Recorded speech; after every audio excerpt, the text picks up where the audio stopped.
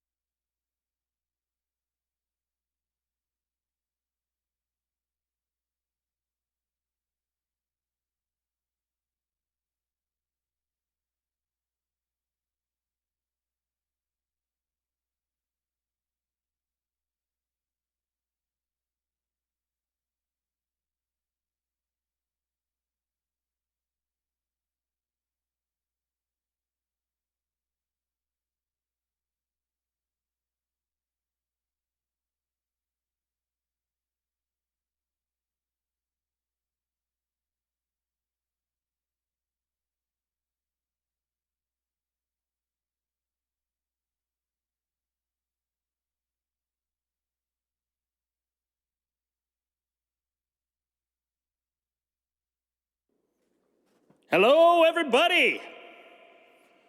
Welcome to the lore ship.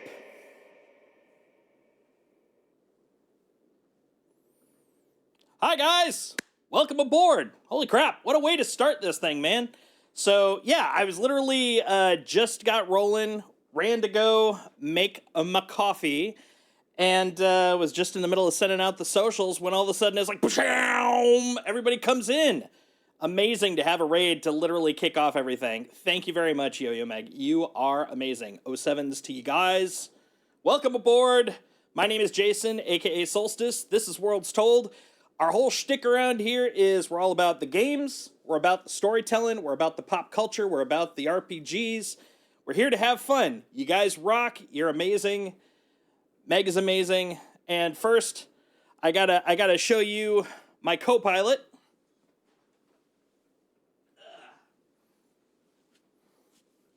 The instigator of so many of my frickin' emotes. This is, of course, Indiana Bones, who is probably like, what the hell is going on? But he is the bestest boy, and he's here all the time to hang out. Isn't that right, buddy? Isn't that right?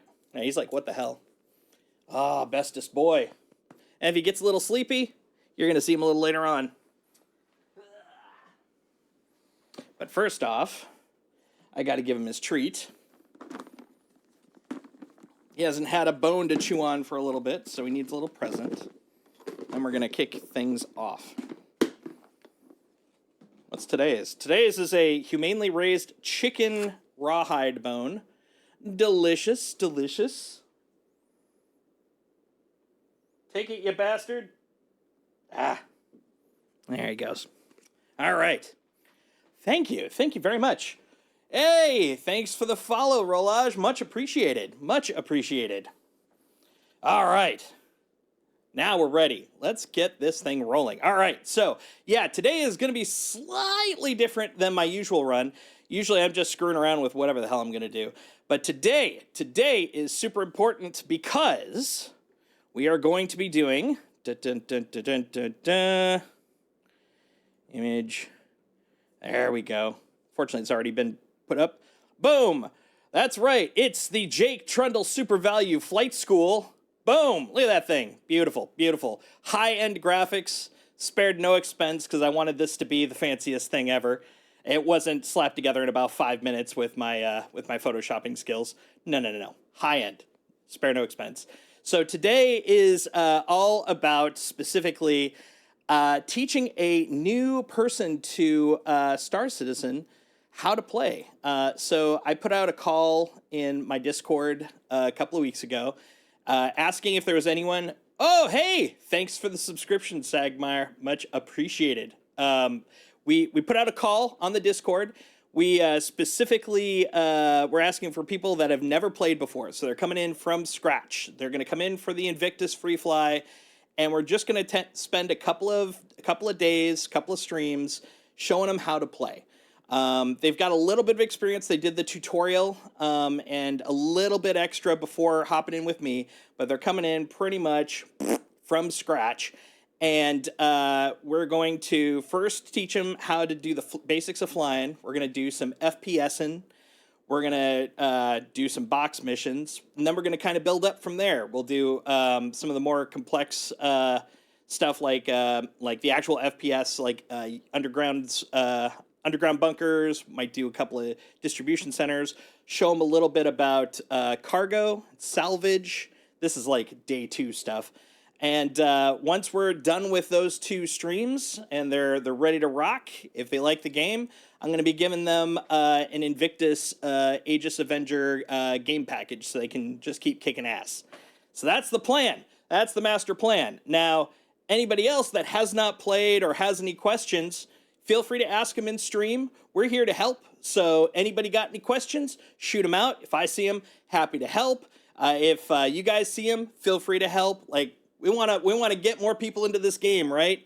Right? It's not a cult. We're very friendly. It's not a cult. It's very friendly. We're going to get as many people in as we can because once we hit 4.0 and we get that server meshing, we need to fill those servers. So that's the mission. That's the goal. And we want to bring the cool people in. We don't want the super hardcore griefers. Well, I mean, we're going to get them. But, we want the chill, fun vibe people. I want the chill, fun vibe people. Let's get the chill, fun vibe people in there. That's our plan today. But to kick it off beforehand, we're going over to Aegis Day because I haven't had a chance on stream to go take a quick look. So we're going to hop over there for about half an hour, and then we're going to get into the flight school. What do you guys say? Sound like a plan? I think so. Feels like a good plan to me. Let's do it.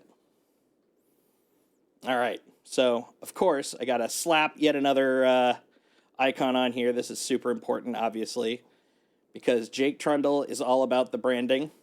So, for those of you guys who are new to the stream, Jake Trundle is an alter ego that I've created.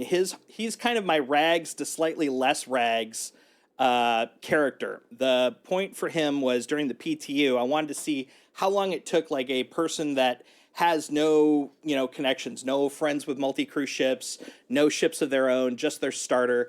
And I wanted to see how long it would take to get to a Cutlass Black, because that was around 2 mil, relatively cheap.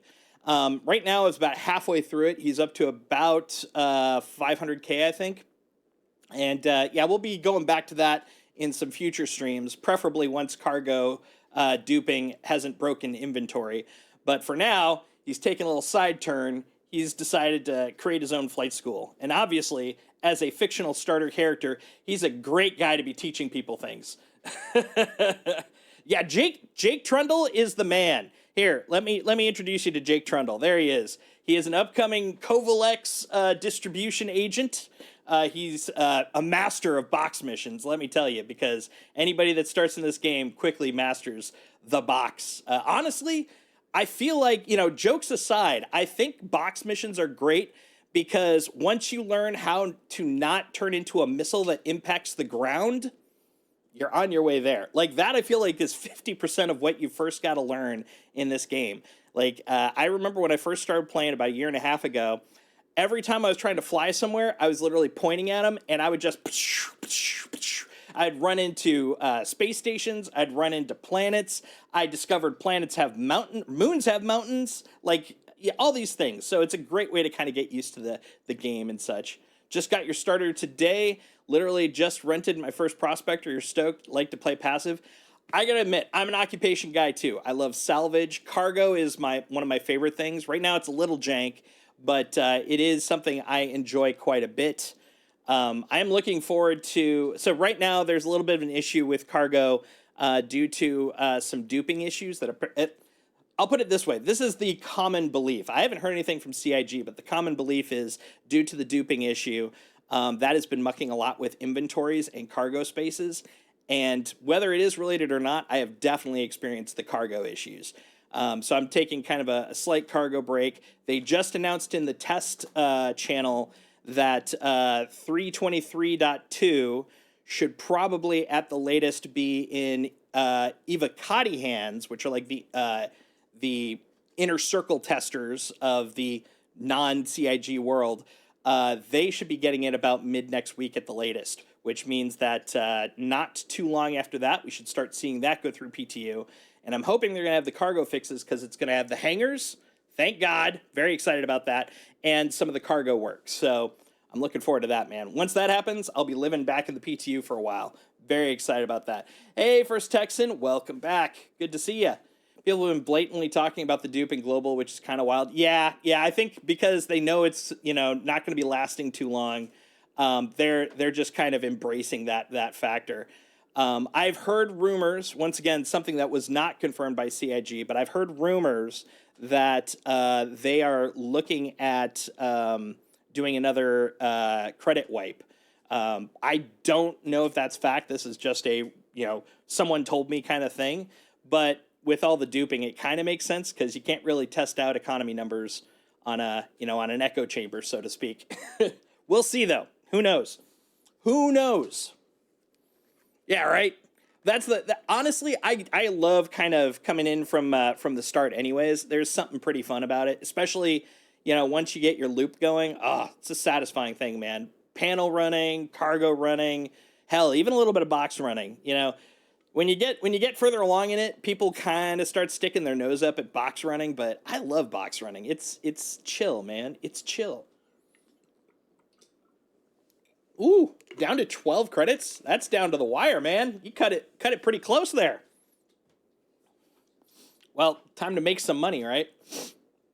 One thing about salvaging, and this isn't panels, this is just the generic salvaging, is that it's dependent on having enough credits to buy the contracts. So that part is a little rough when you're first trying to kick off. Same thing with speculative trading, like doing shipping and stuff, because you got to buy the cargo to take it to elsewhere. So you gotta definitely feel like you got a little bit to spare. It's a high risk, high reward type situation, but it's pretty fun. I can't explain why I love cargo so much. Admittedly, when it's just me, I'll put cargo here, put like YouTube up here, just do some traveling. Just imagine being like, flying around autopilot, watching some shows. It's good vibes. Good vibes. Hey, Raging. Thanks for the lurk. Appreciate it. Thanks for hanging out. Using it to mine currently? Yeah. Prospector's a good one for mining. All right. I may have to bring someone in to show off mining. Mining is the one thing I haven't really gotten into. I had some traumatic experiences when I was first learning the wonderful world of mining, so I did not get as into it as I could have.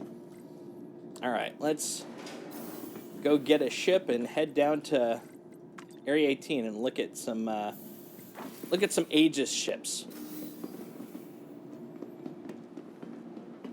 Me? No, not yet. Oh, for the mining, I did. It was a little jank. So when I first did it, I was on my first set of sticks. They were the Thrustmasters, and I was trying to use the little throttle on them, and it was a little catchy. Now the thing is, I could have been more patient, but I'm not known for my patience. So I was just trying to jank it up and down, and eventually. It was just too janky with it, got too volatile, and then kaboom! All right, Hangar 7. So how you liking the game so far? How you liking Star Citizen? You chose a good time to come in. It's a really fun time to be playing. If I get more into Star Citizen, might get a stick, but for now, just mouse and keyboard. Honestly, that's perfectly fine. You know what I started with? Uh-oh. Hangar 7. I did not pay attention. This is the one catch I've noticed while I'm streaming and talking is like short-term information like this will just go right out my brain. I'll be like, oh yeah, I remember this, and then I'll be like, crap, what is it? What was I saying? Oh yeah, so I started on a gamepad. That's actually what I brought in. So I was like, I'm not going to use mouse and keyboard, which is funny because I ended up, for all my FPS stuff, I ended up using it, but I was adamant on using the gamepad, and it worked. I would say 60 to 70%, and honestly, it will work completely. But I was like, yeah, I'm adamant. I'm a controller guy, so I was like, all right, we'll do it. But yeah, now I'm on sticks and mouse and keyboard. Enjoy it mainly because I'm not forced to PvP in most cases. Yep, I'm the same way. Like I'll PvP if I have to, but I'm an occupation guy. I'm a PvE guy. I'm definitely 25 years into MMOs, and I've always been a Care Bear. I'm definitely a content story guy. I mean, hell, that's the shtick for the channel, is it not? All right, let's get this guy down. Whee!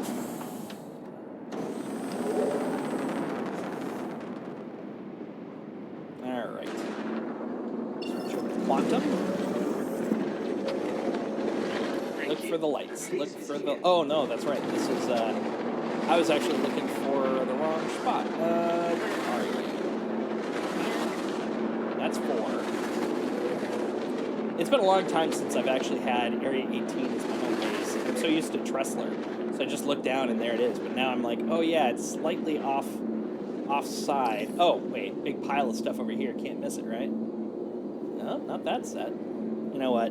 I'm just taking too long. Let's just look it up. 18. Yes, please.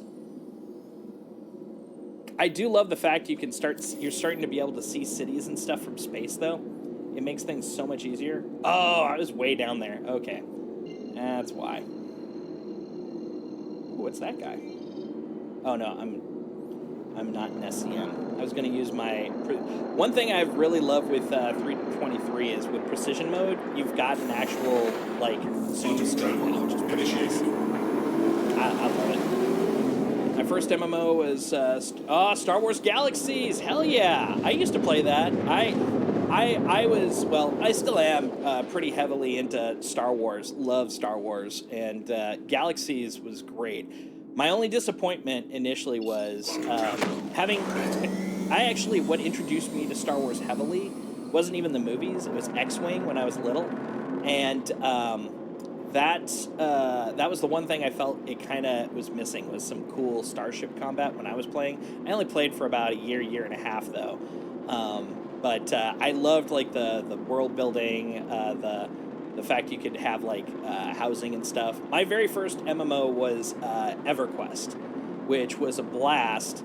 The one catch with it, at least for me at that age, I was, I think, 19 when we first started playing it with my friends and I, and my dad was very much a, he raised me as a, you never subscribe to anything because that's how they get you, and so it took me a long time to be okay with getting subscriptions, but man, once I was in, now I'm like, I don't care. So by the way, as a note, little tip off, see this little light beam? Little dots. Hold on, let me get rid of that. There, now you can see it. So there's these little light dots.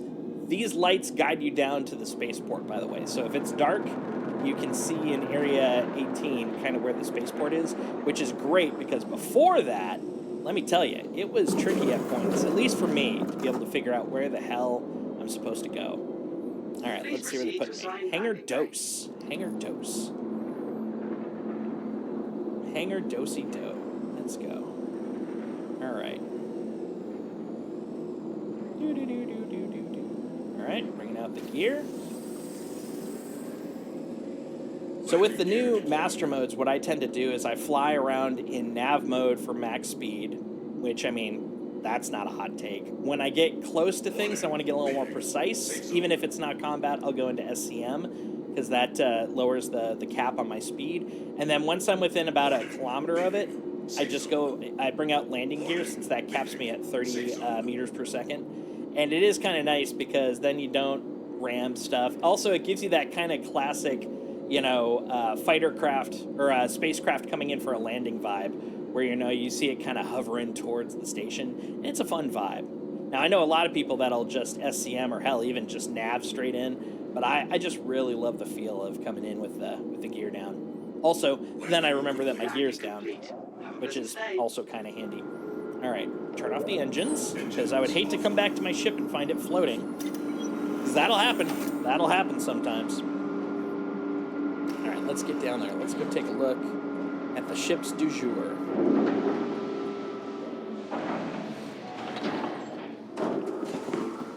All right. Yeah. So you started with the Aegis. Did you get the Invictus paint with your Aegis? Because honestly, that is my favorite paint in the entire game, man. I love the Invictus paint. It's so nice. Just feels so good. Come on, Hangar Dose. There we go. I also got it for my C2. I now have the Invictus for my Hercules, which I haven't put on yet, but I really like. From transforming worlds to exploring the stars, Exploring our the group is world. proud to bring the universe the closer stars. together. Welcome Our to the world, ASOP Vehicle investing Retrieval into Mars' System. Oh, thank you. That was awful nice of you. All right, what am I doing? Oh, yeah. One nice thing is my Aegis Titan is always on top, at least so far. We're done here. Did, Please but it's only visit for us free again. fly. I got the Aurora MR for your actual starter. That's fair. You know what? Honestly, that was my starter too. I started off with the Aurora, got it during Luminalia, which is basically Space Christmas. Got it not last Luminalia, but the one before it, and it was after Christmas, before New Year's. Had time off, and it was Citizen Talk and Citizen Her. They both had TikToks that started ending up on my feed, and I just became addicted to what I was seeing, and I was like, I got to get in on this. So I picked up a Aurora MR with the Luminalia starter package, which, by the way, that paint was meh. Honestly, your Invictus paint with your Aurora, much better. And then after playing it for about a month and a half, that was when I did my perma upgrade for the Aegis. I was just like, I gotta have the Aegis. It's way better. But that was because I had more context. When I came in, I was just like, look, I want something cheap, but I wanted to do some sort of cargo-y thing. And that was the reason I picked the Aurora, was it had cargo space as opposed to the fighters. Hey! Mongoose is here. Hey man, how you doing?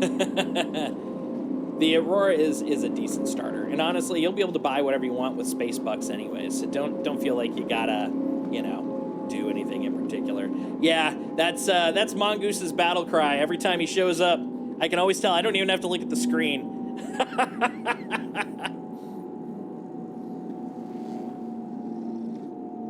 It's nice to have a catchphrase, right? His is Leroy Jenkins.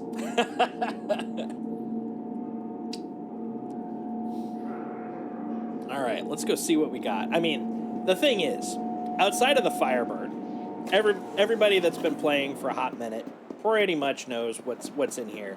But it's nice, it's tradition. It's like airing your grievances around the aluminum pole. You just got to do it every year, right? Look at those pretties. Look at those pretties. I got one of those. I used to have one of those. I don't have one of those. I think a decent amount of people have probably gotten some this time around, though. What's up, folks? All right, let's see how the perf is today. So I did upgrade my drivers. Those of you guys that are on NVIDIA, as a note, the 21st, yesterday, they dropped a new set of drivers that actually have DLSS optimizations for Star Citizen. So if you haven't done your driver upgrade, now is a good time to do it, as a note. Our baby Polaris isn't in the hall no more. I know, I miss it. I was kind of bummed when I came back during the second round of ships, and they didn't have a second floor to the convention hall. I was kind of hoping they would do like the thing they were doing at least during IAE, where they, send the next notch down and such. All right, so perf is still a little jank, little chonky boy. We can live with it. We can live with it, guys. We can make this work. I've been able to see it fly by either. Yeah, I have seen so many people, and I've even seen a couple of hints from the CIG. I think the flyby aspect is completely janked. I don't think it's working. All right, who do we got here? We got the Aegis Saber. So this is the classic baseline pew pew. Look at that. See that Gatling for Gatlings. And you're just making sure people don't wreck it. I get it. Another Gatling. Gatlings all over the place. Little spinny shooty. Might be lasers. Do repeaters look have like the rotating bits like Gatlings? I've never really taken a moment to look at the repeaters, but I mean, looking like that looks ballistic Gatling-ish. Because you can see it's got the little inside curve to the end of the barrel for gas expulsion. I mean, it's all fake, but still, they're shooting for realism. Panther repeaters, there you go. And then we got a Retaliator. Look at that thing. Let's go look inside. I actually haven't. I've piss and moaned about them. Hold on, I gotta wait for. There we go. I gotta wait for a couple of frames. I need to borrow frames from the frame bank. I've piss and moaned about this thing, but I haven't actually gone in it. At least this time around. So let's see what it looks like. Oh, it's on the side. Ooh, sneaky devil. Does it have a button or no? I gotta click it, huh? Oh my god, dude. Come on, man. Bruh, dude, stop it. All right, let's go upstairs. Close. That looks like someone decided, let the air in. That's good. Also, by the way, good tip during flight, if you want a nice breezy experience. This will be especially useful in 4.0 once we get life support in. Just always keep your windows open for a breezy experience. Ah, so this must be the cargo bay? Wait, it can't be the cargo bay. Is this an empty bay, actually? Is this an empty module? Can I not go up to the front? Maybe I can't go to the front. Because I thought both cargo modules have an elevator on them. I don't know. Shows my lack of Retaliator knowledge. Look at all that. What's back here? Is this escape? Oh, hold on. There we go. Ah, turret. Okay. Got it. That's the turret. Here's deck B. Oh, is this a turret also? Yep, a turret. Okay. This may shock you. There's a lot of turrets in this. Docking collar. Another turret. Good lord. This kind of reminds me of like a baby hammerhead. You got the whole like let's walk around everything kind of look here. Right? Do you think when fire comes into play, we can open the outer doors to basically kill fire because of oxygen? Yes. Yes, I do. They've actually shown that as an example in, I remember them bringing it up, I believe it was at CitizenCon in one of the panels, that would be a viable way to do it. But of course, you know, hopefully there's no one in there that'll die because of it. But yeah, I know for a fact that it's going to happen. Now, the question I have is, will it happen in 4.0?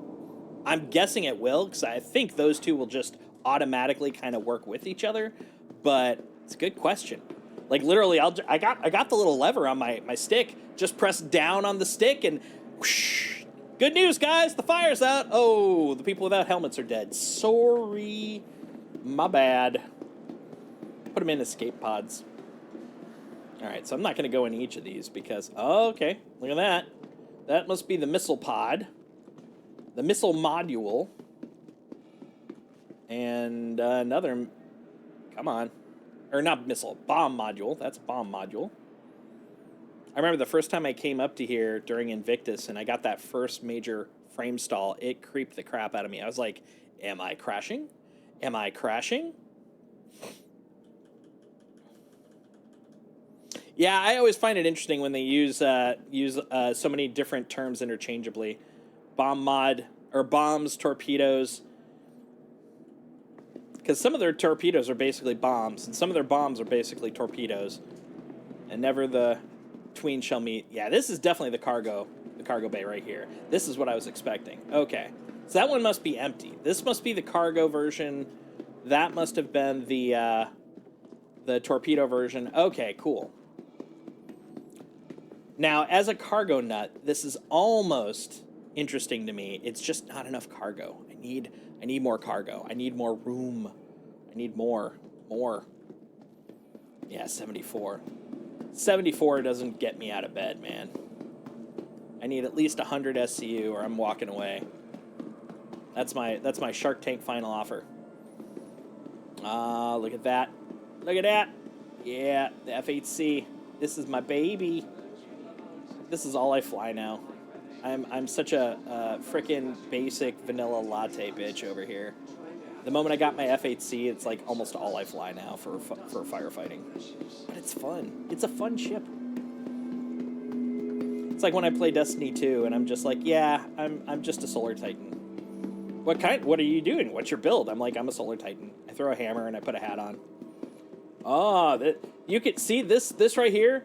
Clinical proof that this is the best paint. Notice how everyone's over here next to the Aegis with the best paint. Oh, look at that. Oh, such a good paint. Renegade. Might be worth it if you're running into a super hot zone. Yeah. But honestly, if I have 6 shield generators, I'm just protecting garbage since I only have 76 SCU. I'm so stubborn in my ways. I'm a cranky old man. It's like 100 SCU or I'm not budging. Let me tell you.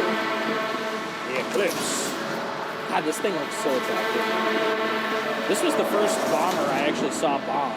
It was very, very, very impressive. You know what? Impressive enough. Just in case I have the time for it, I gotta find the kiosk. Come on, buddy. There it is. We're getting Eclipse for later. Jesus, don't push the use. Is there a way to swap modules in-game? I believe so.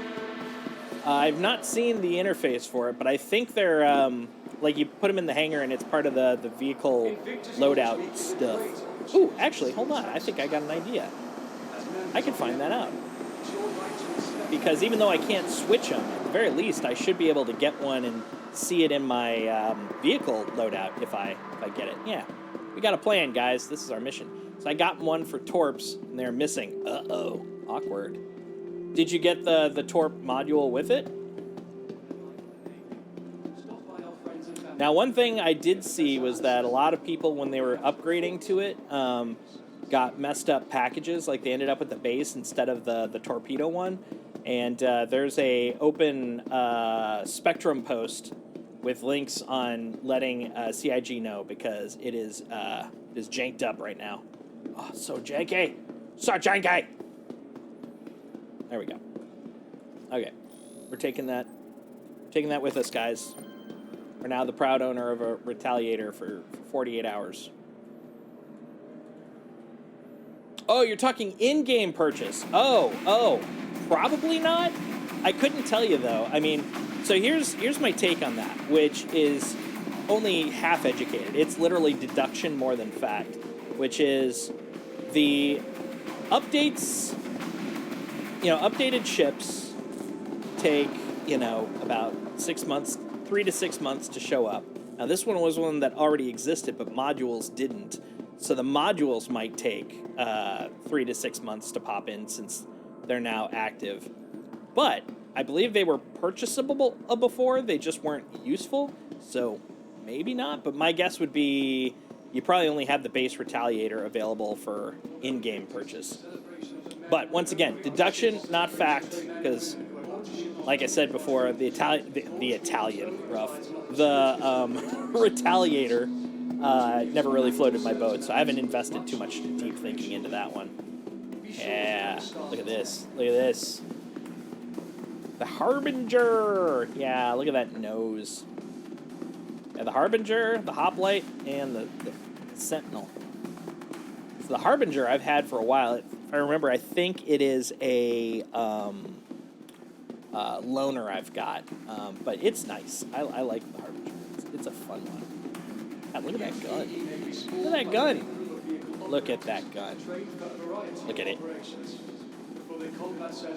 That's a huge gun. It's intimidating. No, sorry, Warden. Warden? I had a Warden at least. Sorry, my world's blurring together. I think I had a Warden, but upgraded it, and now I temporarily have a Harbinger. I think that's the order of things. And then this big boy, the Redeemer. Wait. Oh yeah, Redeemer. Yeah. My brain always crosses wires with Redeemer versus Reclaimer, and I'm like, sir, this is not a Reclaimer. It's like, yeah, no, it didn't claim to be. Come on, buddy. Oh, you can do it. There we go. We made it. We succeeded. Hooray. Oh, I just want to see the inside. It's just giving me a moment to appreciate the details. I mean, this is a pretty detailed looking interior. And this is with the brand new drivers, folks. We're really cruising now. Yeah, no, they've got some problems this year with their rendering on Invictus, but you got to give them a little bit of room because they literally got 323 out the door a week before Invictus, so they only had a couple of days to really get fine-tuned public stress testing on the expo floor, and it is still better than the first day I was PTing the expo floor, so I will give them credit where credit's due. But when it hits this, woof, those janks, man. Wah! Okay, you know what? That's fate telling me we should get off this vehicle before it takes me with it. All right. Welcome to the Invictus ship hall. Well, thank you. Thank you. This year's additions to the fleet. With the expanding nature of operations throughout the systems, have a look to see how each of these ships will help defend the Empire. So, got a question for you, Rolage. So you've been getting into the Prospector. It sounds like you're renting that. Are there any other mission types that you've played that you liked, that you enjoyed?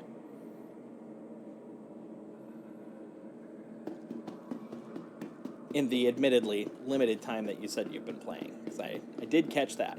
Yeah, we're gonna go this way. Look at this gun. Look at this gun. This is a ridiculously sized gun, and I am here for it. I love it. Love it so much. Can't buy. Oh, I can buy that one, but it's actually a purchase. CF667 Mammoth Repeater. I'll put that right on the front of my Aegis Avenger. Oh, that would be something impressive. I wouldn't be able to take off, but man, if I could get to space, and I could point at something, oh, they'd be dead. Probably could spray like 2 before I was out of power, though. All right. So we went over there. What am I missing? Oh, that's right. The Gladiuses and the Hammerhead. That's the last 2 we're going to take a quick look at. And after that, it's flight school, baby! That's right, Jake Trundle's making moves. Start off at Kovalex, and now he's got a flight school. And by a flight school, he's got a ship, and he's going to tell people how to fly it. There we go. The Hammerhead. Look at that beaut. Look at that beaut. Such a wonderful ship. Xenothric comes back around. She's coming out of the mothballs. Gladius variant. I keep doing that. Valiant, not variant. Gladius Valiant. And then got the Valiant over here too. I did pick up a couple of SCUs of the Valiant because even though, like, I'm not particularly going to own a Valiant per se, it fits such a perfect little spot if you're trying to CCU chain. Because I think it was 100 to 110, and there's not a lot of them that fit that little window. Value, man. It's all about value. All right, let's get the hell out of here.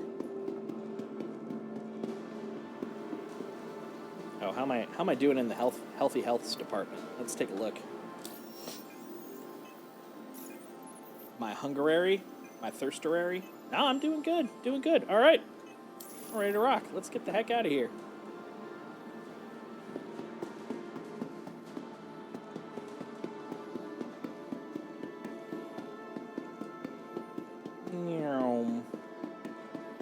Just any way to get the heck out of this freaking madhouse. So let's see. Today is the last day of Aegis. I think tomorrow's Anvil. Is that right?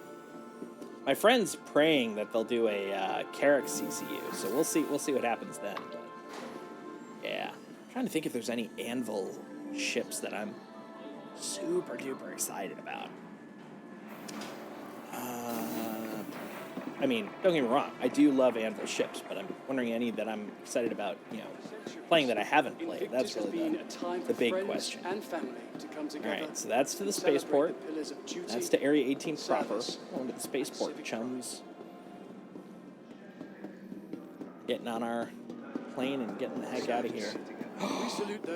Oh, look at that. The Tram New. The Tram New one was prepared. Let's go. Let's go. Hey, back. Quit the backing up. Only back up so far. Excuse me. Excuse me. Oh, man. You want to know what's really fun there to play with? The MPUV. The MPU V Tractor is a hoot. It is an absolute blast. Got all your affiliate stuff finalized? Nice. Congrats. That is a freaking good job, man. Welcome to the Affiliates Club. We're happy to have you.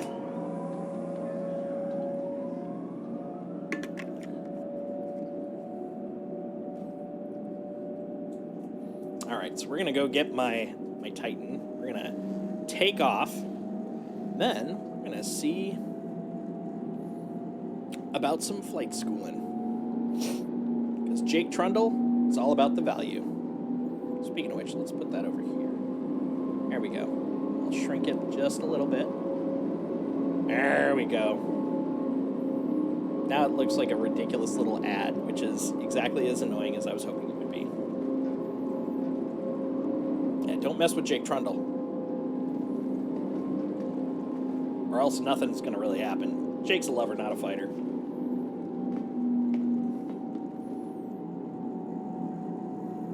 You're just lucky if he gets out of his hab. Hashtag adorable failure. All right.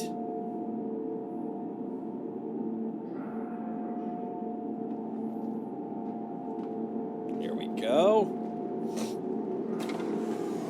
Ah.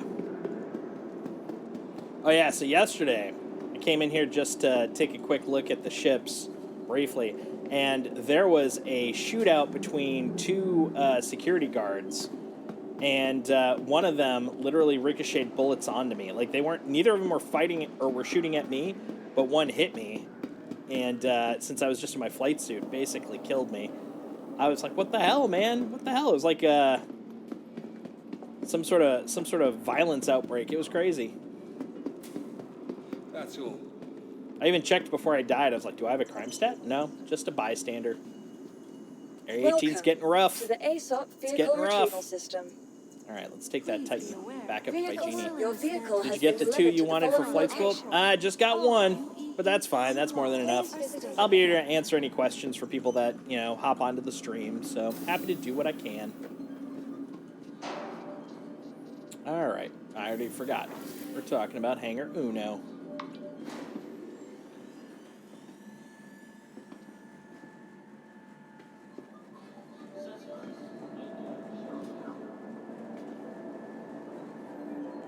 Go. All right.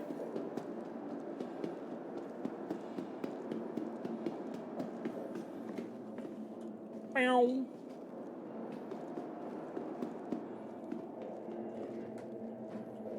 Meow. Let's get to By Genie. Good old By Genie. Good place. Nice place to chill out.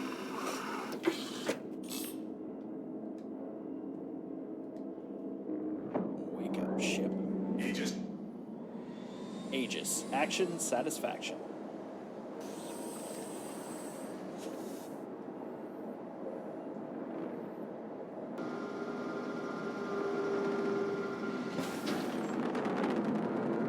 When you're just too impatient.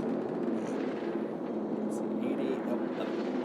Thank you, and please visit again. You can't beat me. You're not the boss of me. Been running into new players all day asking me about money making and stuff since ILW started. Yep, same here. Yeah, that's why I always put those tags on my my streams during ILW. It's just really fun to help people out, get people into the game, get people interested, have them ask questions, try stuff out. Whee! That's how I became friends with Cougar Slayer. Hopped into my stream at literally the day he started, and he was like, how do I do? And I was like, happy to help.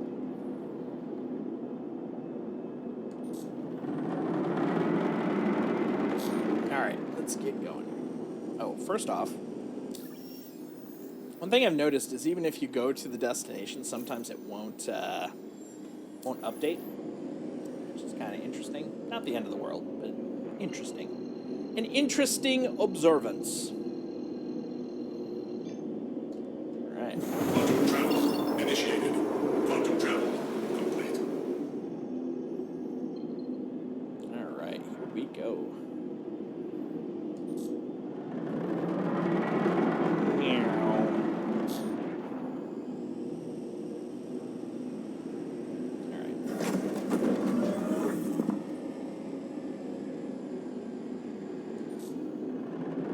Into the inner donut. That's how you know Please proceed to assign you're in the true and thank you for contacting ETL secret Landing area. Assist. Head to the secret donut.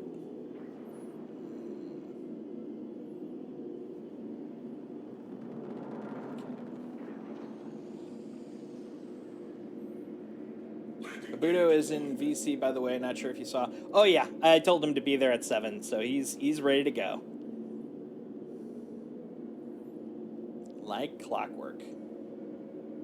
Like clockwork. That's why I'm coming in here, so we can hop back to menu and then bring in Kabuto.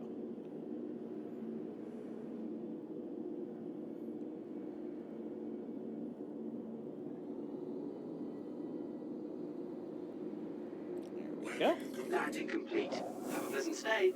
Hop out. So we're just going to stash the ship, head to menu, and then greet our aspiring pilot.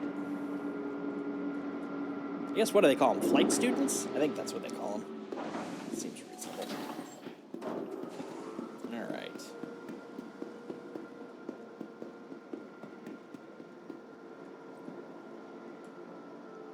Oh, elevator. To To the lobby. All right. Here.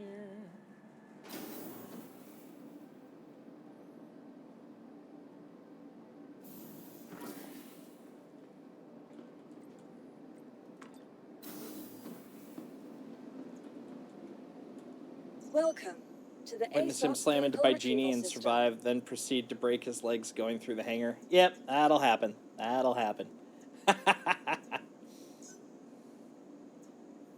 All right, here we go. All right, so I put away the ship. We're all shored up. Going to menu. Let's say hi to our student. Hello.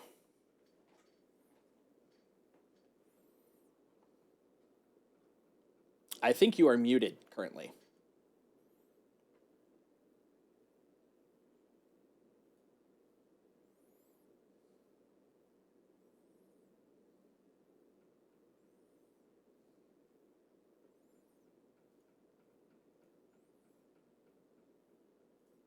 I wonder if I can unmute him.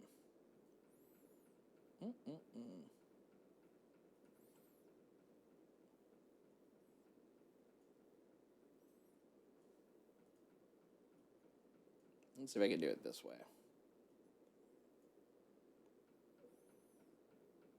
There we go, and then unmute. Hello. Hello. There we Hey. go. Hey. How you doing? How's it going, man? Not too bad, not too bad. Well, welcome to Star Citizen.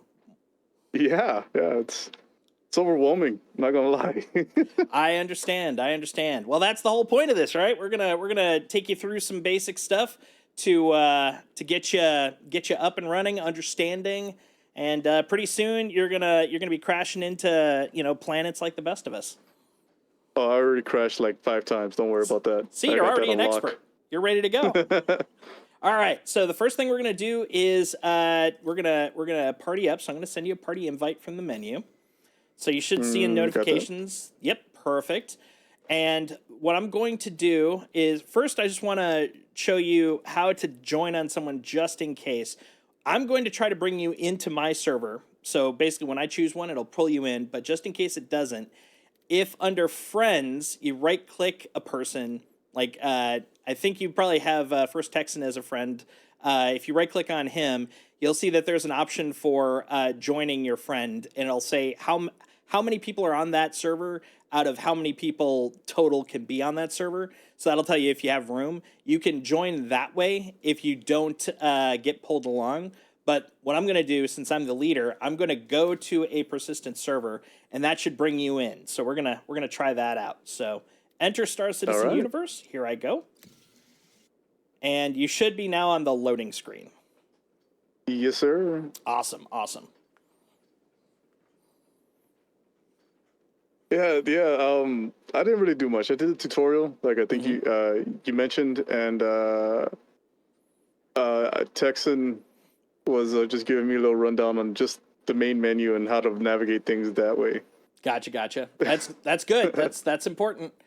We're gonna walk through all the basics. So anything you'll probably get some redundant stuff from what Texan showed you, but it's just to make sure like all the simple things that can trip you up are at least covered once. And even if I cover it, don't hesitate to ask along the way if you're like, I know he said something about this, but I don't remember. Because like you said, there's a lot to this game, so there's going to be a lot of information coming at you. But I'm going to try to throttle it so you're able to absorb some of it as we go. But if you're like, I know he said something about this and I can't remember, don't worry about asking. Feel free to do it.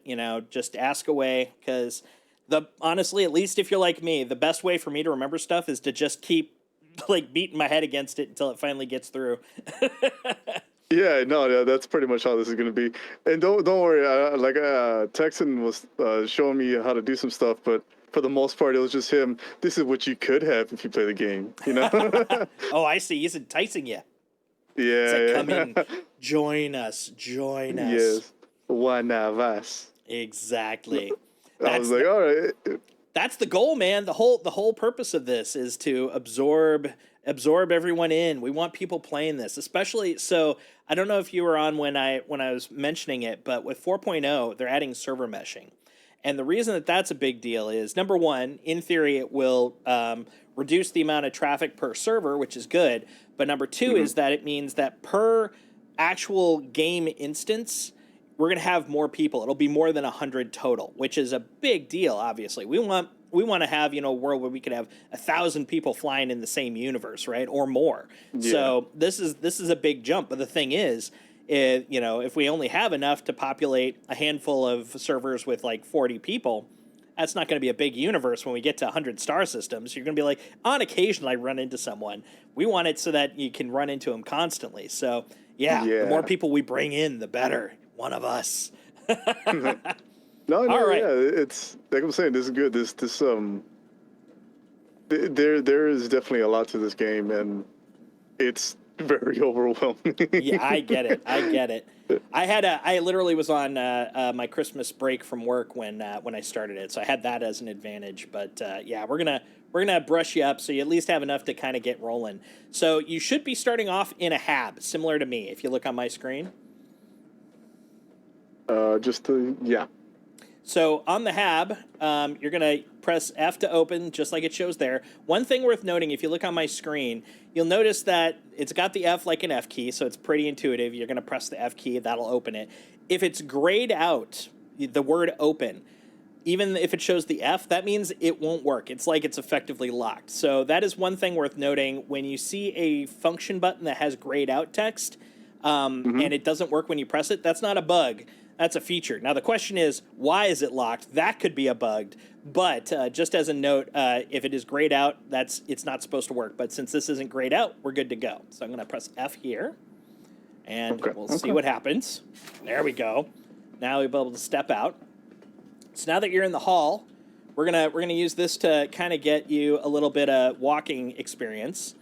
So first off, your scroll wheel will basically increase and decrease your walking speed. So if you go all the way to the back corner of the hallway and scroll wheel towards you, so basically you're scroll wheeling down as much as you can, just scroll it for a moment and then start walking forward, you're going to notice you walk crazy slow.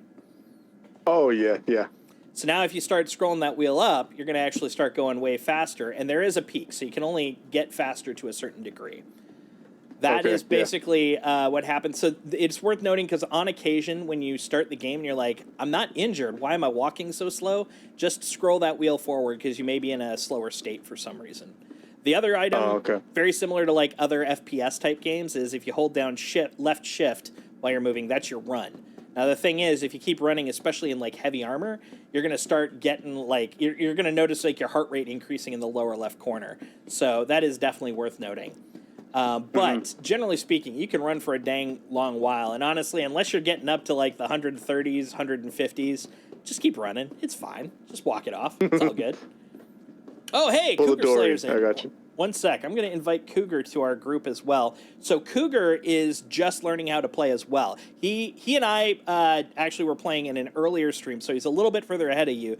But he was kind of wanting to hop in to kind of, A, refresh with what we've done, and then B, just kind of get used to some of the stuff I'm going to be showing you later on. So if you watch my screen, I'm going to actually show you how to invite a friend to your party. So I'm going to press F1, brings up the Mobi-Glass. Oh, he's booting up right now. He just let us know that he's on. Okay, that's fine. Actually, we'll use this moment to go through the Mobi-Glass anyways, because obviously this is a very vital thing. I'm sure you've picked up on that. This is like the everything thing, right? Yeah. So upper left is contracts. Just have to know it exists. We'll go into contracts a little later on. You probably have been introduced a little bit to them, but we'll go into that later on. The second one down, notifications. This is good for if you see stuff popping up on your screen, you're like, I missed it. What was that? Bring this up and you have a notification history. Now, the thing is, I can't say it shows you everything in your notification history, but it'll at least give you some basics. Like, for example, for me, I could tell I'm in a place where the comlink was established, which means I'm in a, quote, civilized area. I'm entering an armistice zone, so I can't fight. and I'm in the jurisdiction of ArcCorp, which right now doesn't mean as much. It just basically means, if I get in trouble, ArcCorp's the one that's going to go after me. But later on, as the game starts getting more robust, later on in the game development cycle, that's going to actually matter because it's going to be more factionally based. Lower left corner, ArcCorp, that's once again the people that are running this area. Crime stat is kind of important. You have a crime stat between 0 and 5. 0 means I'm a law-abiding citizen. If you get an infraction like an impound or you trespass in a place, you may end up with a crime stat of 1 or a 2. If you don't deal with them within like 2 to 3 days, that crime stat will actually bump up. Like it'll go up 1 notch per like time increment. So it was, I think when I was at a 1, it said I had 3 days to pay up, or otherwise I get 2 or a 3. What you do to get rid of your crime stat at a 1 or a 2 is you go and find a law kiosk, which I'll show you as we bump into them. And you basically will pay your fine there, and that'll reset it down to 0. When you get to 3 or above, though, that's when you're basically starting to get wanted. Like if you kill someone, that's going to bump you up to, I think, a 3. If you kill a bunch of people, you're going to go to a 5. But honestly, irrelevant. 3 to 5 is the problem.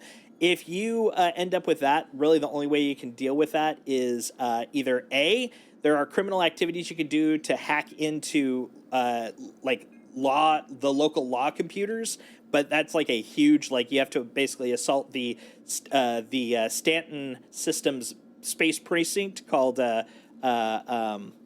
Security Post Korea. And that is a huge thing. But once you get in there and you kill everybody, you can actually hack it with a hacker chip called a Tiger Claw and go, yep, I'm deleting my criminal record. And then you're fine. It's the criminal way to go. Or if you get caught by surrendering or dying, you're sent to Klesher, which is basically like space prison. If you remember the first Guardian of the Galaxy, it feels a lot like the Kiln, basically where they all went when they got caught.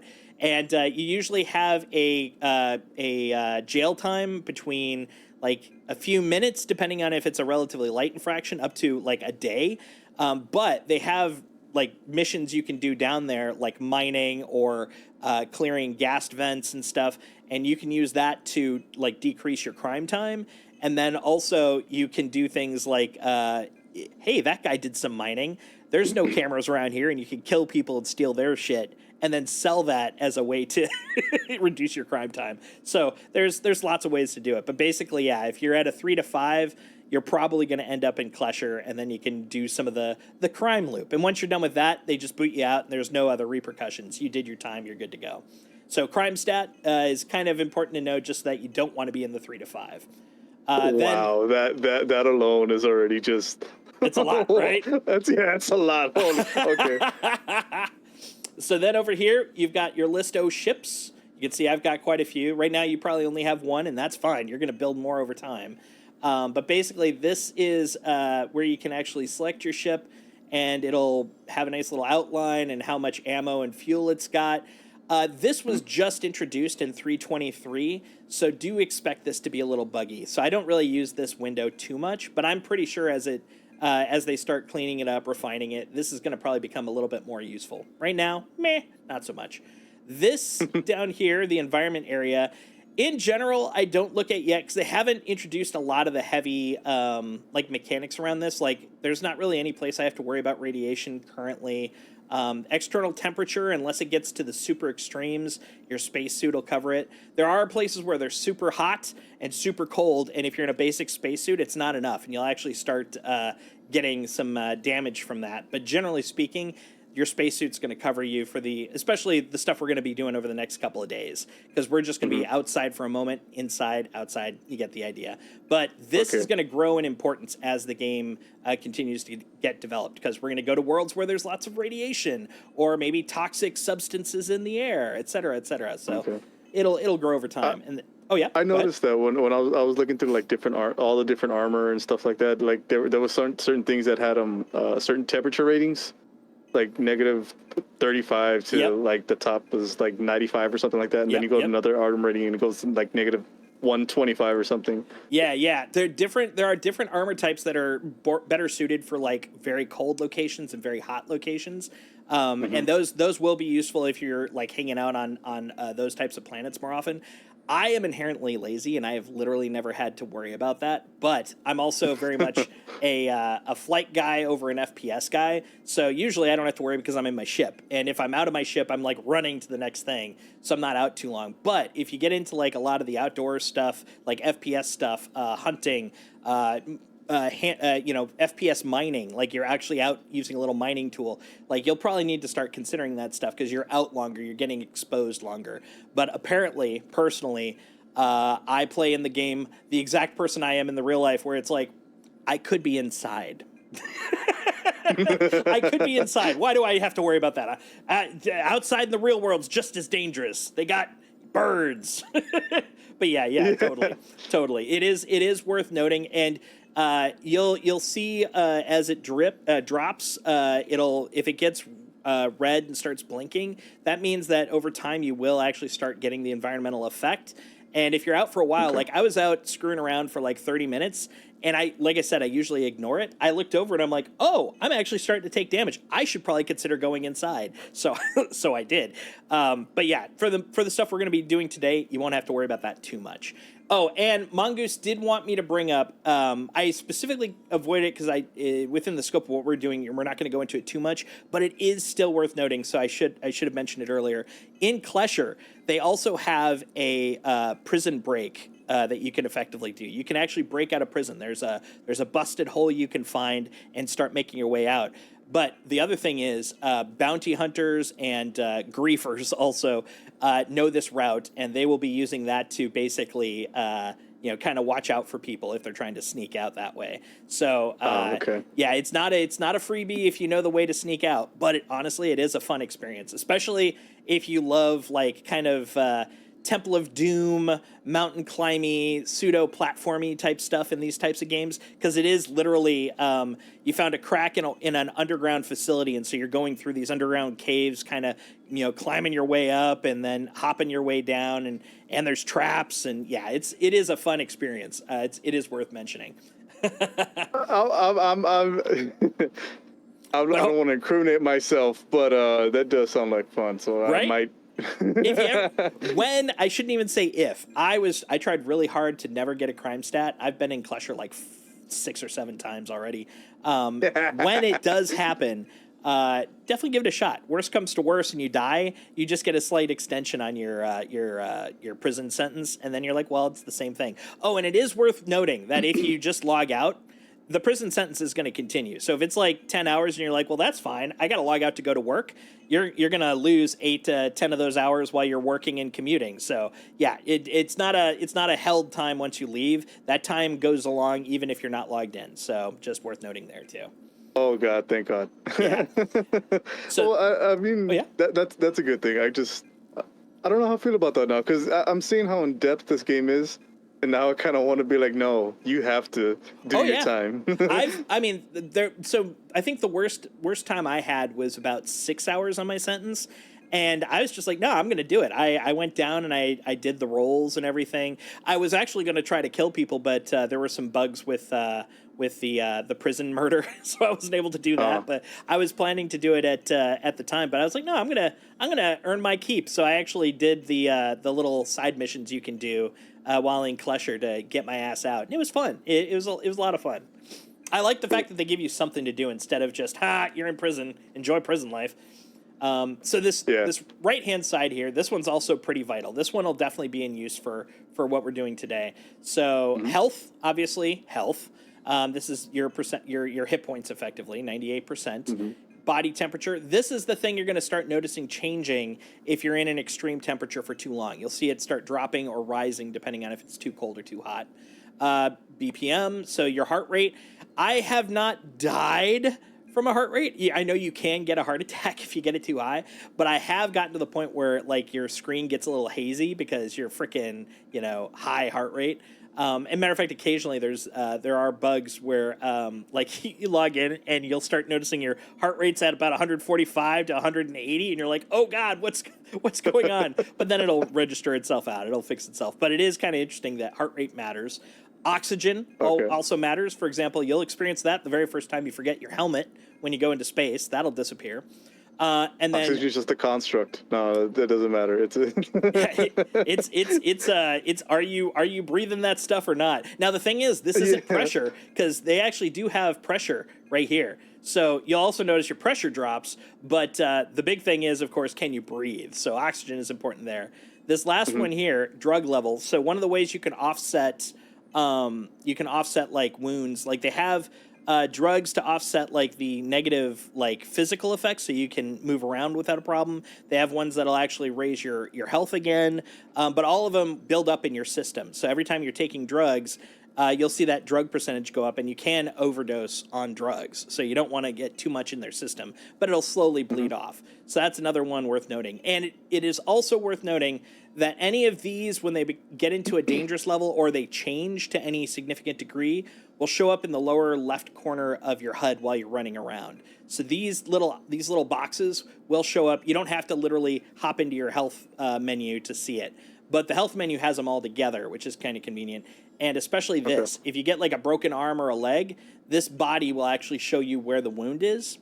And matter of fact, the next page, so you'll notice down here, we've got home. We're going to go to health now. So go ahead and click health.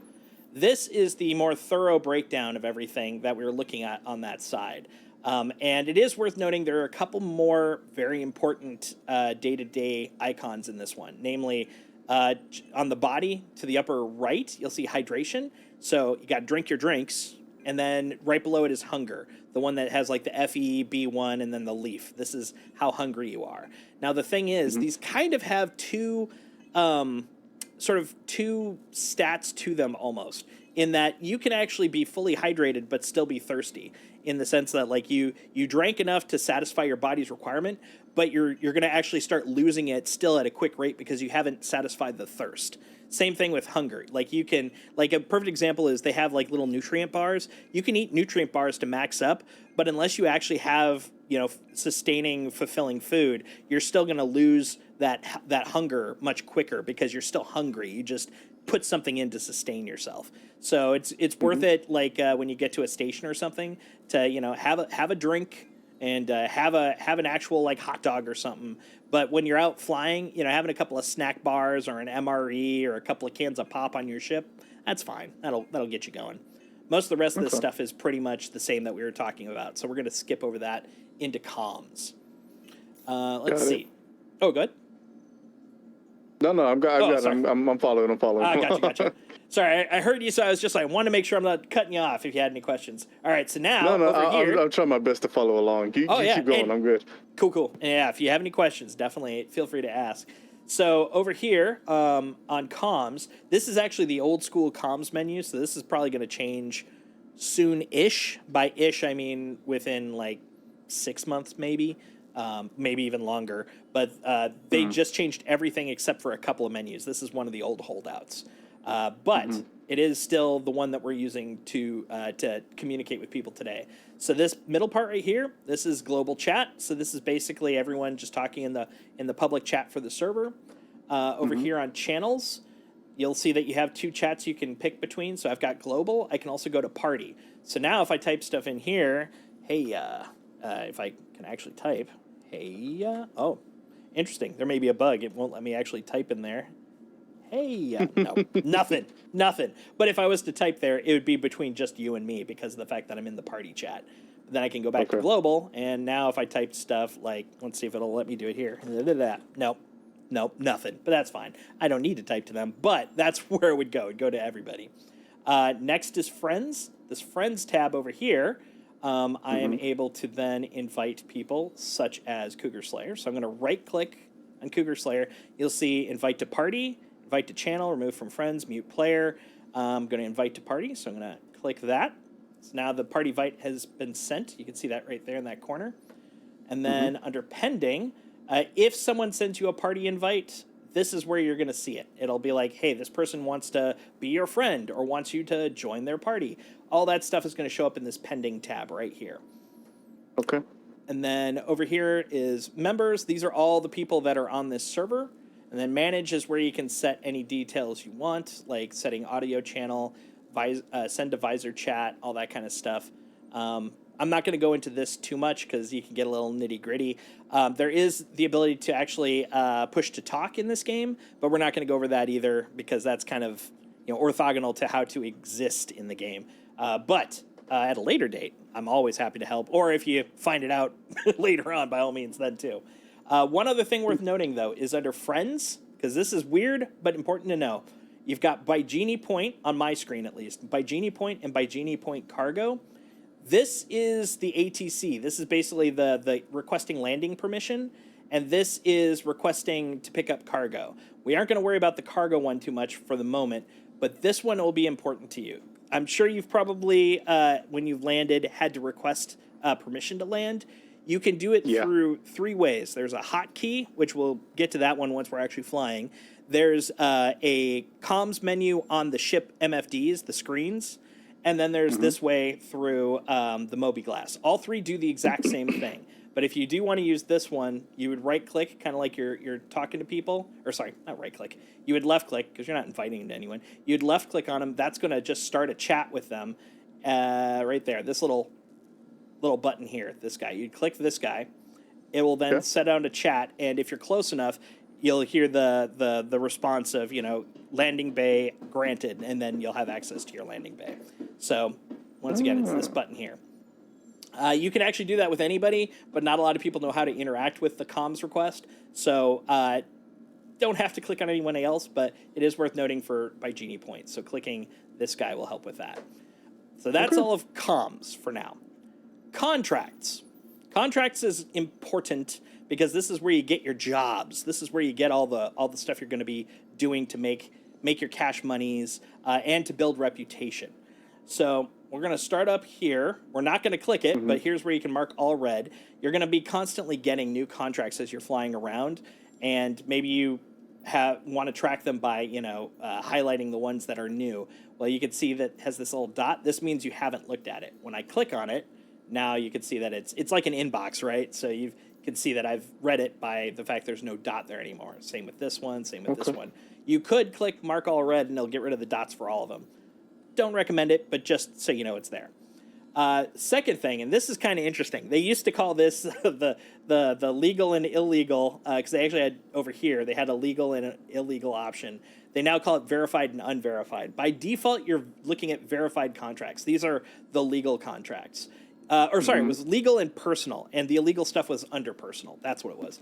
If I click this, now I'm going to look at unverified contracts. These are ones that are not put out by official companies. These are like contracts being put out by people that aren't going through reputable routes. It could be illegal, like risky salvage job or in the wake of disaster. All these kinds of ones are basically, a light touch, private sender. So it's basically things that you can do that aren't necessarily on the up and up, but it's also where you're going to get personal contracts from personal contacts that you're going to build along the way. For example, if you do a bunch of Eckhart contracts, you're eventually going to be requested to visit an individual contract, and that's going to, or an individual contact. That will be an unverified. Once you meet him, he's going to start giving you higher level contracts, but they're going to be personal contracts, so they're unverified as opposed to verified, which, these are like kind of the equivalent of the, Pepsi has asked you to ship a crate of cans, as opposed to the owner of Pepsi wants you to kill someone. That kind of a thing. That'd be the verified versus unverified kind of a thing. Pepsi's taking down Coke. That's right. They're sick of being number 2. Damn it. So then under here, we've got a handful of contract types. You've got salvage, also known as scraping.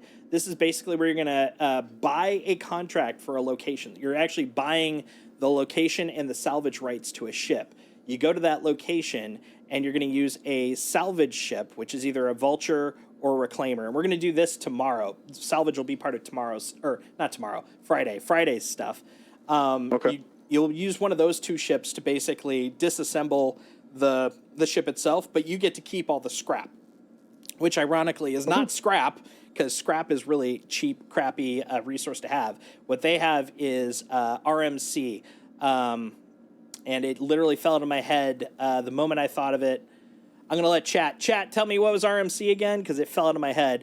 The other thing is you then, once you scrape all of the RMC off, you can break the ship into pieces and turn it into construction materials, which is another thing you can sell. So you're going to sell that raw good back to like the TDD, which is basically kind of the equivalent of like your local commerce shop. So it's like, hey, we'll buy anything because we do all the stocks and shit. But yeah, okay. it's a really nice way to make some money, but it does require a specific type of ship. The nice thing is, you know enough people that you'll be able to, can I borrow one or can I be part of your crew to do that? And you guys would basically split it up that way. Bounty hunting, we'll definitely be doing some of this. We'll probably be doing part of this today. Bounty hunting is effectively what it says. You're going to go out, you're given a name, you're given a location, go out and take them out. Eventually, you're going to actually, when bounty hunting fully comes in, you'll probably have dead or alive ones or even alive only ones where you have to literally capture them, cuff them, and take them to a specific location. But right now, they don't have that loop in, so any bounty hunting ones are find them and kill them. But they're a good way to make some money. And the nice thing is, it's all reward as opposed to the financial cost to buy in like salvage. You just pick one, you go do it. If you finish it, you make your money. Nice. Okay. Research is kind of fun. It's also very low stakes generally. So what you do is you go to a location, you're given a this is the typical research mission I've had. You'll be given a probe, you'll then be given coordinates, you fly out there, open up the back of your ship and just let the probe out. And as it flies away, you hop out and turn it on. And once you turn it on, you're done. That's it.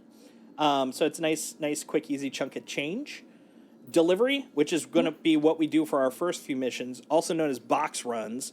You're going to basically go to a location. Let's see if I can find one of the lighter ones. We'll look at this one. Box Boy.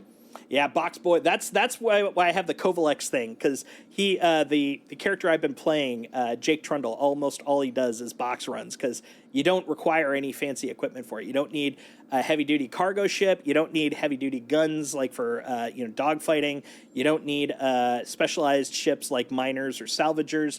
You just need a space in the back to put the box. That's it. You're basically UPS guy. I know what I'm going to be doing from now on. Oh, it's great. The thing is, once you get to a certain point, like the reward isn't as high. Like here's a good example: bounty hunting. So you can see, like I'm getting 4K, 9K, etc.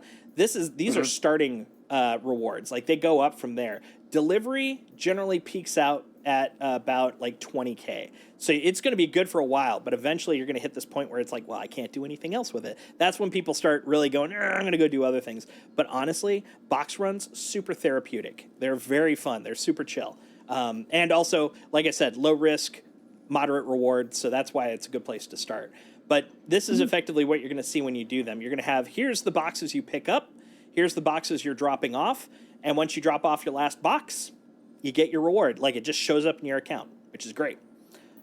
Mercenary, number one. Mongoose would probably yell at me. I'm not even going to look at the screen because he may have already done it. The very first thing you do when you log in, you're going to go to Mercenary Contracts. You're going to click Call to Arms. You should do this right now if you haven't. And then once you're on Call to Arms, you're going to accept it. Every time you play, highly recommend get that accepted first, because what that is anytime you kill something or kill the person that is bad, like don't go around killing, poor civilians, but if you kill someone bad, you get a 500 AUEC reward from the government, basically. They're like, hey, thanks for bringing this criminal to justice. So you just constantly are getting free cash if you get attacked, which is great because this is a game where you're going to get attacked even if you're doing peaceful stuff. Might as well get a little extra cash off it, right? Yeah, this is true. Yeah. So once you click it, you're going to notice that now under your accepted, see this accepted tab right here, you now have Mercenary, Call to Arms. And this basically means that you now have that contract on you. You've accepted it. Now, if we click back to offers, that's going to take you back to where we were. And that's actually an opportune point for me to go over the tabs up top. So you've got offers, which is basically where you can see what's available. Accepted, which is what you've chosen, what you've picked. Mm-hmm. History, which once you've finished something will show show that contract basically as like a history of what you've done, whether you succeed or fail. So you can see that I have done these contracts before. If I go down here, I have completed this one. This one I abandoned. There was a bug with it, so I just kind of gave it up. So you have a full history of all your previous missions that you've done. And you're going to constantly have abandoned because the moment you quit, you log out for the day because you never finish it. So it's just going to eventually get abandoned. So, yeah, and this is a good way to, like, if someone's like, hey, did you do this? You can hop in here to double check, make sure. And then the last one is beacons. So beacons... you may have a list of beacons to choose, or you can create a beacon. If I create a beacon, I can actually, like, let's say I need help getting somewhere, I can select an escort beacon, and it's going to put it out as effectively a contract for people to pick. If I'm injured and I need help, like, I'm like way deep in this thing, and I want someone to help me rather than quit and have to start it all over, I can put out a medical assistance beacon so they can come to me and get help me out. And then I can choose, where I need it, what the minimum rating is, and how much I'm willing to, pay them. Apparently, up to $2 billion. You could pay them $2 billion if you wanted to, but typically it's like 15,000 or so. So it's a good way. Beacons are a good way to make a little bit of money helping other people out. But beacons are a great way if you want to, if you need some support from other people. Now, the thing worth noting though is beacons are also used by griefers like, oh, hey, you need help? Well, it sounds like someone that's probably not armed well enough. So they'll have their little group of friends come over and rough you up because they're like, well, 15,000 from the beacon or whatever it is that you're trying to protect us from. Maybe you got a bunch of cargo. So not saying that everyone's going to be that way, but be mindful when you're putting them out, just to make sure they're on the up and up, I got you. Yeah. All right. So that, go ahead and go back to offers. That's going to take us down to mercenary. Oh, and hold on. I've gotten so engrossed. I know that Cougar has joined. Yeah, cool. I'll bring him in. Hey, man. Cougar may be AFK from all the the fact that he's been hanging out there. But when he comes back, he's there.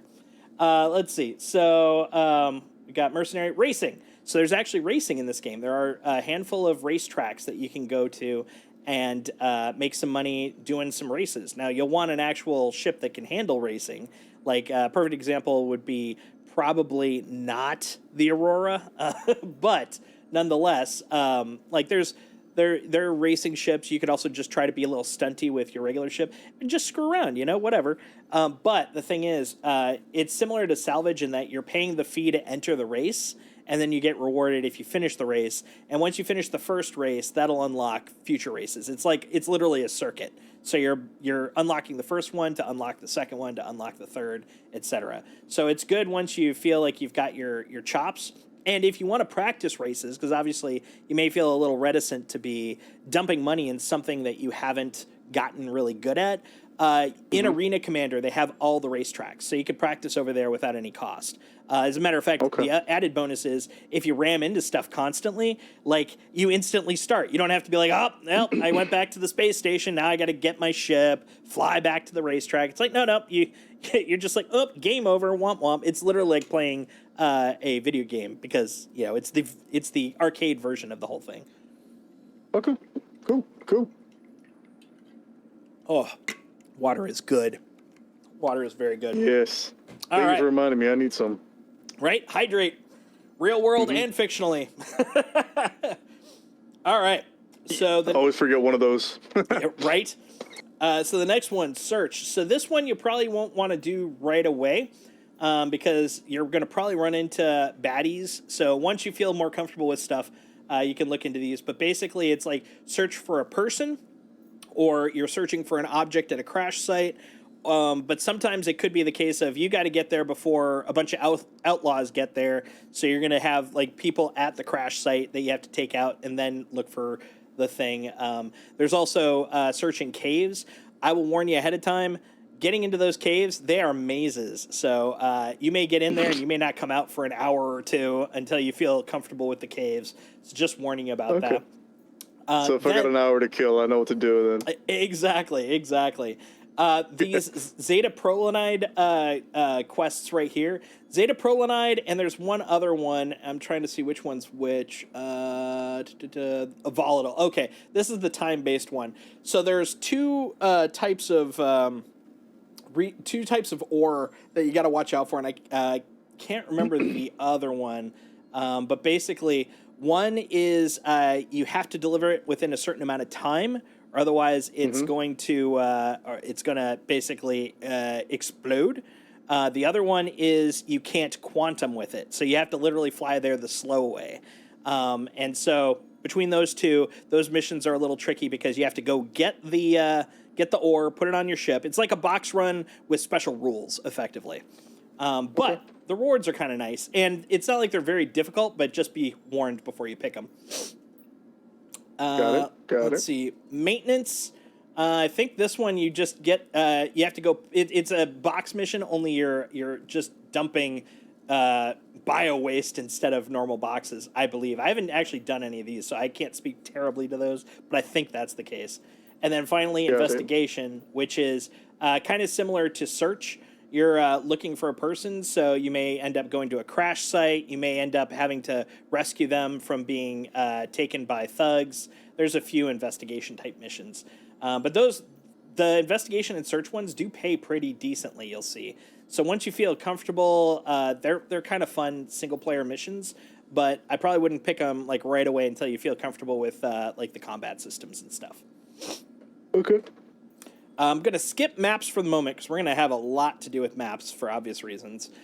Journal, when you click on that, this is basically kind of a breakdown of some details. I'm saying some because it's once you read it once, you've really kind of read all the details about it. Here's a good example, though. This is kind of nice. It shows the listing of felonies, misdemeanors, and stuff in Crusader. So you have an idea of what's going to give you a crime stat, which is kind of nice. But outside of needing that, like it just sits there. So journal entries can be useful, but generally you're probably not going to click on this page too much. Okay. Assets is good because it'll tell you basically where your stuff is. So for example, I know all of my main stuff is on Area 18, so I can go to like ArcCorp, Area 18. And I can actually see everything that's on Area 18. So if I'm trying to find something, I can use this to kind of look around to discover where certain things are. If I go to Bygenie, which is where we're at now, you can see I got a suit sitting around. I've got a helmet. I've got. It also tells you where your ships are. So this is where my MPUV tractor and my MPUV cargo and my medevac, just a bunch of stuff's over here. But yeah, you can use this to basically kind of look up where stuff is. Isn't useful too often, but when it is, you're glad you have it accessible. Next is rep. Rep is this. I haven't actually gotten to look at the new rep screen. This is kind of nice. So rep is basically going to list off all the reputations you have in the game and kind of where you're at, like in terms of progress. As you're doing missions for specific groups, you'll start gaining rep. So, for example, I did some of the box missions for Unified Distribution Management, so now I'm at a junior runner level. When you get to certain levels, let's see if it actually displays it here. No. Yeah, it doesn't look like they show it anymore, but, oh, yeah, no, they do. Okay, cool. At certain levels, you're actually going to get benefits. So, for example, on this one, I reached probationary guild member of the Bounty Hunters Guild. Because of that, I now have access to additional contracts. And as I continue going up, more contracts will be available. So this is basically a way for me to see how the people like me. Am I cool? Am I hip? Am I with it? We'll see. Next is wallet. Wallet is basically how you transfer money to other people. So right now I've got roughly about 1 million space bucks. And if I wanted to give some money to people, I can go to begin. I can pick the person. Like, oh, nice. Looks like Briku might be on. Handy. I can pick a person from here and then send it. I can also go to my party, which doesn't seem to work right now. Okay, fine. Maybe you can't go to party right now. But yeah, if I pick a person here, like let's find you on here, Project Kabuto. So if I go to Project Kabuto, and right now there's only one type of credit, AUEC, so that's all I'd have. I can be like, I'm going to send you 10,000 credits, and there is a service fee, so it's going to cost 50, and I send it. Boom. Now you have 10,000 credits. Handy. Huh. landing. Oh, okay. Landing is useful. It will basically, when you land your vehicle at a landing pad, this will change into a listing of the different fuels that you can refuel, the different weapons you can restock, and if you're damaged, how to repair. And it basically on the right-hand side will have a little button you can click for each of them, so you can pay, X amount of cash. It'll tell you the cost. It'll be like, this is going to be 5,402 for repair. Click that. Refuel might be 40 AUEC. Click that, and you basically click through those. And don't launch your ship. You want to have it just sit there. When you get off of the screen, you'll see in the top center of your HUD, it'll say "Do not move," refueling, "Do not move," repairing. And once it's done, then you can take off again and go do other stuff. Oh, okay. I was wondering how that actually was going to work. 'Cause like gotcha. I said, we went through a little bit of it, and it crossed my mind, but I never actually brought it up because I was too busy trying to show off. No, I get it. I've been there. And then the last one is vehicles. This is going to have a drop-down list of all the vehicles that you have. The ones that are grayed out are not currently at your location. So, for example, I'm on Baijini. I just flew here via my Titan. So my Titan's here. My Eclipse that I rented is not here because I haven't claimed it yet. My Hammerhead that I own is not here because that's down on Area 18. Like, this is basically going to show me what's available. Now, this guy's here. My F8C Lightning is here. My Cargo is here. Like, there's lots of ones that are. But this is basically how you can kind of interact with them. So now, as an example, my Titan, when I select that, I then have the ability to change my paints if I wanted to. So right now I've got the Invictus golden blue paint because it's my favoriteest paint in the entire world for this thing. So I've selected that. I could unequip it if I wanted to go to the generic one. Once I make any changes, when I want to make them permanent, I have to click this down here, Save Changes and Equip. That'll make it permanent. Anytime I call that ship, even if it's a brand new claim, it'll have this new look. But I'm going to actually keep the paint on. If I go to Systems, this is where I can break down all the components in my ship. The coolers, which has 2 coolers, the power plant, the quantum drive. This one has 2 shield generators. And then over here, I also have all my weapons, so I could swap out weapons. Now, I don't want to get too deep into this just yet because this is literally day 1, and we've got enough stuff to absorb. But it is worth noting, if you're curious about how to swap components, if I wanted to change, I'm trying to find one that I actually have a spare something. Come on, man. Really? All in use? Rude. Just rude. Let's choose. I'll choose the Atlas. So if I unequip this, if I wanted to equip the EOS, if it was there, I would just click here and it would have the equip button. If I click the equip button, that'll then select it and I could save. Now, because there's only the Atlas and it's the only thing available, I have to, of course, put that back. Now, if I'm curious about, okay, I've got this EOS. Where is that EOS? I can click on this and it'll actually tell me, oh, that's on the F7CM Heartseeker. So if I'm curious about, okay, where do I get that? I could strip it off of this guy, hand it over to this guy, and then swap them that way. But pro tip: the Atlas is much better than the EOS, so we're going to just keep those as it is. But that's basically how you can swap out your components and your weapons is through this system. And that's a whole separate thing that we'll go into at a later time because that's almost a sub-game within itself. And we're going to keep you with just sort of your stock ships so that you can kind of get a feel with flying. We don't need to get into the bookkeeping just yet. Yeah, I was going to say it sounds cool, and it's somewhat, I guess, easy for me to follow that, but at the same time, I can see how you can really just kind of get lost in that alone. Mm-hmm. Yeah, okay. I'm trying to think of this in terms of the stages of how I got to play. It's I want to shoot things. It's I don't need to learn how to optimize my ship yet. I just want to blow stuff up. After I get used to blowing stuff up, then I'm can I blow stuff up better? And that's when I started working on the ship stuff. Yeah. So that's the whole mobiGlas as a whole. So you can press F1 or click the X, and that'll close it. Also worth noting, as a shortcut, F2 will bring up just the map for mobiGlas. So it's the same screen, so you can still do everything you wanted for the original mobiGlas, but it shortcuts you to the map. Pressing F2 will close that again. And like I said, we'll get into the map in a little bit. We're just kind of keeping at the at the basic level at the moment. So that's all of the Moby Glass. Now, we're going to go over kind of the HUD that you see right now. So specifically, if you take a look at my screen, in the upper left corner, you'll see two tiny little icons, an eyeball icon and a like circle / like a don't icon. The eye icon means that you're within comms array distance. If someone actually disabled the comm, that eye would disappear, and that basically means that your like communication is able to be done here. Also, crimes can be tracked here, all that kind of stuff. The line / through means that you're in armistice zone, which means you can't fight.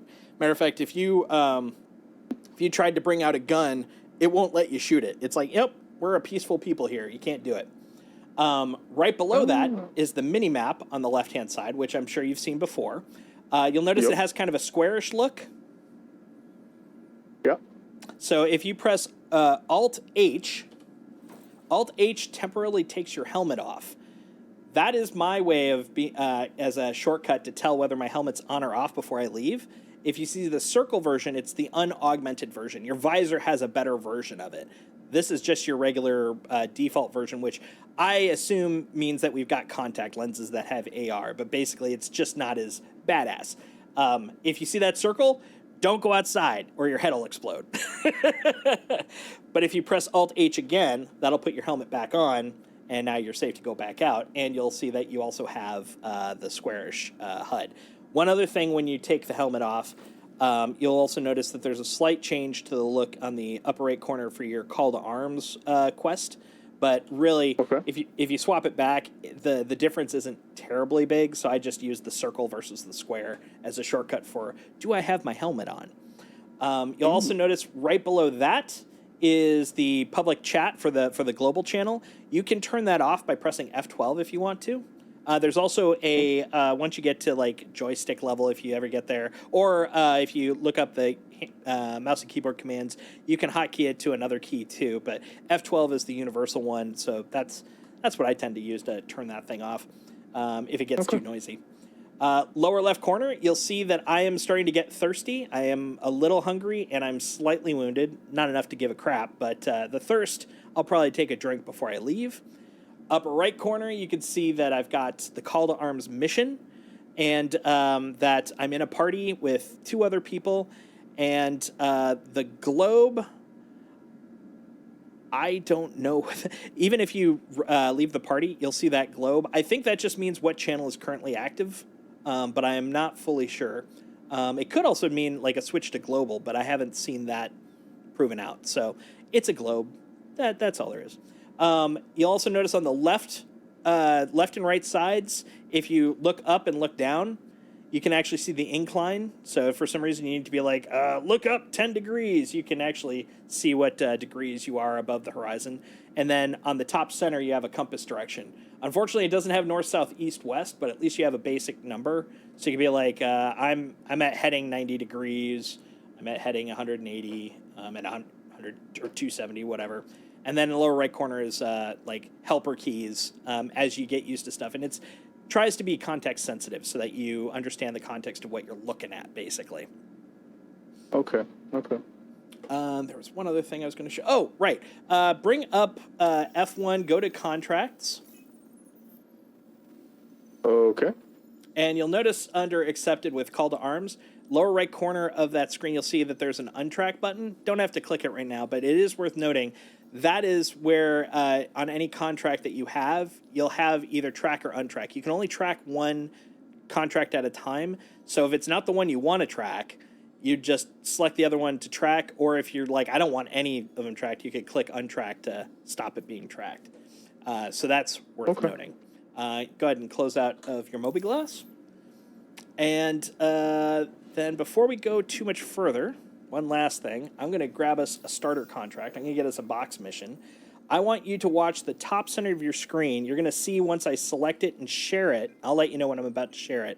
It'll describe that I'm sharing it, and then it'll say either left bracket or right bracket. Left bracket will accept, right bracket will not accept.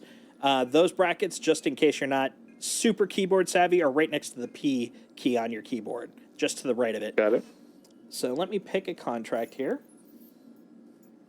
We're going to go do a delivery. We're going to do this guy, right? Let's see. Secure. Yeah. 2 mission. Yeah, 2 packages. That's a great starter. So we're going to accept this. So now if you look on my screen, I now have 2 contracts. I have the Mercenary Call to Arms. Then if I click Delivery, I have UDM Package Handler. And if you continue to watch my screen, I'm going to click on Track. So now I'm tracking the mission. And then I'm going to click on Share. And this is going to then show it on your screen. There we go. Okay, yeah. And accept. There you go. All right. So now everybody in the party that accepted now has that mission. And now make sure, go into MobiGlass and track it. So that way you see it in the upper right corner. Mm-hmm.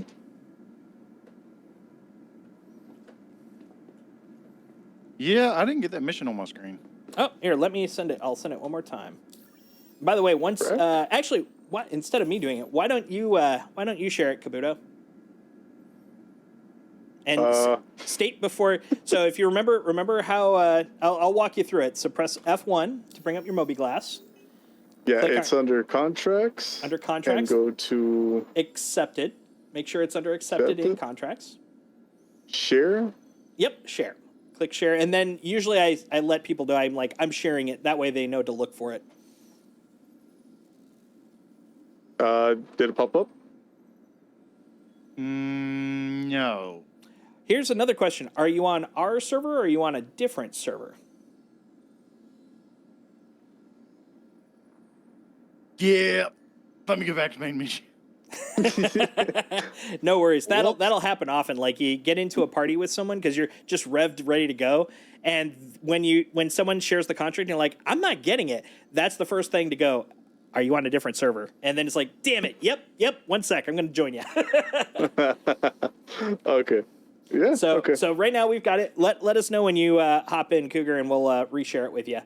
Now, the thing is, one tricky thing that can happen in this scenario is when Cougar leaves his server to join ours, it may be full. And if that's the case, there's two options here. One is we could go back to the menu and we can all 3 rejoin a new server. Now, the catch is any contracts we currently have will be removed because the other server won't have it in memory. The other one is he can basically just check every couple of moments because, people are coming and going from a server. So eventually there's going to be a gap. So you can just keep right-clicking to check. And once there's enough room, he can hop in. So if you're just starting out and it's like, darn it, we're not on the same server. If you haven't picked up everything and ready to go, then going back to the main menu might be quicker. Just get everyone together, find a new server that everyone can get on. But if it's like everyone's all ready to go and it's just one person out, it may be worth them just kind of waiting until they get their spots so that way you can keep the momentum going. Because one thing about this game, which you may have seen in other people's streams, is getting going is about half of the game. The other half is actually doing the thing that you were getting going to do. Yeah. So now that The server's full. Server's full? Yeah, so just basically right-click on me on occasion. Oh, we're good. There you go. That's exactly what it will be. So now, are you in the hab level currently, Kabuto, on your floor? I'm standing in front of the docks or The docks? the what do you call it? The hangar. So Okay, request cool. my So ship. you've already made your way down. All right, let me make my way down. Lobby. One thing worth noting, I don't know. Yeah, you probably have if you've gotten this far. On these menus that have a scrolling bar, you can, when you hold F to interact with them, you can scroll up and down to go up and down on them. However, of course, you also, that's the zoom as well. So while you're going up and down, you'll also zoom a little bit. But Yeah, that tripped me out the first time. but it does tripped me out. work, which is pretty handy. Come on, buddy. Let me in. Or let me out. Uh-oh. I may be stuck in here forever.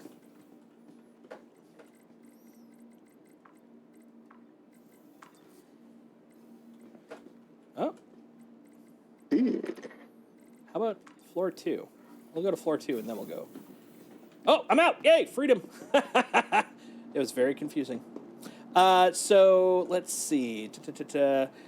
The before you get on your ship, are you on your ship? No, I can head that way though. Oh, no, don't go to your ship. That's actually before you get on your ship. I want you to look around for this guy, the medical clinic. It will be it's on each and every station. I'm actually going to take a moment to see where you're currently at, because you're not near me, so I want to see which station you're currently at. Yeah, Microtech. like I was saying, Okay. Cool. Microtech's great. Texan kind of grabbed me and abandoned me on a random space station. Yep. No, I've been there. So once you find the medical clinic, you're going to go inside and you're going to look for a regeneration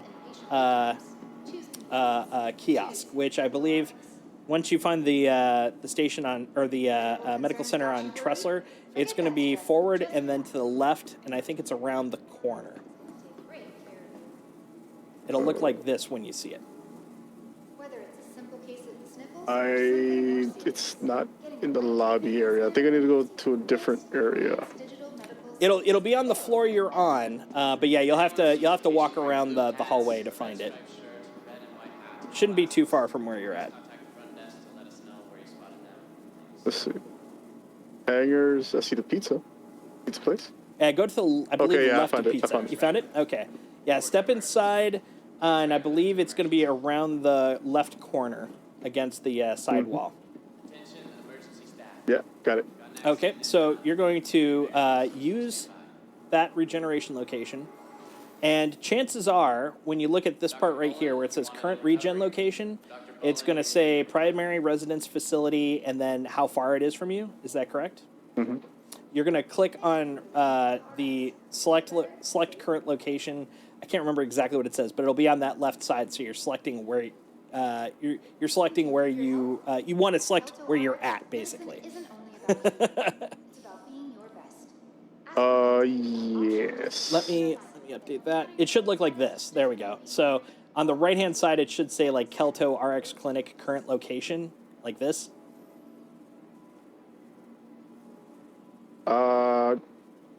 No.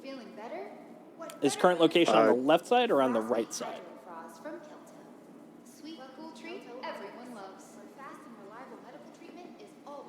I don't. It's not popping up on me for some reason. I can't even see your screen right now. What's? Oh, interesting. It be streaming. I don't know. Okay, I'm standing in front of the thing. Looking at the kiosk. It says pattern check. It's telling me to go to a room. Oh no, you're at the reception check-in. You're checking in to go to a room. You want to go further and around the left corner. The kiosks look similar, but they'll say regeneration on them. Pharmacy, okay, yeah. Regeneration, got it. There you go. So go ahead and use the kiosk, and then it should look like what you see on my screen. Medical assistant regeneration, current regen location, change to preferred regen location. It'll probably look similar to what I'm showing, where it has a distant regen location on the left, and on the right it'll say current location. Yeah, this is the Kelto RX Clinic, and then primary resident facility. Correct. Yeah, so if current location is on the right-hand side, we want to actually set it to the left-hand side, because we want it to be the current location. You'll transfer imprint. So click on transfer imprint, and then click confirm. And then once you're done, you should see under current regen location, Kelto RX Clinic, current location. Yeah, I got it. Awesome. Okay, so that basically is setting so that when you die, you're going to end up on that station. And that's much handier than being sent back to a landing zone, to a planet, because then you got to go through the whole rigmarole of, taking the trams, going to your ship, leaving the planet, much quicker. All right. Got it. So let me grab a hot dog. So first off, take off my helmet. There we go. And then I'm going to buy a hot dog for eating. Nom nom nom. There we go. And then I'm going to get a soda for drinking. Use the terminal. That's what Now, soda is interesting. Once you've purchased a soda, if you tap the left mouse button, you'll sip it. So you'll take basically one gulp. Imagine it as basically being like a magazine, like for a gun, right? So you have multiple rounds of gulps, and if you hold the left mouse button, you'll start pouring through the... Oh, nice, I get... Oh, I can huck it! Yes! Yes, yes! This is what I've been wanting to do. Yes! Oh, that's great. I've been wondering how I can huck my cans. So if you tap the left mouse button, it's basically like you're using one round from the magazine. But if you hold it, you're going to start just spraying through the whole round of gulps. Oh, okay. Okay. And then once you've had enough, you can put it away like on local or something. And if you mouse over it in your inventory, it'll actually have contents remaining. So I have 93% of this soda left. It's going to be flat by the next time I have to drink it, but at least it's there and ready to go.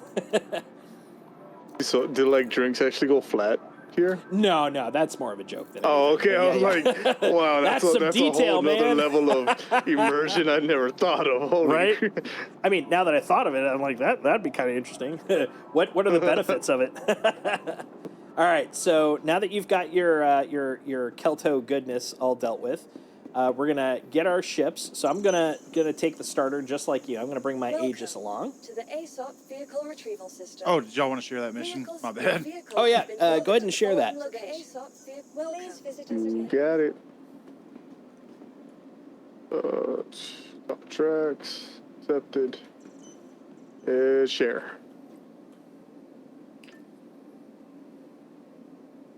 Got it. Nice. Yeah. I'm learning. All right, so we're gonna go down to the... Was it 8? I think it was hangar. All right, so what I'm gonna have you do, because we're gonna actually, hold on, I should probably look at where it is. I was gonna say I'm gonna come to you and then we can go where we need to go, but hangar 4, son of a bitch. But it'd probably be actually wiser to find out where it is and just have you come to us. So when you get in your ship, we're gonna walk through kind of the startup stuff that you're gonna need to do. So first off, once you get next to your ship, I'm gonna show you a couple of shortcuts since you're using the same ship as me basically. So if you watch my screen, walk over here on the left side of the ship. Rather than using the ramp, if it's just you, you can actually walk over to the ladder and enter the ship this way. So I just walk over, tap F, and I'll bring the ladder down and I'll climb straight right into the cockpit instead of having to go through the ramp and all that stuff. Oh.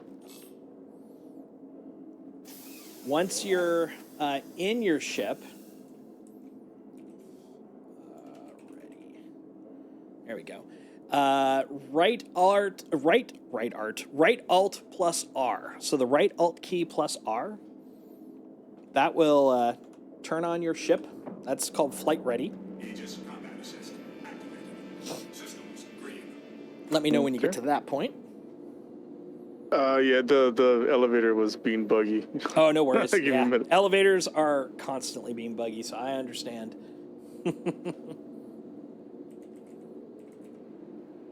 And now my ladder doesn't want to come down. Ladder?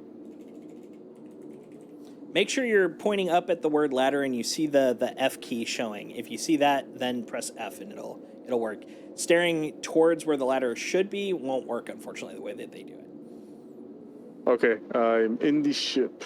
All right. So it was Alt and R, right? The right Alt key, so the one on the right of the space bar as opposed to the left. Okay. Right Alt plus R. And then, 1 second. Let's see.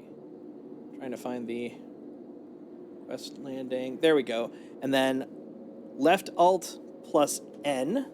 You are clear to launch. That will request the door opening. I'm so used to my sticks, I actually have a shortcut of all the things, so I know what to tell you. So right Alt for R and R is ready, as in you're getting into flight ready mode. And then left Alt plus N. N, who knows why they chose it, but N is basically your landing key. So if you, once we lift off, tapping N will also bring up your landing gear. So now before we take off, though, on the left-hand side, you'll see that it says SCM Guns in a little rectangle. Do you see that? Mm-hmm. So that means you're in SCM mode specifically so you can shoot guns. This is basically the combat mode of master modes. There's nav and SCM. We're going to keep it in SCM because it also limits the amount of speed that you can do, so you won't ram stuff, which is great. The other thing is, since your landing gear is out, you're limited to 30 meters per second at tops. So what you're going to do is tap and hold to a degree the space bar. Space bar is like you're up, basically, in 3D space. So you're going to just tap it enough to get off the ground. Don't hold it too long or you'll basically just ram into the ceiling. But just enough to kind of get midway up. And then I've made that mistake. And then you can use the mouse to basically move around the... basically point your ship, kind of like a joystick throttle. Once you're where in the direction you want to be, press W is forward. So you're going to basically just use that W to make your way out. Once you're outside of the hangar, and I mean clear of the hangar, so you don't accidentally bonk stuff, I want you to then let go of the W key so you don't accidentally do things while I walk you through the next part, because that can definitely happen. You'll notice on the left-hand side that there are 4 boxes: VTOL, CPLD, ESP, and gear. So in order, that's VTOL, vertical takeoff or landing. We aren't going to worry about that one. The next one over is coupled. We're going to keep that on for a long time because that basically means that your ship tries to balance out to basically be 0 speed at space. If you turn that off, it's vector-based. So like if you press forward and then stop pressing forward, you're going to still go forward in space because nothing's stopping you. Coupled goes, oh, you stop moving forward, we're going to use the retro thrusters to slow you down to 0. ESP, not even going to go into that right now. The last one, gear, is landing gear. So now press N once, and you should see it start to blink. That's the gear retracting, so it's coming back in. And then once it's an outline, that means the gear's put away. Got it. So now you can use W to start moving forward, but very gently, because you're going to go faster, and start navigating around to kind of get a feel for it a little bit. Okay. So this is basically SCM mode for guns. And then, let's see if I can remember, middle mouse, right? Yeah, so if you click the middle mouse button, the first time you click it, it's going to change to SCM missile. That's missile mode for missiles, obviously. You press it one more time, that's SCM scan. This is a mode where you can actually scan stuff that's in front of you. We'll get into that at a later time. And then if you click it one more time, that'll put you back to guns. So that's the operator loop for SCM. Those are all the things that you can do in your ship in SCM mode. Got it. So go ahead and fly around for a moment. I'm going to look at the mission at hand. Oh, you're over at Crusader, not Microtech. Okay, cool. The mission's at Microtech. Got it. Okay, in that case, that makes it a little easier. Okay, what I would like you to do is press F2 to bring out your map. Yep. And definitely do this at 0 movement because you'll have a fun experience otherwise. So you see Crusader basically on your map, right? Yes. So I want you to use your mouse wheel to scroll down. That's going to scroll you out. Mm-hmm. And once you scroll far enough out, you'll see Stanton, which is the star and the system, right in the middle. And you'll see to the far right, under ArcCorp, you'll see a people icon. That's where Cougar and I are currently. You'll also notice that up towards the top is Microtech, and it has a yellow diamond-looking thing. Yeah. That's our mission. That's basically where we're going to go. So go ahead and double-click on the diamond. That should zoom you into the Microtech planet system. Yes, sir. Now you're going to scroll forward to zoom in a little bit further. Yeah. And once you get close enough... I see a whole bunch of like little squares on there and stuff now. So those are all destinations you can go to. The one we care about is the one that has the diamond on it. If you click on it once, if you left-click on it once, you'll see it's called Sakura Sun Goldenrod Work Center. That's right. All right, so on the left-hand side, you'll see up top, there's a square with a I'm going to pretend like it's a road coming out from a square kind of a thing. And then it has the name. It's an outpost. Right below that, it has a list of the things that are available there. Hangar, it has a landing pad, vehicle services, commodity trading. Now, the thing is, we're not best buds with Sakura-san, so they're not going to let us really use a lot of this stuff, but it's technically there. Right below there, it tells you who's running the show there. That's Microtech. Microtech is the jurisdiction. The one we care about, though, is the green rectangle below that, Route. So you're going to left-click on Route, and then you should see a cool sci-fi line drawn from Microtech to your ship. Okay, yeah, I got that. All right, so once that's done, on the right-hand side, you should see Quantum Travel, Navigate, and then it should say Sakura-Sun Goldenrod Work Center. And then right below it, you should see it kind of looks like a Google Maps or a bus route listing of things you got to do to get to a place. So it's like current location, Microtech, and then Sakura-Sun. Okay, so that means you've got a route added to your settings. Go ahead and press F2. That's going to bring you out of the map. Now we're going to quantum. So to quantum, we have to go from SCM to nav. So you're going to hold B down, and that's going to switch to nav QTM. Got it. So now before we actually start navving, though, I'm going to cycle through what you can do with this version here. So you have nav QTM. If you click the middle mouse button, you'll go to nav flight. That's basically the same thing as nav QTM, just without the ability to quantum. So it has less junk on the screen. It's good for if you're just flying around really fast. If you click it one more time, you have nav scan, which is the same thing. You have scan in both versions. So that way you can always scan no matter what you're doing. And then click it one more time, you're back to quantum. And that's what we're going to want to use. So if you look on the screen, you'll see on mine and probably on yours, a yellow diamond with an arrow and then a blue circle kind of around that diamond.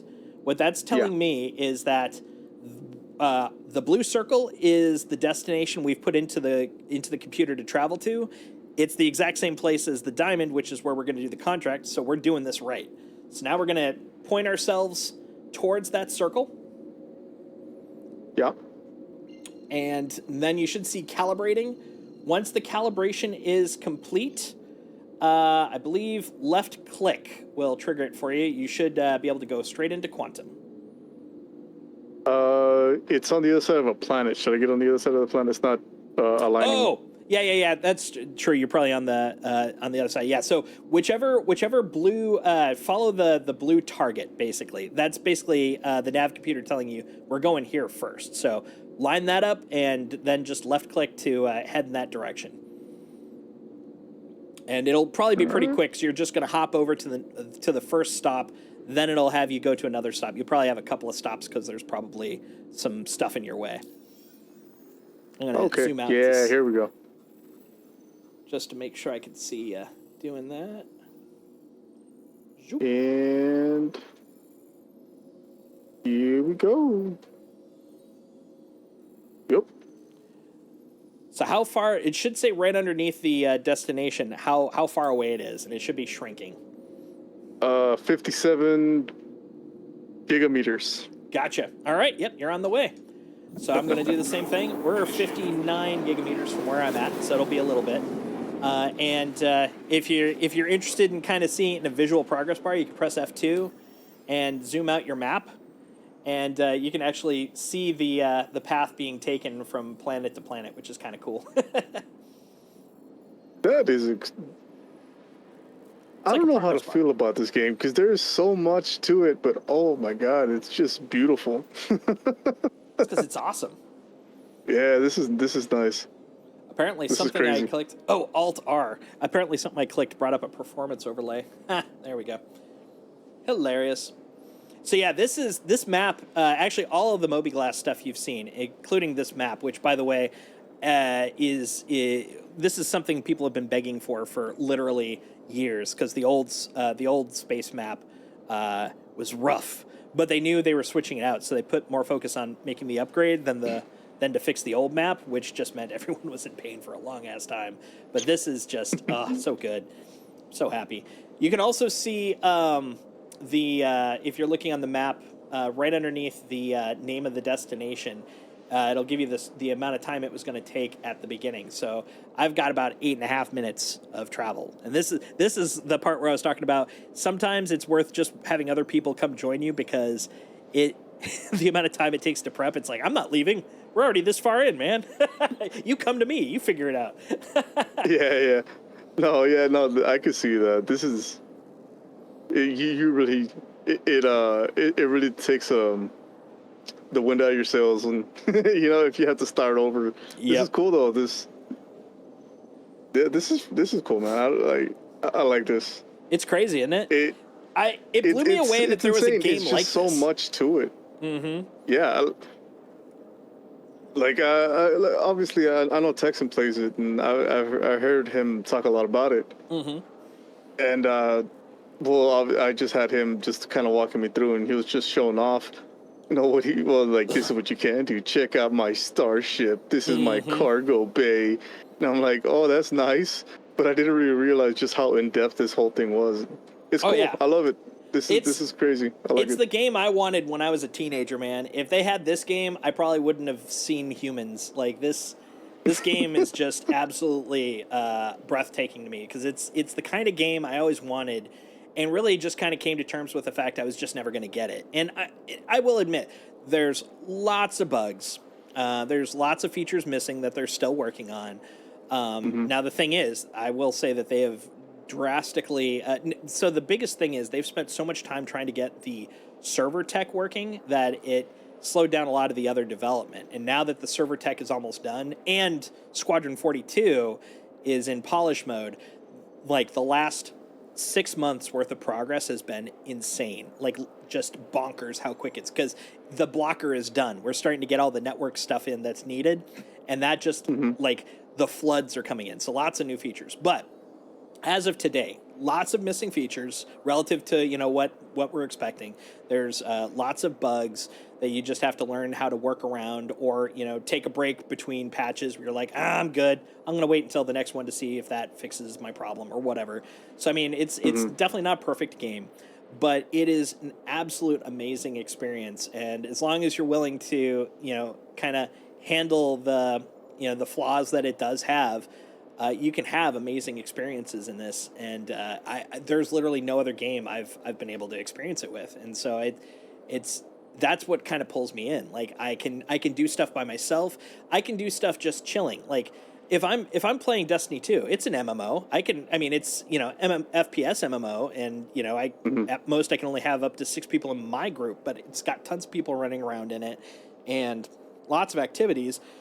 But once you finish it, there's stuff you can do to grind to get better weapons and stuff, but like I hit a limit where it's just like, it's just repeating the content. Yeah. This I can make my own stories in. It's effectively a full survival game at an MMO scale with ships and components that like nothing can even come close to. Because, for example, one of the reasons that it took so long, and this is just one reason, there are so many others, but one reason it took so long for this tech to be made is a lot of people, when they play these games, they're like, how hard can it be? Multiple servers running a single instance. WoW's been doing that for years. Yes, 100% true.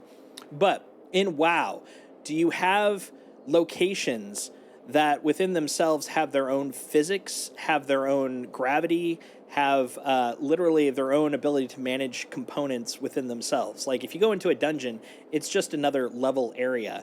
If you go to an open world location, it's just a level area. Like every single place in here is its own compartmentalized location. For example, in space, this zone or this region I'm in is kind of the equivalent of having a town within space. It's got its own gravity, it's got its own maintenance systems, it's got its own oxygen systems, and there's no games that really do that. Matter of fact, most games, when you're flying ships, you are the ship. You're not actually a person inside the ship. They actually just say you're the ship. X-Wing is a great example. You're not a person inside the ship in terms of how the game plays. You're just the ship and you fly around the ship. This, Yeah, you're a yeah. person. That person is in a ship. That ship has compartments where you can put away guns. That ship has a bedroom that you can sleep in. Like it's a legit facility. It's an object that you can interact with. And that I just have not experienced in any other game at the scale that this game is trying to hit. And yeah, it just blows my mind, man. And Oh yeah, yeah. it's intense. It's incredibly overwhelming. I didn't even think it was gonna be this in depth. Honestly, Right? because from what I've heard of it and a few videos I've seen and streams, you can tell. I knew there was a lot to it, but once you're actually looking at everything, just like the I forget what the screen's called. The F1 screen. What's it called? The Moby Glass. The Moby Glass, yeah. That alone, that's already like more in depth than like I want to say 90% of the games I've ever played. Yeah, absolutely. It's insane, man. It's cool. It's cool. I'm loving this already, and I'm scared because this is something else that's just gonna take over my life. What have you done to me?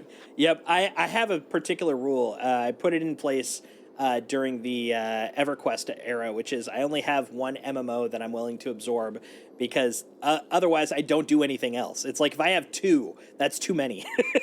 This is it for that. Like I have games I play. I play lots of other games, but this is the only one that I allow to absorb me this much. Especially since it's also built to basically play. You can play it as an individual. Like I said earlier, I will go out and do just chill salvage missions and watch TV or YouTube because it's that relaxing. And then I'm like, okay, let's group up. We'll get a team together and go, assault a base, or hey, let's go do some dogfighting, or let's team up and do some mining or whatever. Like there's so many different things you can do at different scopes.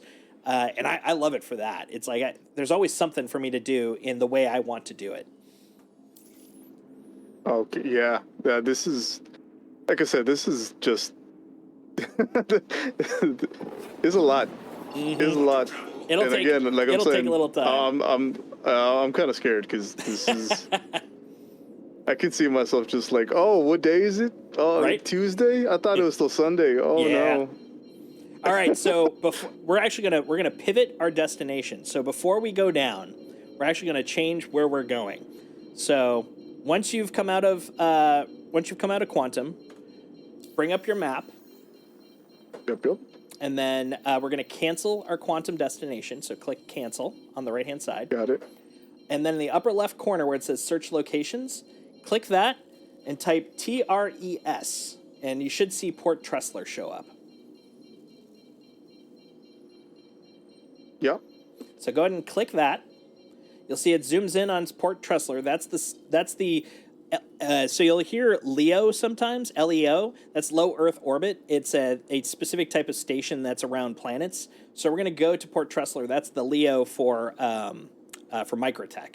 So once you've selected it, click route. And this one's going to probably do a couple of bounces because we have to go around the planet. So it'll probably have a couple of orbital orbital maneuvers, OMs. And once you've got those set up, go ahead and leave the Moby Glass, and your Quantum should point you towards your first destination. So go ahead and just use those destination markers, calibrate, and just keep quantuming until you get to Tressler, and let me know when you get there. Is that because your quantum fuel's at 5%? No, actually, is it? Oh yeah, well there's that. No, the main reason is I want us all to actually bind our regen over there. So that way, if we die during our experiences, we're not all coming from different parts of space. We could start right here. But yes, Yeah, now that you mentioned that, all the more reasons. Oh no, well the nice thing is if you put quantum calculations in, it'll tell you don't have enough fuel to get there. So fortunately, I knew I'd get here no matter what. But I'm glad you did point it out, or otherwise we could have gone a few places where I'd be like, one sec, I gotta go land and get fuel and all that stuff. So I appreciate that, let me tell you. All right, so once you get close to Tressler, this is gonna be your first kind of part with nav. So as a note, I would keep Quantum up, don't go to flight, so you can see the distance. If you look on my screen, you'll see that I'm about 16 kilometers out. As I'm flying towards, I'm going to use nav because it's faster. The problem is it's harder to slow down with nav. So I'm going to get down to about 10 kilometers. Once I get to 10 kilometers, I'm going to then hold B to go to SCM. There we go. And that'll slow me down. So now I have a little bit more control as I'm getting closer to the station. The other thing worth noting is you'll notice on my screen, I'm not pointing at Tressler. I'm pointing to the space around it. That way, if I do overshoot, I go past it instead of through it. Because through it, you'll die. So always point towards space, especially when you're first learning. Because I will tell you, that was like the thing that killed me the most, was I couldn't slow down in time and I just rammed the frickin' station constantly. Once you're within range, then you're gonna do the left Alt N. Please proceed to assigned landing bay. That'll give you the request for a location to land. And then once you find it, let's see, there's Cougar Slayer coming in. There we go, there's my hangar. I'm gonna go around this guy. How do you tell which one's your hangar? Okay, so hangar 5. I see it. Yeah, you'll see like hangar 05, hangar 01. Ooh, careful, careful. There we go. And then once you're within like about a kilometer or so, press N once. That'll bring out your landing gear and that'll slow you down. That way you don't basically high-speed ram right into the garage. That's never happened before. Yeah. No one has any proof. Exactly. Oh, that's never happened to me every single time when I was first learning how to play. And then just basically, once you're coming in, just try to line yourself up so that you're if you imagine the entrance to the garage is like a square, like a box, just try to keep your target pointed right in the center of that box as you're coming in. And you don't have to go at full speed. You can go nice and ginger. And then once you're above where you think you want to land, then you're going to press, let's see, you got to make sure, yep, control. Just press and hold control, and that'll bring you down. That's down as opposed to space being up. Have a pleasant stay. Okay. Oh, am I in the wrong? That's on the other side. Okay. Yeah, been there.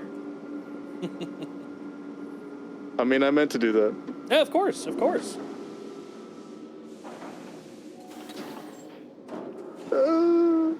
Okay. Is it I? There we go. And then once you've landed, you're gonna press I once. That turns off the thrusters. Don't leave the chair once you've landed. Let me know when you've landed.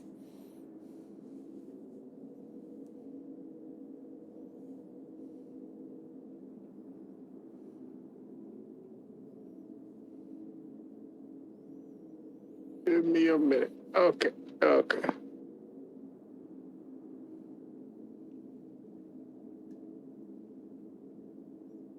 Here. There we go.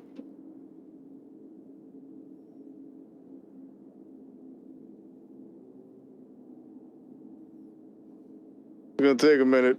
No worries. Take your time. Take your time.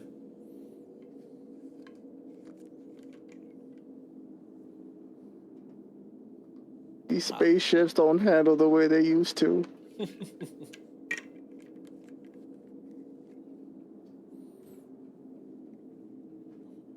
Actually, I'm going to give you a moment. I got to go deal with a little dog thing, but I will be right back.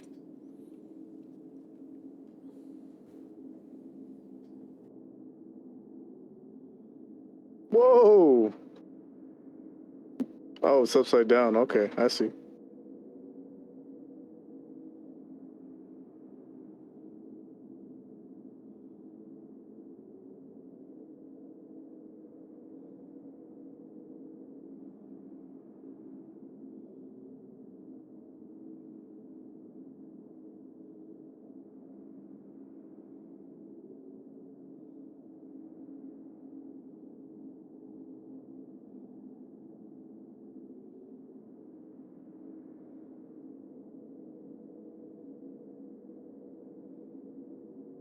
There we go.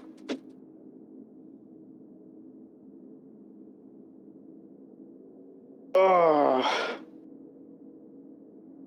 that is trippy. Not so bad, right? No, it's not that bad. It's just like what do you call it? The cockpit or the landing bay was upside down. So when I came in, I Oh yeah, landed on the I've ceiling. definitely crashed upside down. You in? Yeah, I finally got there. Nice. Did I hear you came in upside down? Oh yeah. Oh, I've done that. That took me a while to get used to. All right, so now that you've landed and you're still in your cockpit, if you check my screen, so I'm going to press F1, bring up the Moby Glass. Mm-hmm. I'm going to landing, and you'll see I've got quantum fuel to refuel. So I don't have any hydrogen I got to worry about. Not damaged. I don't have to restock anything, but I do have quantum fuel. So I'm going to click the Auto 30, so it's going to cost me 30 space bucks. And it's processing, and if I press F1, you'll see refuel in progress do not lift off. So it's like, hey, don't take off. We're plugged into you. Now that I've got that done, when I hold F key, I can now look around my cockpit like this. See how I'm doing that? Yeah. So I can use this to actually interact with buttons, which some of these probably not best to be interacting with, like ejection. But you'll notice this one has 3 dots. Do you see that? Yes.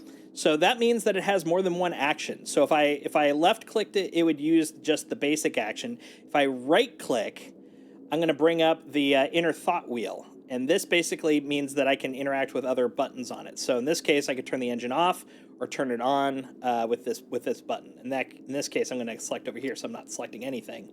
But that's something you're going to see a lot. You're going to see like 3 dotted buttons and that, or more dots. You know, basically 2 dots, 3 dots, whatever. That'll tell you basically what those are all for. Now, the thing I wanted you to really see is over here on the left. See this guy right here? Yeah. Exit ship. So I can click on that, and rather than getting out of my seat and turning around so I have to go the long way out, this will actually take me down the ladder so I can immediately get out of my ship. Oh, okay. Cool. And then once you've done that, we're going to head over to the elevator, and we're going to meet up at the ASOP terminals. Go ahead and store your ship for a moment once you get up there. So,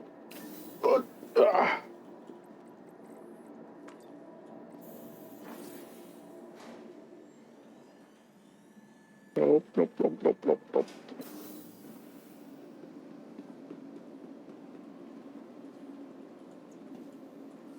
Welcome to the ASOP Vehicle Retrieval System.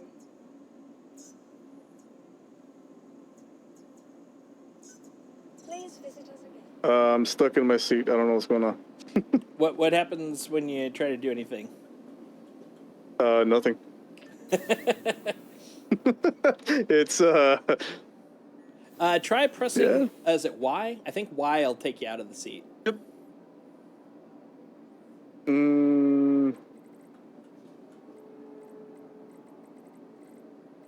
Yeah, it's not working. When you try moving the mouse around without pressing anything, what happens? It's just looking around. Okay, yeah, you're in free view 4. Click in an open space somewhere, anywhere, and then try moving the mouse. Does it still move around? Yeah, there's like a little arrow moving around. That's it. That's about it. A little arrow moving around. Yeah, okay. Finally let me out the chair. Ah, there you go. It may have been some lag. That also does happen sometimes. I'm just gonna go out the back. Okay. All right. So come up to the ASOP.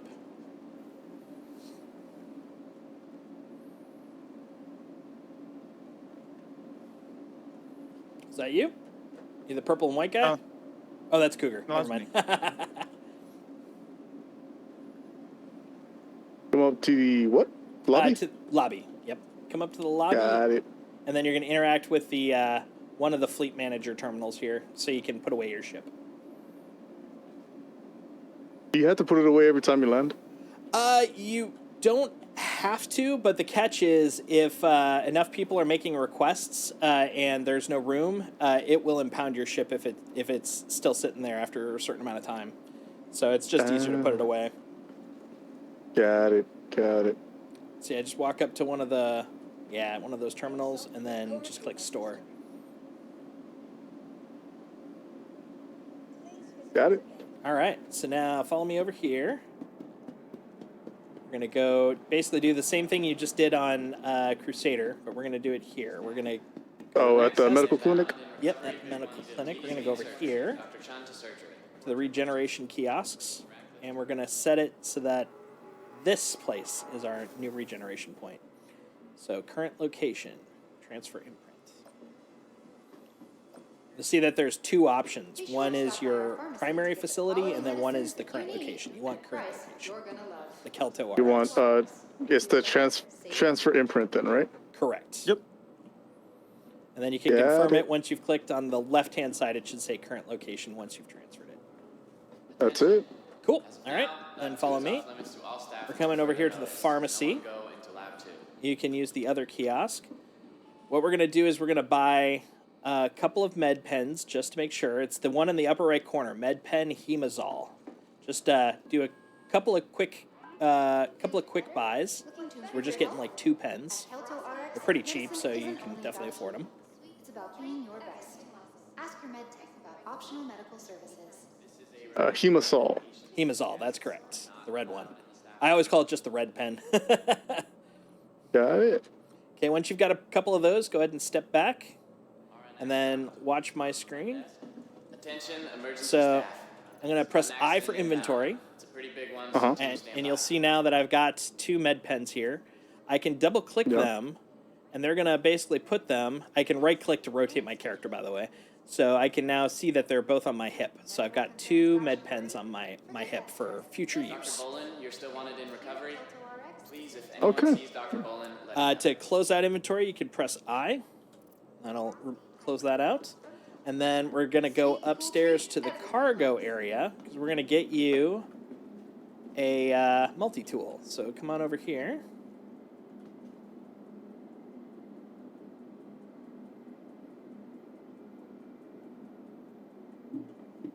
And teleportation time. Yeah, I was about to say, you're just kind of standing there. Am I missing something? The funny thing is, I was watching you like circling a spot. I'm assuming that's where it thought I was for you. Yeah. So, Yeah. yeah, it is kind of weird sometimes. The teleportation is jank. So come on in here to this elevator. I'll wait for Cougar to catch up. You guys are good. You guys go Okay, ahead. cool. So go ahead and click on Cargo Center on the elevator. I'm going to let you do the navigation. Oh. Your first mistake. It won't be my last. All right, and then we'll step out here. Come on up here. So this cargo floor is pretty big, but the only thing really right now worth knowing is this cargo center over here. It's got a couple of things. One, you can rent a handful, like 3 ships from this little kiosk here, but we're not dealing with that today. The other one, more important, overshot it, is over here, is the cargo shop kiosk. Once it updates where I'm at. There you go. So go ahead and step it, or I'm going to let you go first so I know which one you're going to. There you go. Go ahead and interact. And what you're going to do is in the text search field, go ahead and click on it, and then type Pyro, Pyro. And you'll see Pyro RYT multi-tool.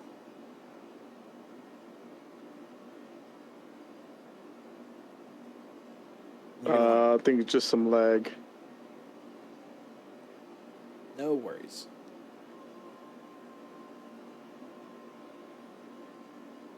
The text should just be PYRO that you're searching for. Yeah. No, nothing's popping up. Let me try and back out and do it again. Sounds good. If Lag it be lets lagging. me. Oh yeah, this is some lag. Wow, this is. Once you see it, though, go ahead and click Quick Buy, and that'll put it into your local inventory.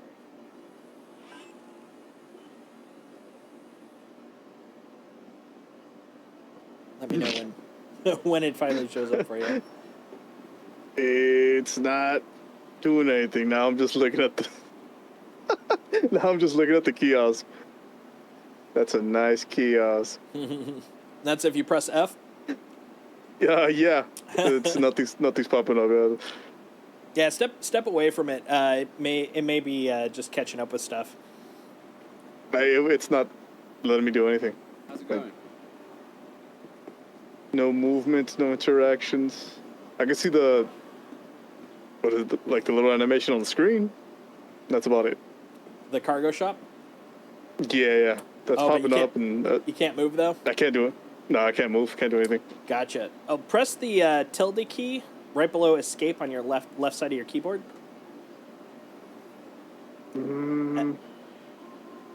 It's the little kind of wavy thing. It's just to the left of the number 1 on your keyboard. Yeah, I hit it. What about And it should bring up a little text console. Mm-hmm. So press or type R_DIS and then press tab. So it'll show R_display info. Uh-huh. Then then 3. So it's R_display info space 3 and then press enter. And then once you do that, press tilde one more time to close out that little command thing. In the upper right corner, you should have a bunch of detail. Yes. What I'm curious about is you'll see that there's a two stats I'd like you to look at. About halfway down, there's one that says net ping. What's the ping currently showing?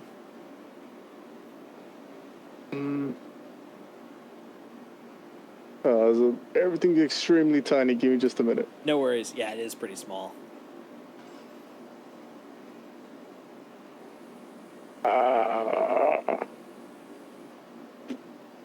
I see net thread. I don't see net ping. Net thread. It is 2 above net thread.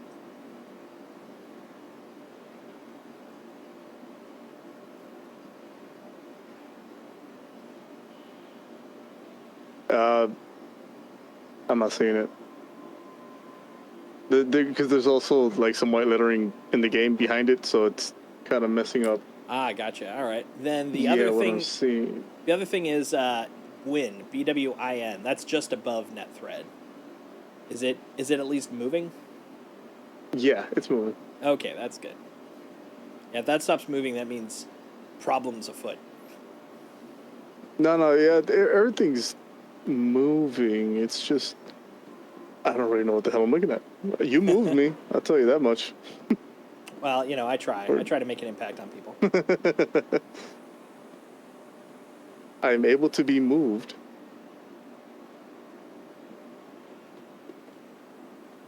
Let's see. What else could it be? Well, why don't we do this? Since we've all just put our binding point here, we're not out too much. Let's press escape, go to exit to menu. We're all going to go to the main menu. We're going to come back in together at Port Trundle. Okay.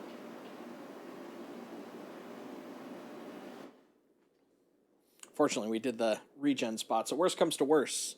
Even if we somehow died due to glitches, we're all there. Mm. All right, so I'm at menu, projects in menu, and Cougars in menu. Awesome. Okay, so I'm going to take us back in. Enter the Star Citizen universe. Da-da-da-da.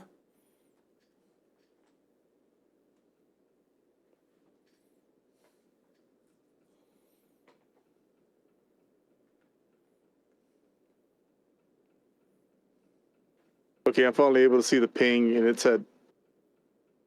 going between 92 and 73. Okay, that's not too bad. It's bouncing back and forth.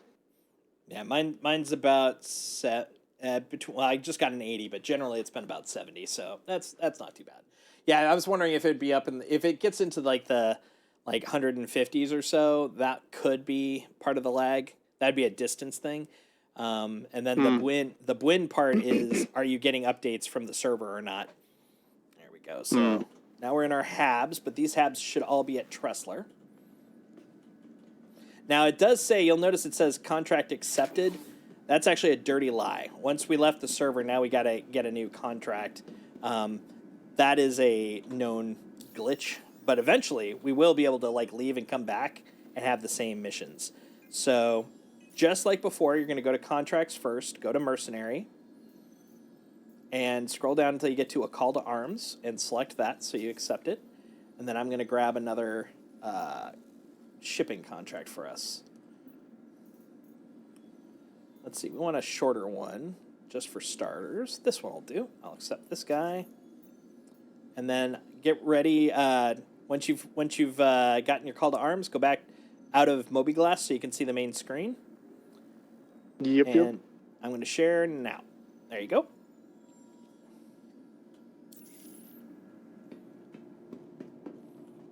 All right, and meet me back up at the cargo store. Got it. Oh, that was fast. That was so fast, I assumed I hadn't even moved, but I had. Been there. Oh, nice. Hey, there you are. Ta-da! All right, go ahead and take us up to cargo once you get here. And you're also moving pretty fast, too, so I feel like we got a better connection now. Yeah, that was, I think, might have been a server something. Yeah, It's and just- that'll definitely happen. Like, it is pretty expected. If you're going to play for, like, between, like, 4 and 6 hours, you're probably going to have to move at least once, server-wise. But that's improving over time.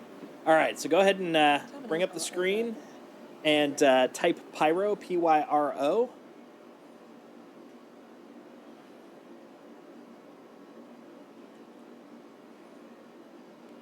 You should see the Pyro RYT multi-tool.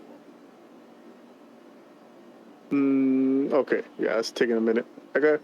Got it. Quick buy. Yep, quick buy. Now, on the search, delete Pyro and type Tractor. Give me a minute. It's taking them. No worries. This kiosk doesn't like me. It's like, no. You don't get nothing. You wait.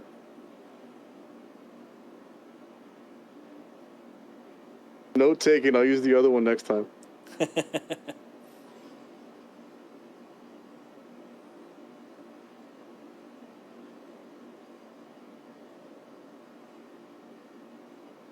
Oh, come on.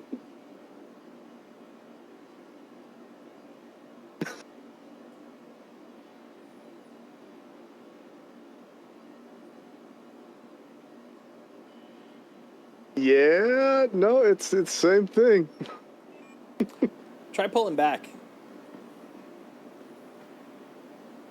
I'm scared to really, what do you call it, pull out or something, because I just saw you like run by the screen, so I know it's not. Like, Oh yeah, you're not frozen. In none of these cases where you like frozen in terms of your computer. This would all be network stuff. So try pulling back from the screen. See if you can get away from it. Nah, it's not letting me move. Interesting. If I click F again, it should back me out, right? No, F doesn't. Once you're in, F doesn't interact with it. You're basically in the screen itself. So then it's all mouse or direction. So if I just press S to step back, I'll eventually pull away from it. Okay. Yeah, nah, it's not letting me. I can move my mouse around. I saw you run in front of me. It's just not letting me interact with anything. It pulled up the multi-tool though. That's progress. That's interesting. Yeah, I still got the stuff up on the right. The ping is about the same. 95? Yeah, yeah. So try Everything's fine. clicking the X in the upper right corner then. Nothing.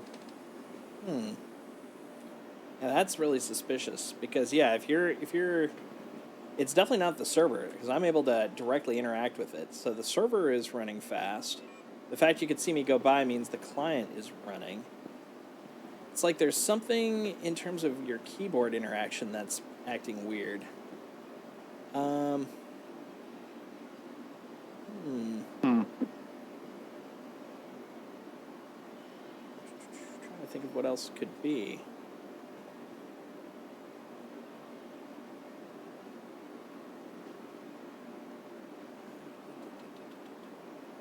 So you, when you, I oh, go ahead. no, like I'm just looking at the screen right now, just the kiosk menu. I can see it. I can move my mouse around. Obviously, I can see you moving around in the back. Can you? That's it. Can you use the scroll wheel to scroll up and down? No, it's stuck. Let me go ahead and.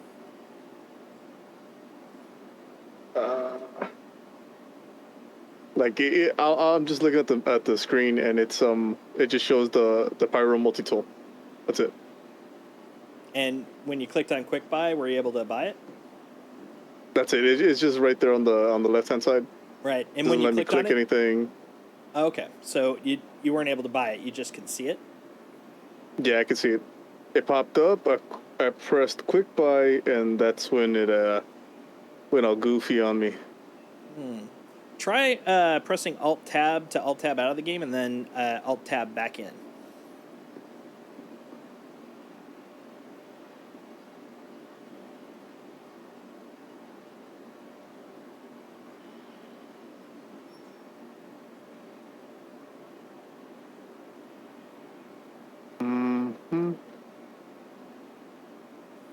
Nope.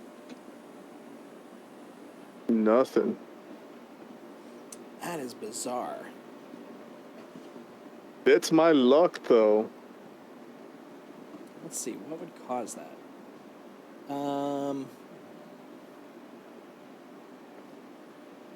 So if you press F1, what happens? F1? Yep. Nothing. It's this kiosk, man. Doesn't like me. When you mouse over the sell button in the upper left corner, does it highlight? No, nothing highlights. Nothing. There's nothing. I can't interact with the screen at all. And what color is the arrow that you move around? It's like a blue. Okay. Grayish blue. Yeah. That part makes sense. Yeah, and like I'm saying, I can still see your little icon. You're behind me to the right. Mm-hmm. And I can see you moving back and forth. Yeah. No, I can see everything else going on in the front. Yeah. Look. Yeah, that part makes sense. Like you're still connected. It's just you can't interact, which is really weird. So mousing over anything doesn't highlight, and you can't click the X. No. Like I clicked the quick buy when it popped up, and when I brought it up, but after that, that's when this happened again. So. Yeah, that's a weird one. Okay, in that case, let's see. Let's have you exit to menu and then right click on me to rejoin. And if that doesn't work, then we'll hop down and we'll join a new server altogether. But yeah, what I'll probably do is I'll just, for the sake of this one, I'll just give you the bits. That way we won't be stuck on this for too long. But yeah, that is an interesting one. Tractor. Okay. Pyro. Go ahead and join. There we go.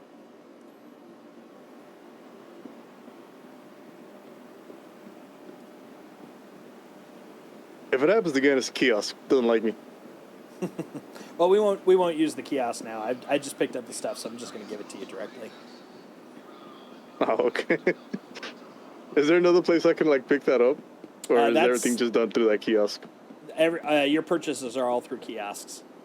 So yeah, you'll definitely have to look into that, but it won't stop us for now.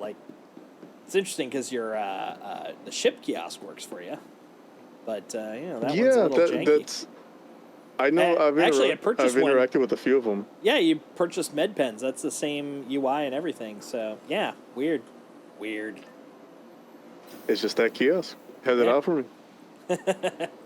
Well, there's one next to it, but you don't have to worry about that for now. We'll stay away from the cargo kiosk for a time. Right?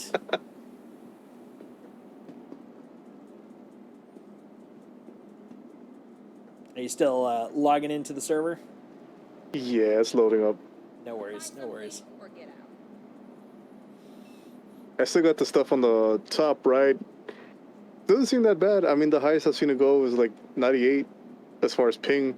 Yeah, no, And, you're perfectly fine. No, it has to do with the kiosk interaction. It's not a server thing, and definitely not a client thing. So, well, I mean, it is a client thing in that you can't interact with it, but it's not a client thing like like a graphics crashy type thing. Which that's something. That's good. Yeah. Oh, delish. What you see is what we got. I'll take the wins that I can get, man. It's taking too long. I don't think it was gonna. I think it's gonna time me out. It sometimes can take a while. It can take up to like Yeah. 10 minutes sometimes. Oh, really? Yep. Usually it's pretty quick, but sometimes it can be a while. It's the luck. It's my luck. That's what it is. It's no big deal. No big whoop. Ooh. It's all good. The game knew I was having too much fun and said, no, we had to stop that. That's it. That's exactly what happened. Story of my life. Anytime the super fun stuff comes out, it's kind of buggy at first, and so it's like that's the balance. It's like it's too awesome. We got to fix it by adding bugs. Is that what today was? Is there like a balance patch or something that came out? Not today. No, there was a patch that came out on Friday, which was a stability patch after they rolled out 3.23 like the week before. So it actually had a couple of things. So it was stability, but also it had all the content for Invictus, the event currently going on. So they had to get that out the door real quick. Yeah, they were trying to get the 3.23 patch out earlier, but it had some big performance issues that they wanted to hit before they rolled it out. And so that postponed it about like depending on which point in time, it was between 1 and 3 weeks. So yeah, it because of that they didn't have a lot of time. So the last patch, which was what unlocked Invictus, wasn't as performant in Invictus, which is why if you go to the showroom floor, it's a little notchy and choppy. But they got everything out, which was good. And generally, it's a pretty clean patch. But yeah, there's some new bugs that were introduced, other ones that were fixed. It's a whole yin yang thing. Oh, don't worry, I found a bug. Exactly. So once I you're have done my job. Well, actually, speaking of, once you actually have an account, what is recommended is they have a thing called the Issue Council, where people can actually put in bugs that they find and put in evidence, put in their experience, like if I ran into it, that they ran into the bugs. So that way the testers know what happens more often than not, and that's the stuff that gets fixed with highest priority. So yeah, once you're a full-fledged game package player, definitely recommend doing that when you run into big bugs, because it helps them fix them quicker. And on the Discord, I will occasionally, like after a stream, I will put in the bugs that I ran into, so that way anybody that's watching the stream can be like, "Yep, I saw it happen." I was there. Exactly, I witnessed it. Okay, I'm back. Excellent. Third time's a charm. I'll meet you at the lobby. Sounds good. Unless you want me to go somewhere else. No, lobby's perfect. All right, so Just letting y'all know it's going to be real windy. No worries. All right, so first off, we're going to share so don't forget to pick up Call to Arms. I'm going to share the contract with you. Get ready for the contract share. There we go. Give me let me get the there. Accept. All right. Okay, and then back out. All right, and I'll share now. There you go. Mm-hmm. If there are other things that popped up, it'll take it a moment because it puts it in a queue. So even if I say I shared now, if there's other stuff showing up, after that goes away, it'll finally show the other thing. Got it. Yeah. Okay. Yeah. All right. So now everything's up. I'm gonna put the items on the ground, so you can pick them up. So right there. Come on, buddy. There you go. So right in front of me, you'll see a little component. Go ahead and grab that.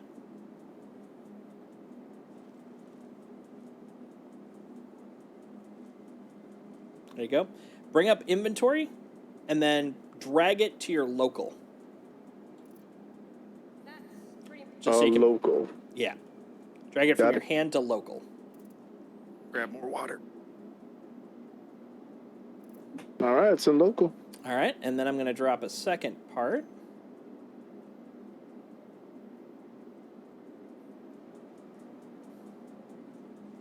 Once it decides to.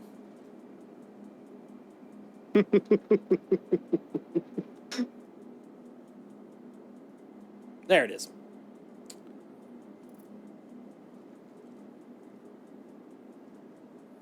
What you see is what we got.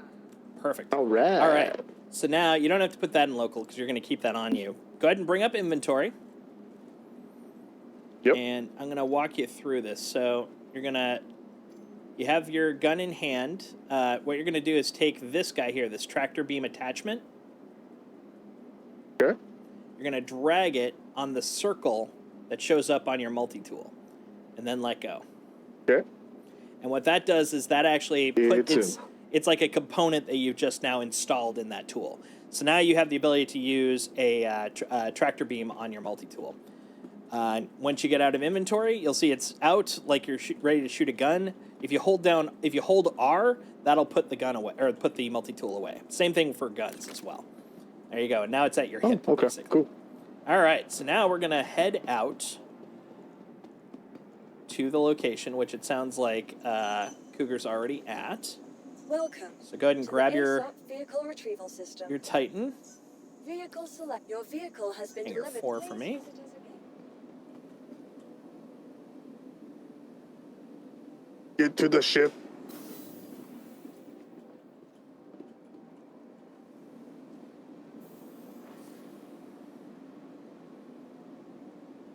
Delivered to the phone. Please visit us again.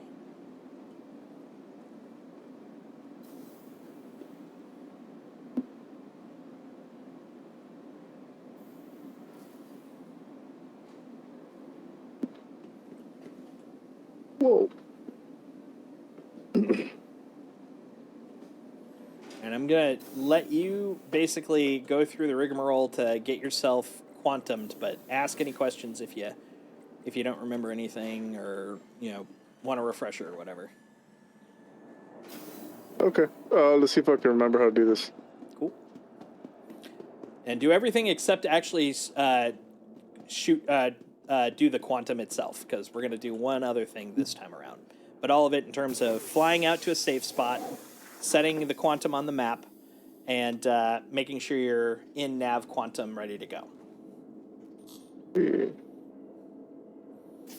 Yeah, I agree, Mongoose. Training is going pretty well.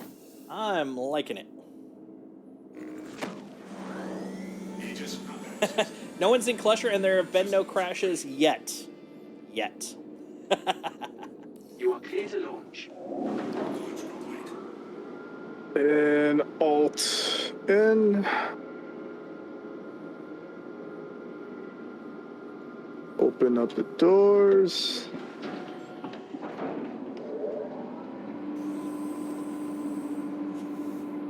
Okay. To go up is spacebar and to go down is control, right? Correct.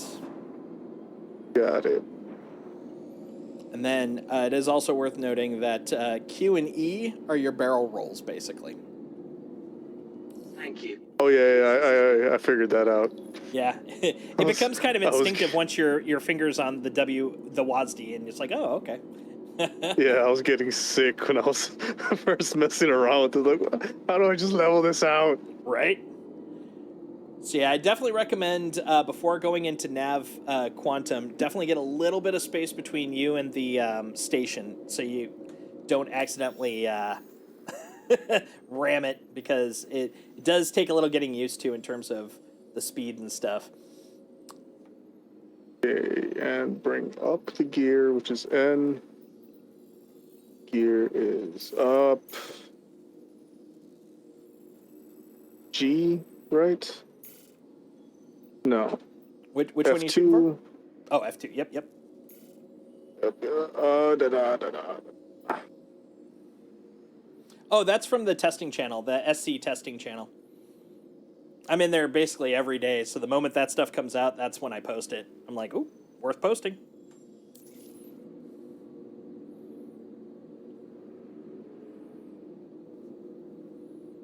Ooh, look at you out there. All right. And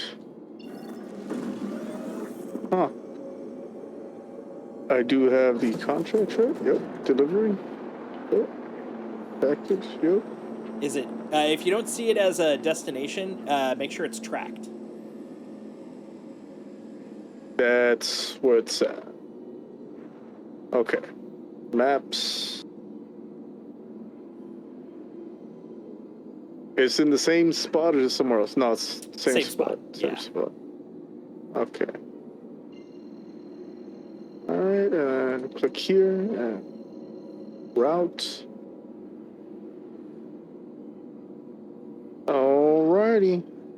All right, so what I'd like you to do is rotate to point towards it, so you're starting to align and get your drive spooled up.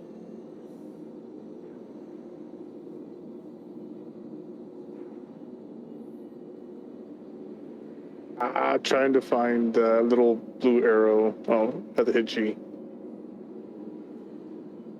How do I pull up the nav thing again?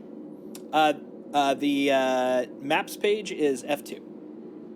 No. The quantum. The quantum. Oh, okay. bad. So to swap between modes to go between nav. Oh wait, are you talking about between nav and SCM or just quantum itself? Quantum itself. Middle mouse click. There we go.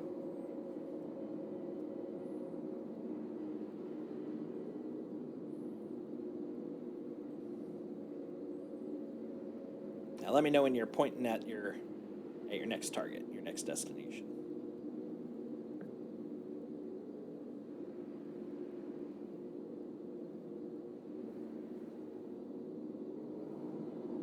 Okay, I'm missing a step. Which step you missing? Okay, I have everything set up on the nav, on the map. I have I have it all set up for quantum travel.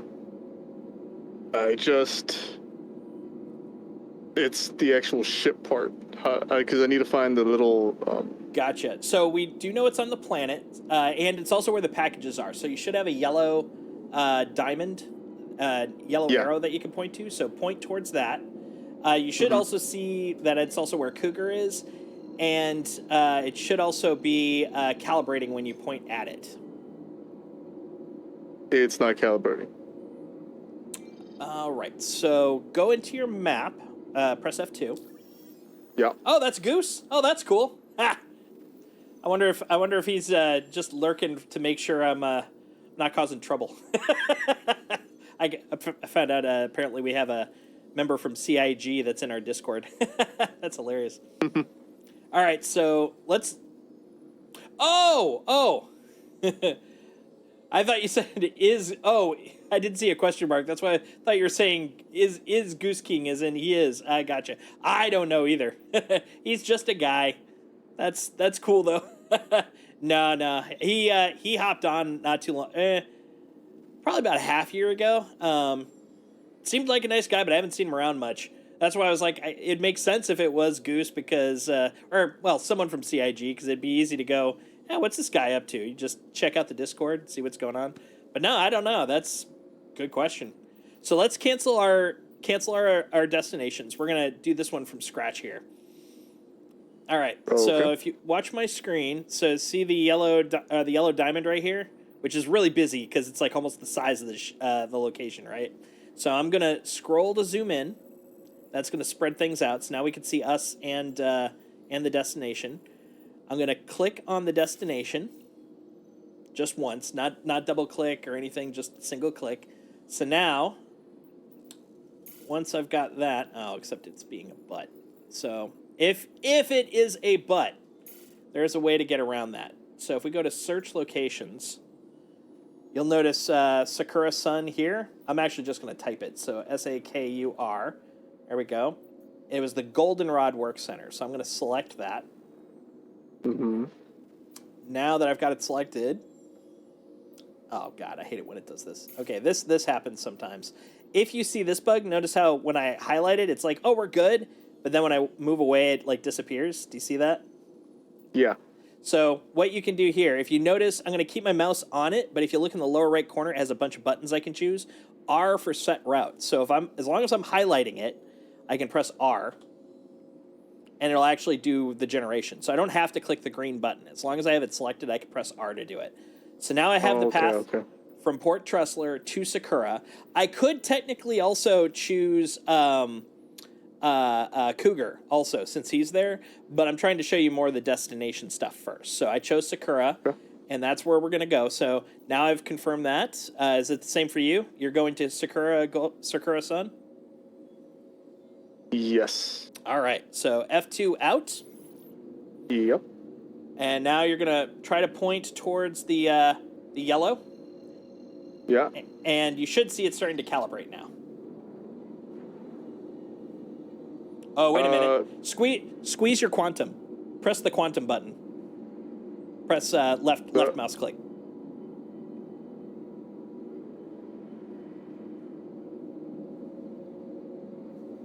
Nothing's come. So what I thought I saw you shoot. So I was wondering if maybe you weren't in Nav Quantum. To the upper left corner. I hit him. Okay. What was that? I hit it by accident, yeah. Oh, no worries. But in the upper left corner, see where it says Nav Quantum for me? What does it say for you?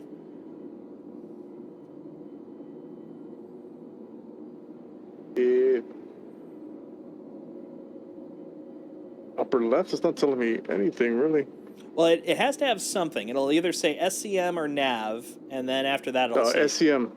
Ah, that's why. So you're still in SCM mode. You can't quantum unless you go to Nav mode. So you have to hold B to swap over to Nav mode. B, there you go. And then you should see Nav QTM. That's the quantum mode. Yeah, okay. Awesome. Okay. There we go. So before you click anything, so you'll notice on top it says Nav Quantum calibration complete. So now both of us are basically going to calibrate here. Let me get my calibration. Okay, why are you being a butt now? 1 second, hold on. Here we go. Sometimes this will happen, which is a little annoying. All right. It's my luck. It's contagious. It's all right. That's my fault.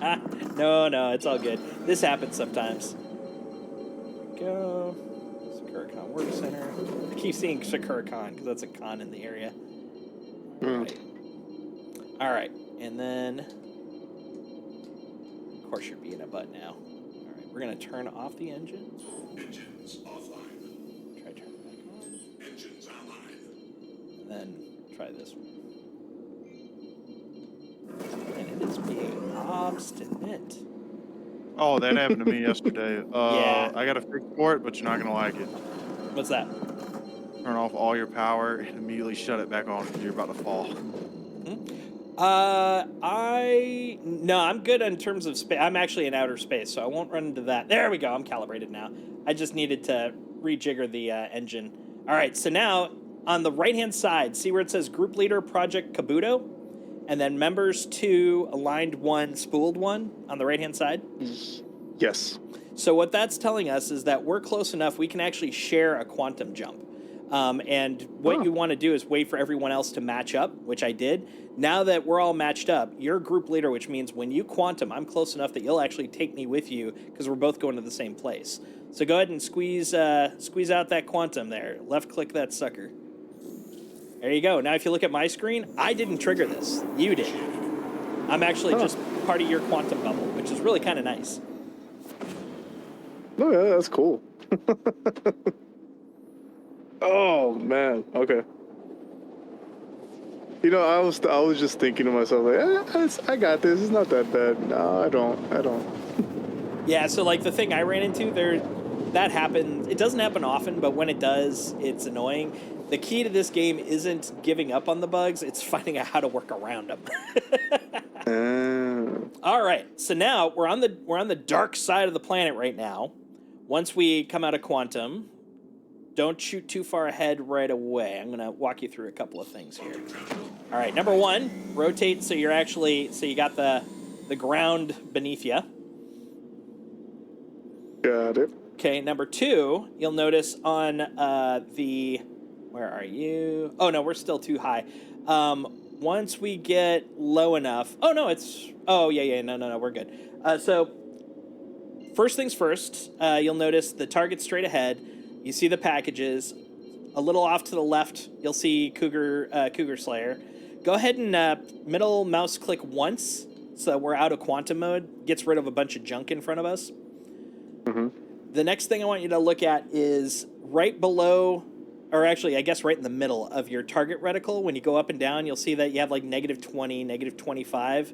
That is basically your declination. You're basically how far from the horizon you are, which is important to know because you can ram into the ground real fast. So keep that in mind as you're getting lower, that you might subtly be still continually flying downward. So keep that horizon in mind. That's number one. Number two, lower to the lower right, still in that area, you'll see Alt-M. That's your altitude above sea level, not above the ground, above sea level. So if you're in a mountainous area, getting down to 1,000 still might be a problem. But for this place, we're pretty much almost all at sea level. So this is roughly how far above the plane you generally are. So keep that in mind, too, because when you're getting down to the 1 to 2,000s, be ready that you may actually be ready to hit the ground. So be careful there. The next thing is pressing... You got your baited. You got your baited. You got your baited.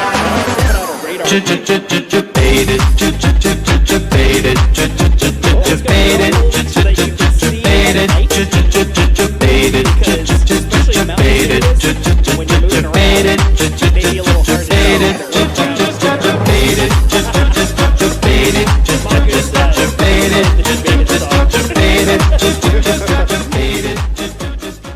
Gotta dance along, man. So yeah, the ping is going to be very useful as you get closer to the ground. It gives you an idea how close you are to hitting the ground. You'll also be able to see points of interest that ping off of the area. So like, for example, there's a moving unknown below me, but that unknown is actually Cougar. So I'm getting his signature at a distance, basically. Let's see. Okay. That is generally it to start. What I'd recommend is, because we want to get in there at a relatively quick pace, staying in nav right now will be good, but when you get to roughly about, I'm going to say for the moment, I get down to about between 4 and 6 kilometers, but for starters, we'll say 10, so you don't accidentally rocket into the ground. When you get to about 10 kilometers, then move over to SCM. You're going to flip over to SCM so you're not going as fast. That way you don't accidentally rocket into the ground as you get closer. And once we're within about 3 to 4 kilometers, we're going to slow to a stop so you can kind of, survey the area, see what the heck we're going to be doing down there. But yeah, at this point, we're making our way down. Whee! Making our way downtown? Yep.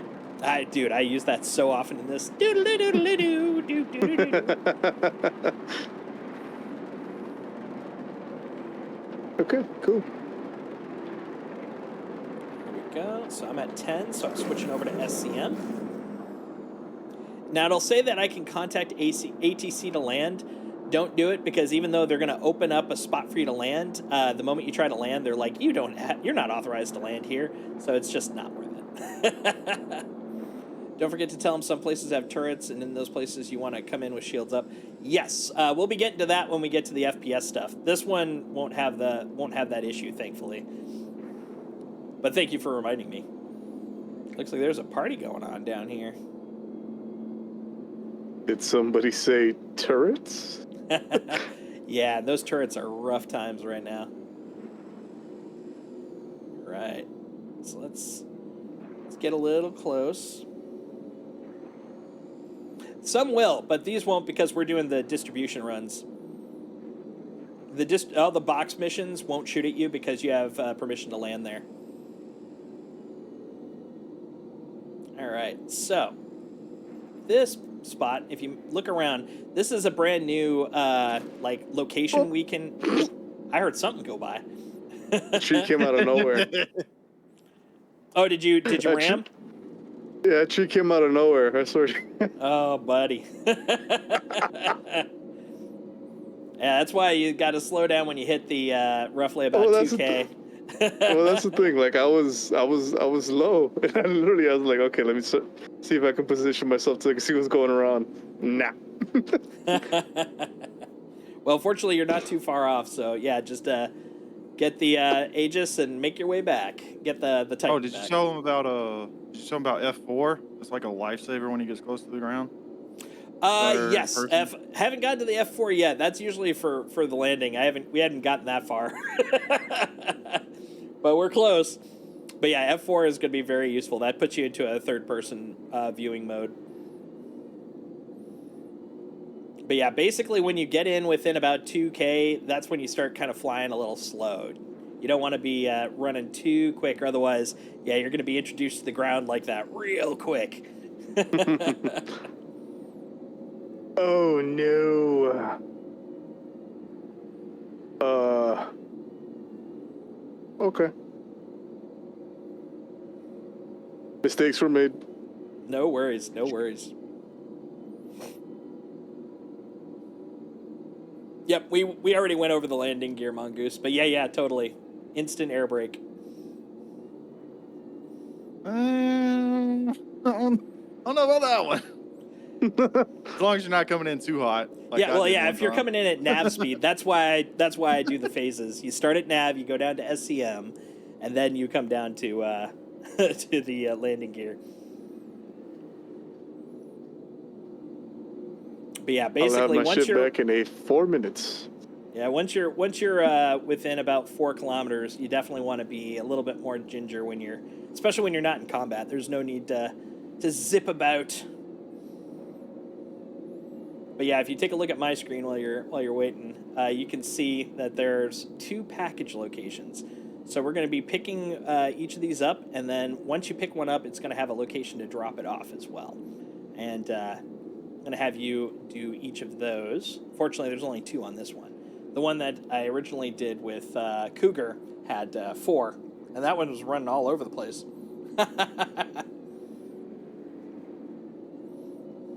Okay. So yeah, if you look over here, this is one of the hangars. If you were to go in there, if you ask for permission and land it in there, it'll tell you instantly you don't have permission there. But throughout this whole distribution location, and there's a bunch of little subsidiary locations around this too, but in the main distribution location, if you see where I'm heading, right over here, if you see my ship as a big arrow, right there, those 2 are landing spots that you can actually land in. They also have the same thing over on the other side. If I go over here. So there's one right there. And one right there. And then you could, of course, land anywhere on the snowy area. And then finally, if you got to do the upper levels, there's 2 executive pads up here. So there's one up here, and then one right here. And those will allow you to go into the upper floor where some of the things you'll have to do. As a matter of fact, I think one of the packages, let me take a look. Yeah, one of the packages is actually there on the upper floor. So that's what you'll probably take to land to pick it up. Okay. I mean, at least he's taking it a lot slower with you compared to my first mission. Well, we got some time. Let's go to a pickup request, and then next thing you know, someone comes in the chat. Hey, come save me! Oh God, yeah, that was great. Yeah, we had Raging Ferrets who was halfway there, and he's like, "Well, on your way, can you come get me?" I'm like, "I guess. All right." No, it was a fun run. It was a lot of fun, but oh man, that was literally the first thing that Cougar did before he even got to do the package run. I basically had to go run distraction on a reclaimer trying to take him out, and then Cougar picked him up. It was great, but woo, what a great way to introduce stuff to someone. You want to talk about sweaty? But you did it. I was the only one that died. Much accomplishment. So one thing you'll also notice while you're waiting for the ship, they do have the ability to expedite delivery. It costs money, but it reduces the amount of time you have to wait. For the ship that you've got, you don't usually have to do it unless you're trying to like bring it down to almost instant. But it's very useful when you get to like the capital ships because the bigger the ship is, the longer you have to wait for it to come back from insurance. Like it can be 40 minutes, over an hour sometimes, depending on the ship type. And the expedition just continues to increase in cost. So, it might be like if you want to speed this up, it's only, 40,000 space bucks to knock it down about, 20 to 40%. So, yeah, it's useful if you're like, I just want to get back in the action, just spend a little bit of space bucks and off you go. But, sometimes you're just like, I don't have to. I'm in no rush. So just do it, go do something else and come back when your ship's ready. I see. How do I know how much I actually have on me? If you bring up your Moby glass, it'll be in the lower left corner, right next to your name. Got it.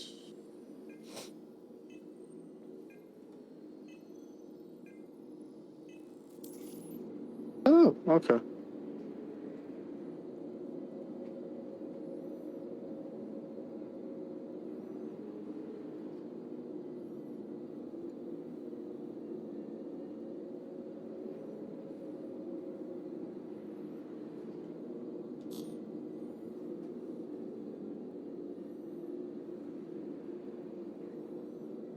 Almost there. Nice. Honestly, this is your first death, so you're doing fine. I mean, for the training, you're doing fine. I was gonna say, this is my first death so far. Oh yeah, dude, I've had yeah, so you're many. doing fine. Yeah, Yeah, you're doing fine. This is fine. Well, it was one day when I hopped on and I was just messing around with all the new or the rental planes and stuff. Mm-hmm. Oh, I was diving them things into the dirt. I was like, oh, Yep. let's see how many G's I can pull. Yep. Before Dude, I did that so often. It's just like, why not?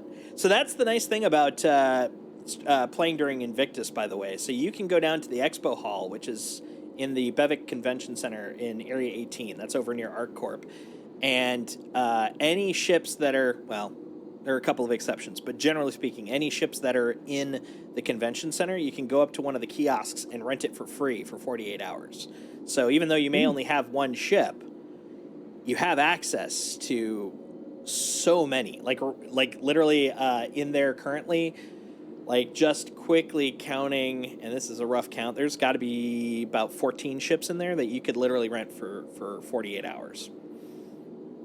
And that's just today. Tomorrow it's a whole new batch of ships. So yeah, we're gonna only use the Aegis or the Avenger Titan in these because that's also what you're gonna end up with at the end of this thing in your game package. But when we're not doing this, by all means, rent them and give them a shot. Now that you have some basics for how to fly, it's worth checking out.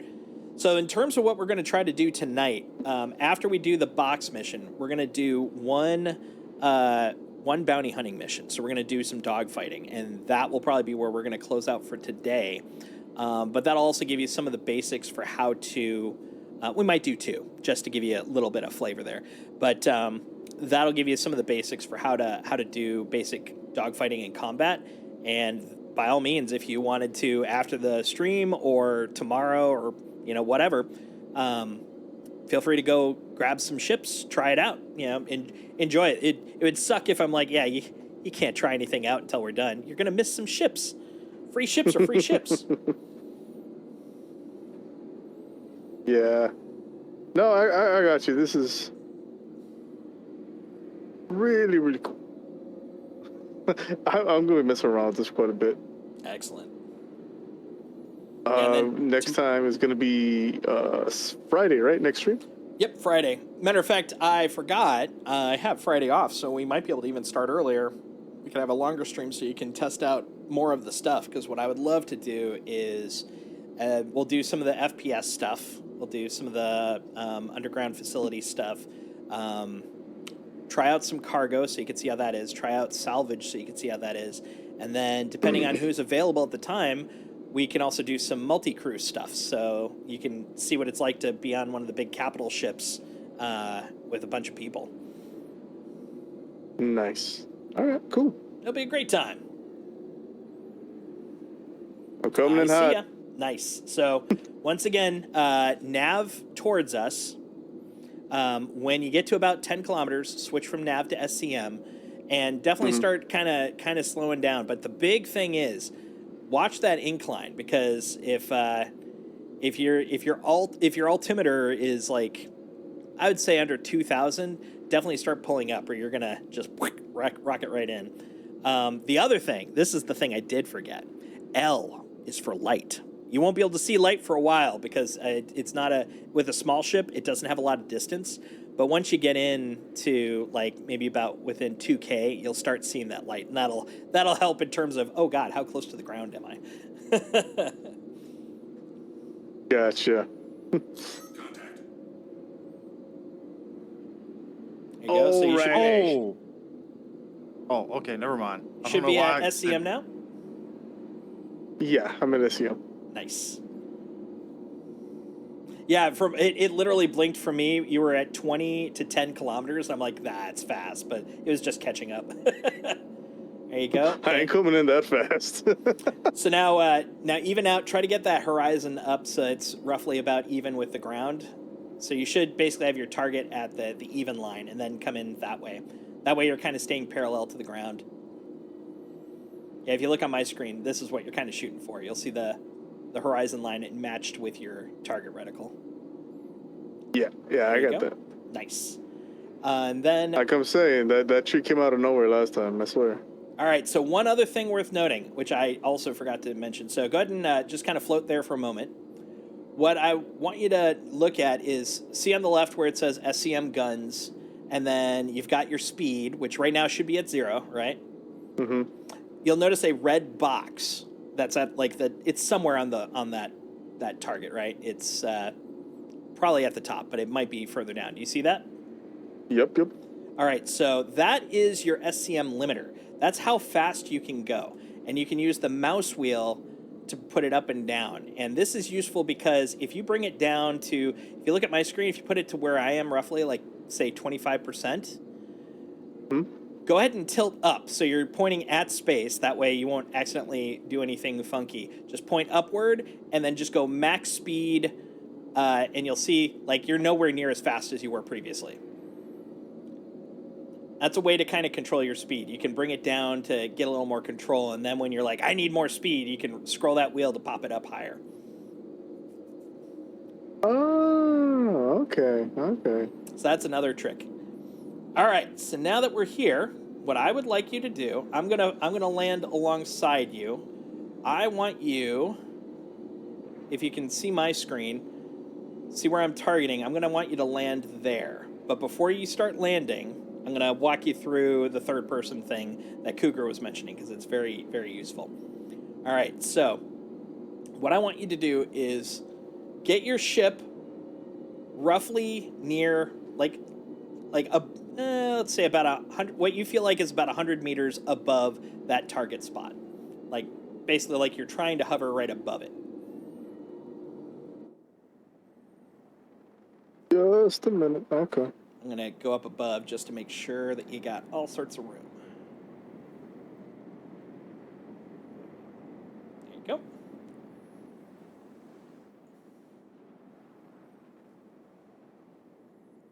Yeah, so the one you're from, relative to the way you're facing, you want that left landing pad. Left landing pad. Correct. So just hover right above it, at least where you feel it's right above it. And then press F4. Stand still so you don't accidentally get a little disoriented, because this will feel a little weird. Press F4. That's going to put you into third person. If you press F4 again, that'll put you back in the cockpit. So that's your toggle for third person. Now, my recommendation is now that you're in third person, you have a better view of everything around you. I want you to very gently navigate yourself so that you're above above the landing spot, kind of like me. If you look on my screen, I want you like this above your landing pad. I'm above mine. You're going to be above yours. Okay. Just be very gentle as you do it. At this point, definitely bring out your landing gear because this you're going to be prepping to land, but also it's going to slow you down a lot. So it'll make it a little bit easier to be more, gentle with your movements. You are ahead of it. You want to be above it. You want to be above the landing pad.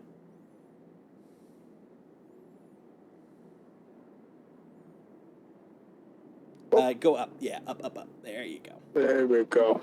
Perfect. Okay, so now, and stop right there. Oh, perfect. Yeah, Okay. no, this thing is jarring. Yeah, it definitely takes some getting used to. Okay, you're in a good spot.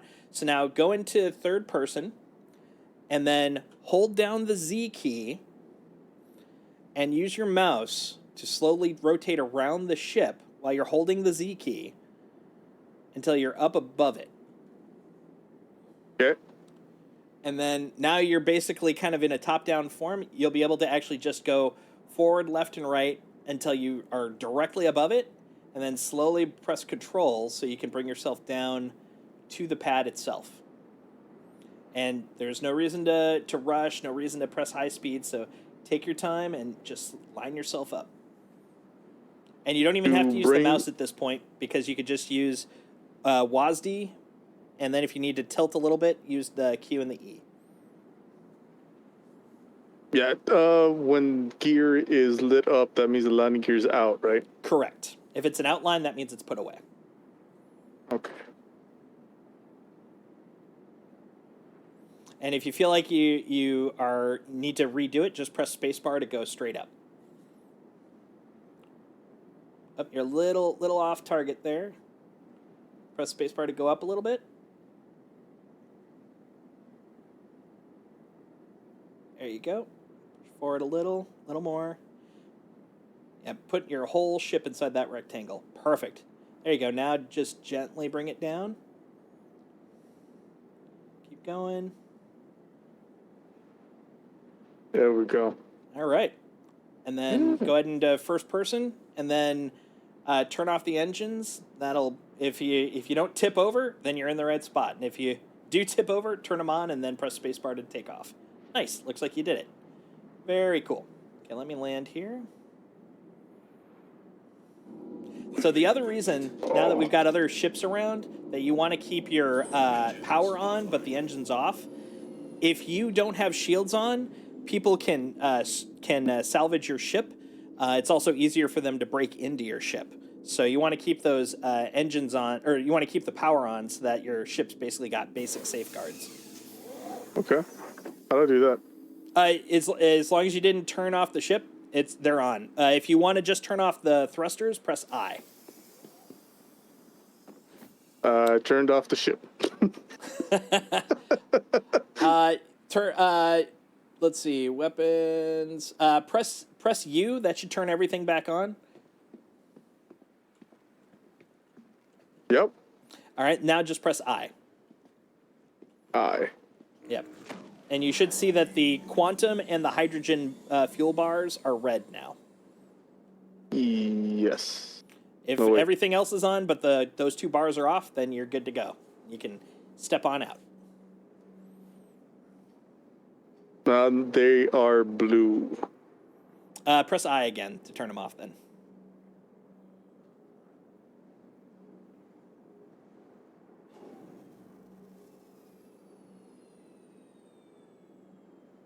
It says they're offline, but they're still blue. Step out of the chair. I'll take a look, just to see if it's a state or something. Well, my game just glitched. Uh-oh, what happened? I pulled up, my map, and my whole ship just shut down. And I crashed. Oops. I was trying to map my way back because my dude was getting hungry. Ah, fair. And thirsty. Well, the good news is you've satisfied your hunger and thirst. That's one way to do it. All right, let me step in here. Take a look.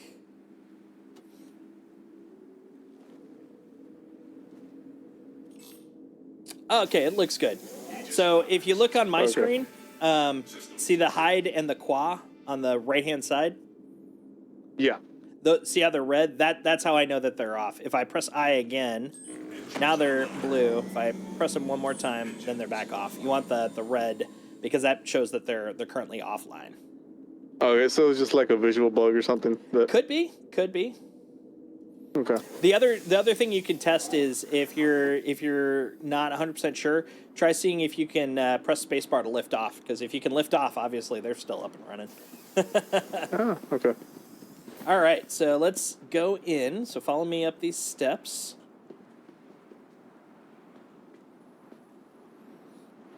Oh, and before we go in, if you notice in the lower left corner, you'll see that it's cold. It's negative 32 degrees Celsius, negative 31 now. So that's basically kind of the awareness of, external temperature. Fortunately, we won't be out long enough for it to matter, but it is worth noting. All right. I got it. I got you. Coming in here. Oh, okay.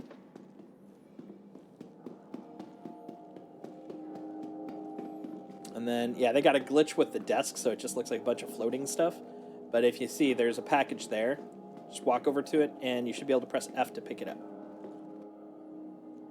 F. There you go. So now we're going to take that package and deliver it. So if you rotate around, you'll see that there's a spot where they want us to drop the package off. 812 meters. So what we're going to do is get back in No, the ship 200.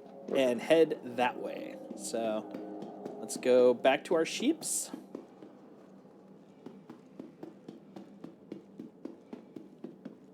Oh, actually, go up. We'll go out this way. This way.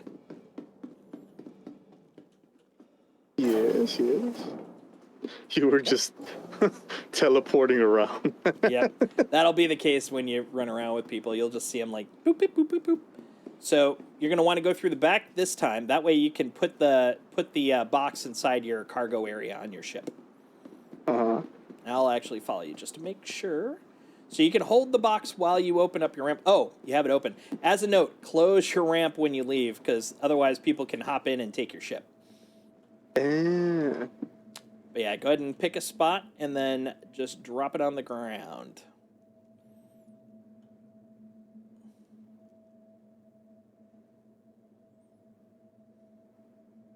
There we go. Perfect. All right, so now you got your package there. And go ahead and close your ship and prep for takeoff. Easier said than done. Yeah, you'll get it because it's the one thing you're guaranteed to constantly be doing in this game.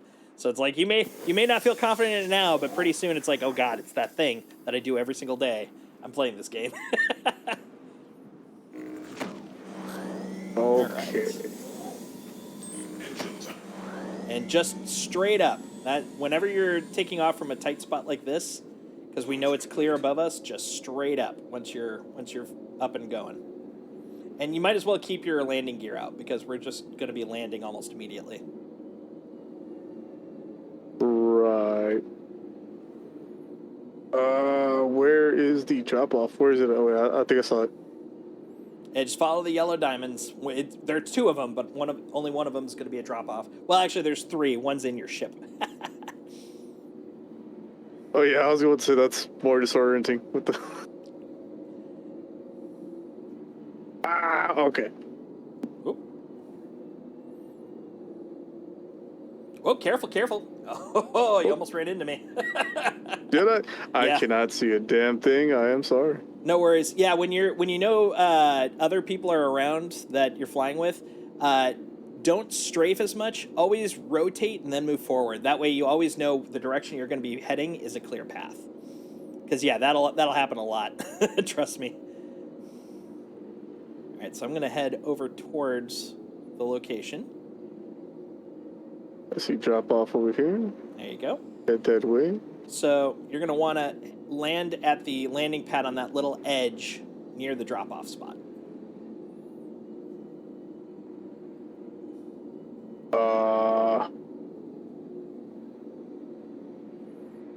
If you look on my screen, you'll see I'm pointing at it.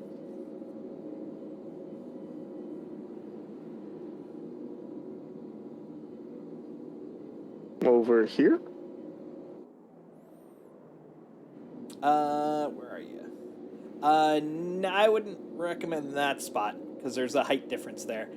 Remember, our people are tiny, so trying to get to actual landing locations is better. So rotate around from where you're at. You don't have to move too much, just rotate about.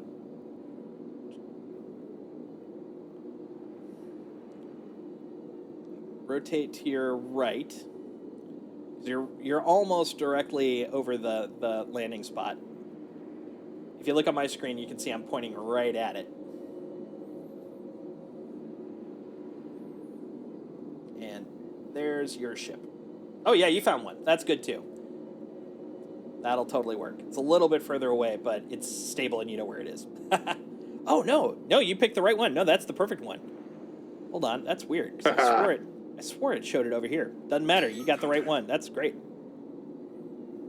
My natural pilot instincts. That's right. Badass pilot. So once you've landed, yep, that looks like a perfect place to land. There you go. Don't forget to turn off the engines once you're on the ground. Right. And then yeah, just press Y to get out of the chair, pick up the box, open the ramp, and then walk over and drop it off. There we go. There was a little bit of lag. Didn't want to let me off the. That'll happen. Chair. That'll definitely happen. Oh yeah, it might not be. And if it doesn't, he gets to experience the bug. There's another bug. There's always another bug. Then once you're off the ramp, turn around and don't forget to close it. Ramp. Yeah, if you get to the bottom of it and turn around, you should see the F key. It's janky on the Titan. There we go. There you go. So now just walk it over, and once you're in the right spot, it'll have a F to place, and then it'll just put it in the right spot. Just make sure it's the spot with the yellow diamond pointer, basically. Oh, that's not it.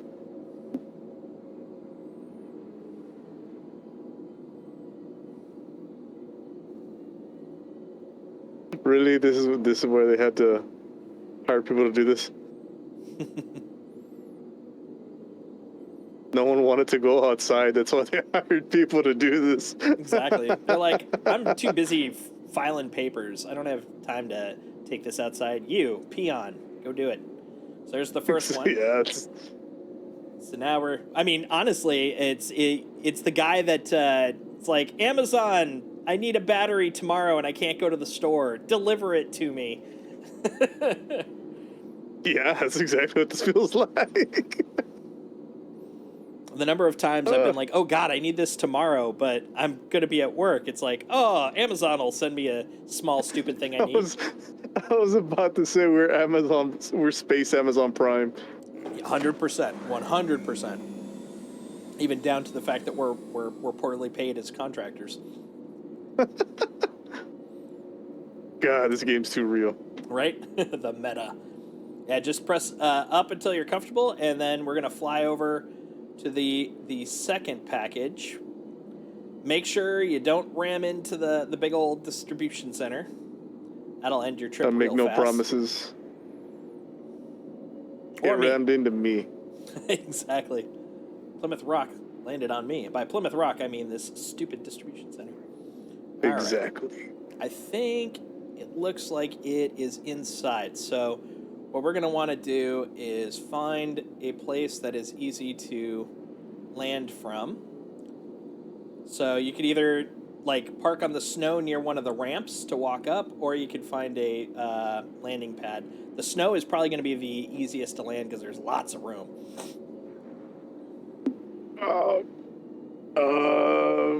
Z. That's what I'm looking for. Z.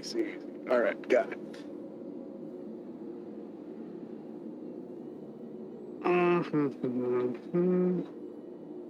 And descent.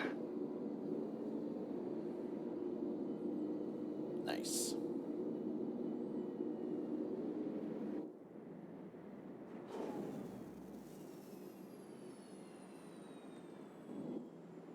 There we go. Beautiful.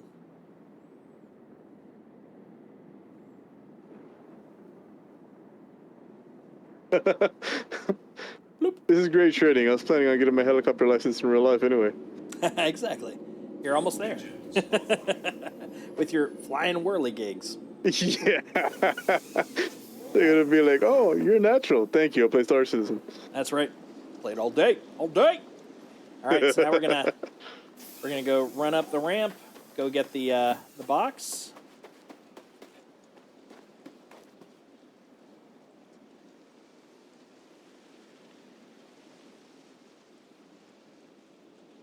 Let me in. So if you go further up the streetway, I think this one might be closed. Yeah, I think Yeah, this that is one's a closed closed. one. But yeah, if you go further up, there's an entrance that always works.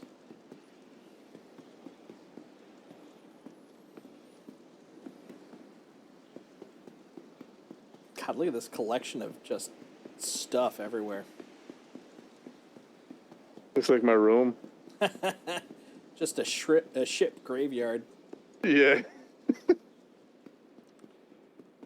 Kind of like that, but just a whole bunch of Gundams all over my room.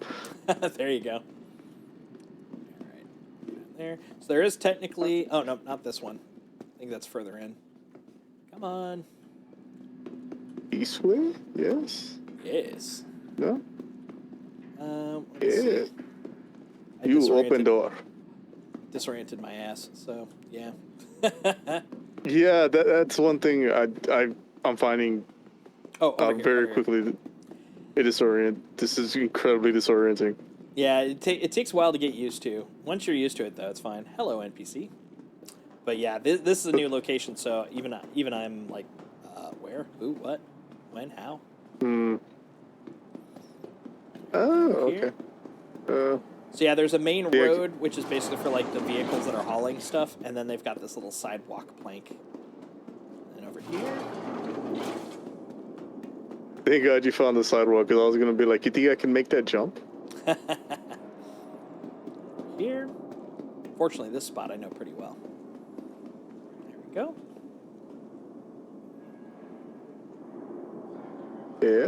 Yes. All right, now we head back and put it in your... Actually, let's see how close they are. Oh, yeah, a kilometer away. Yeah, we're going to go back and take our ships. So the one thing that is worth noting with drop-off stuff is very unlikely if you crash with... You're hovering with it. This is great. Yay, glitches. Oh, I believe in the magic of delivery.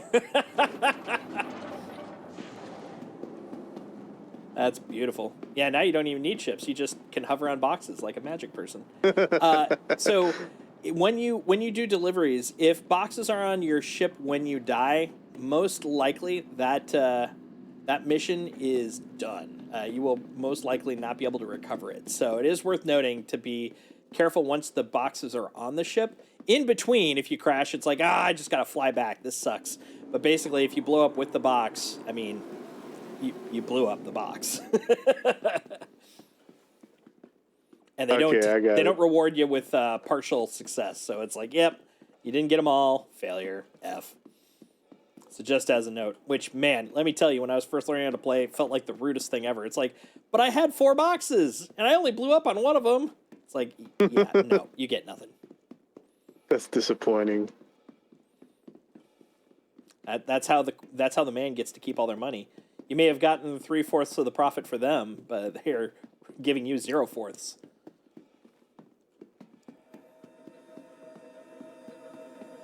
At least it's easy to tell which ship's which.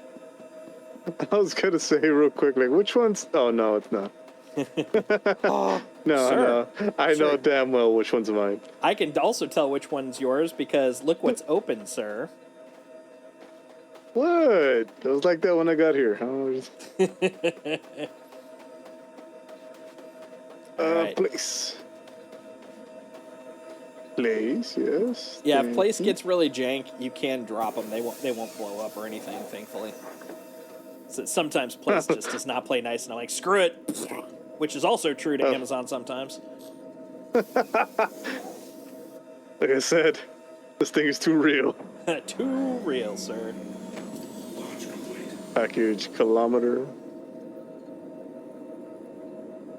Leaving on an airplane.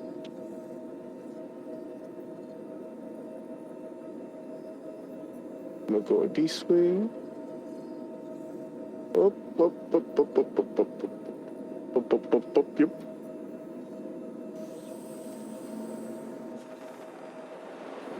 Landing gear rejected.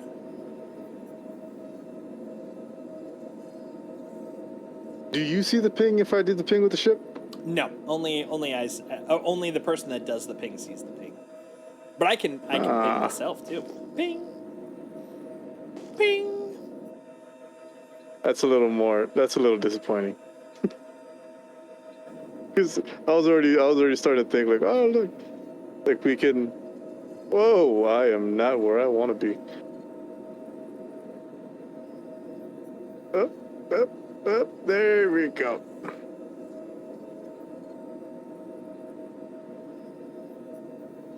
All these unknowns found. There's Cougar. Where is you? Oh, there you are. Oh, you're low. Oh, that'll work. Yeah. Do it.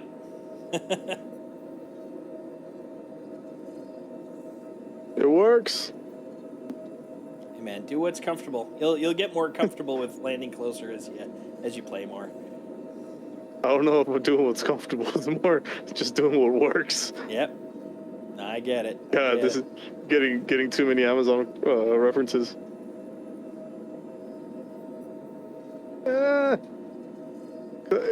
Whatever, I got nothing in there. They're gonna steal my starter ship. No!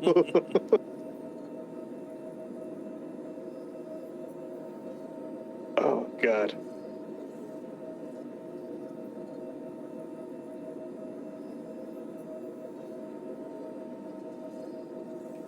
Oh, I just noticed when I die, like when the tree came out of nowhere and attacked me, I lose that gear, right? Yep. Unless you can find the ship and the body hasn't fallen to the center of the Earth, which is very common still.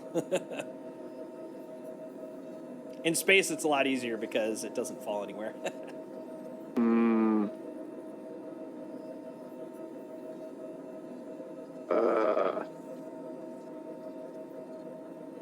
Any moment.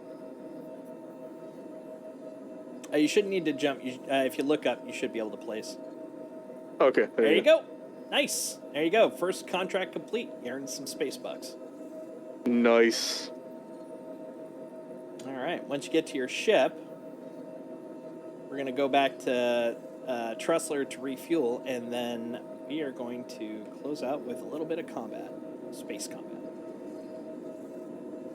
Oh, this is gonna be interesting. I'm down.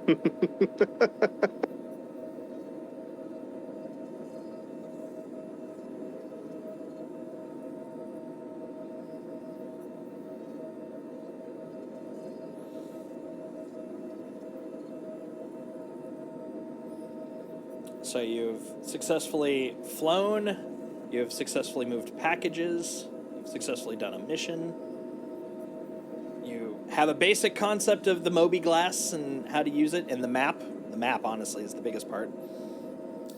Yes. So far, so good. We're doing good. Nope. Other way. Nope. Come on. There we go.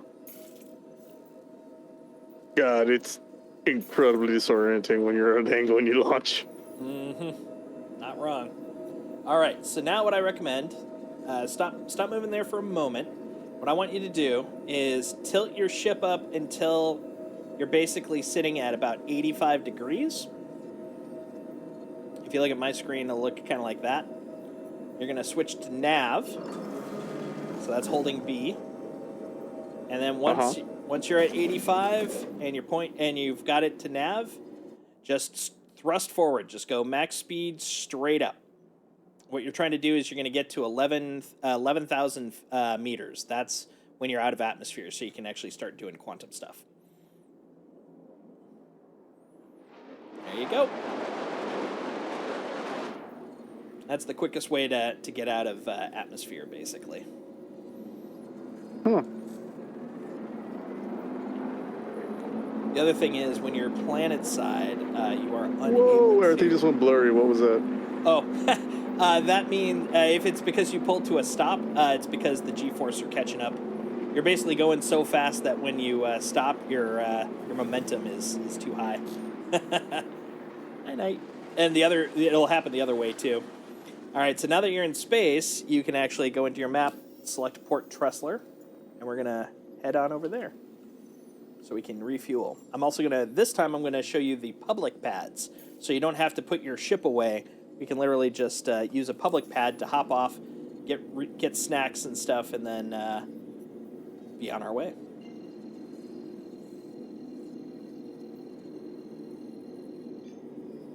Tressler. Round. Gonna jump around a bit. And it's Quantum travel complete. Yeah, you're probably gonna have to do a couple of OMs because you got to go around the planet to get to Tressler. Quantum travel initiated. no, my gear won't come up for some reason. Oh, well, once you do a boost, or once you do a quantum, it'll automatically pull your gear up. Oh, okay. Cool. Oh, nice. Cougar brought me with. Nice.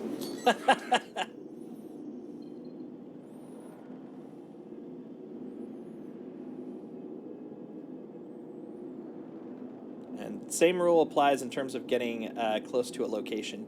You're going to want to only get into roughly about 6 to 10 kilometers away, and then switch over to SCM, or otherwise you're going to just high-speed crash into a into a station. Hey, don't threaten me with a good time. Alright, so now that I'm over here, I'm heading to public pads. Once I'm there, I'm going to have you navigate over towards them.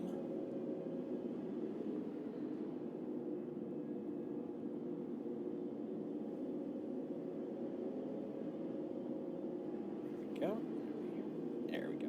Yeah, so head towards me, and you're going to see these elongated landing pads instead of them being like inside hangars and stuff. These are the public landing pads, and the nice thing about them is you can literally just set down and take the elevator right into the location as if it's a hangar. But the advantage is you don't have to put your ship away. You can just keep going.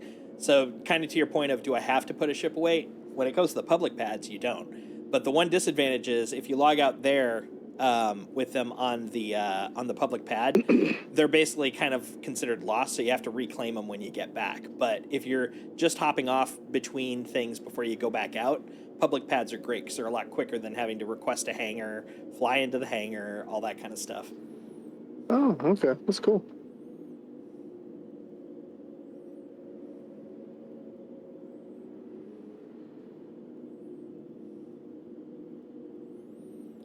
The one trick, though, worth noting is if you want to refuel, that you have to be the first on the pad itself. The reason is it only, currently at least, for the refueling stuff, will only respect the person that first landed on the pad. So I'm going to go to the small guy. I'm going to give you the big guy, give you lots of room. Whoop, whoop, whoop, whoop. Yep. I knew it. I just crashed. What just happened? I literally thought I had not put my landing gear down, so I did, but I forgot I had put it down, and so it just put me at full speed, and I was like, God damn it. Fortunately, Oh. I literally just spawned right where we're at, so it's not the worst thing in the world. Now, honestly, this is also why, unless I'm going to do like FPS missions, I basically just use my flight suit because, dude, it's so easy to lose so much shit in this game. So I'm like, Oh never mind. yeah. I'm like, I just have the flight Figure suit. that out. Maybe I'll sometimes I'll take my multi-tool. Like I'm gonna take it this time just because why not? I've got way too many multi-tools. But generally beyond that, yeah. Oh, one other nice thing is not too long ago they added the fact that if you die in the armistice zone when you spawn, all the stuff that was on you will be there. So like my two med pens that I bought and my multi-tool were already ready to go because of the fact that that's what I had on me when I was in Armistice. Now, the stuff on your ship, that's a whole other thing. You don't get that back, but at least the stuff I had on me, which is nice. Okay. Security to storage room 3. You can probably see my wreckage, man. I'm focusing extremely hard right now. That's fair. That's fair. Welcome to the ASOP Vehicle Retrieval System. Gotta claim my ship again, son of a Your bitch. insurance claim has been sent. I'm Thank gonna you. expedite it. Why wait 4 minutes when I can wait 1?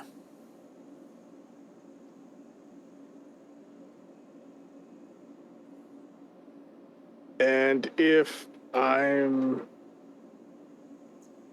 going to refuel, I do landing, right? Yep.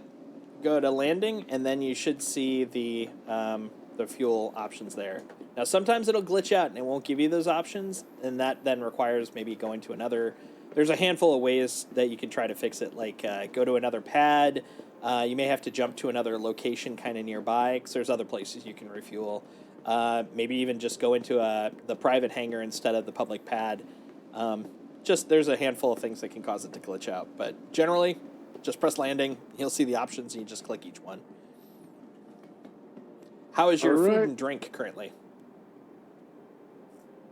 That's a good question. That's the main reason I was coming back, but now I don't have to worry about it. I'm good. I just remember because I died last time. Oh, that's true. Yeah, you're probably nice and fresh.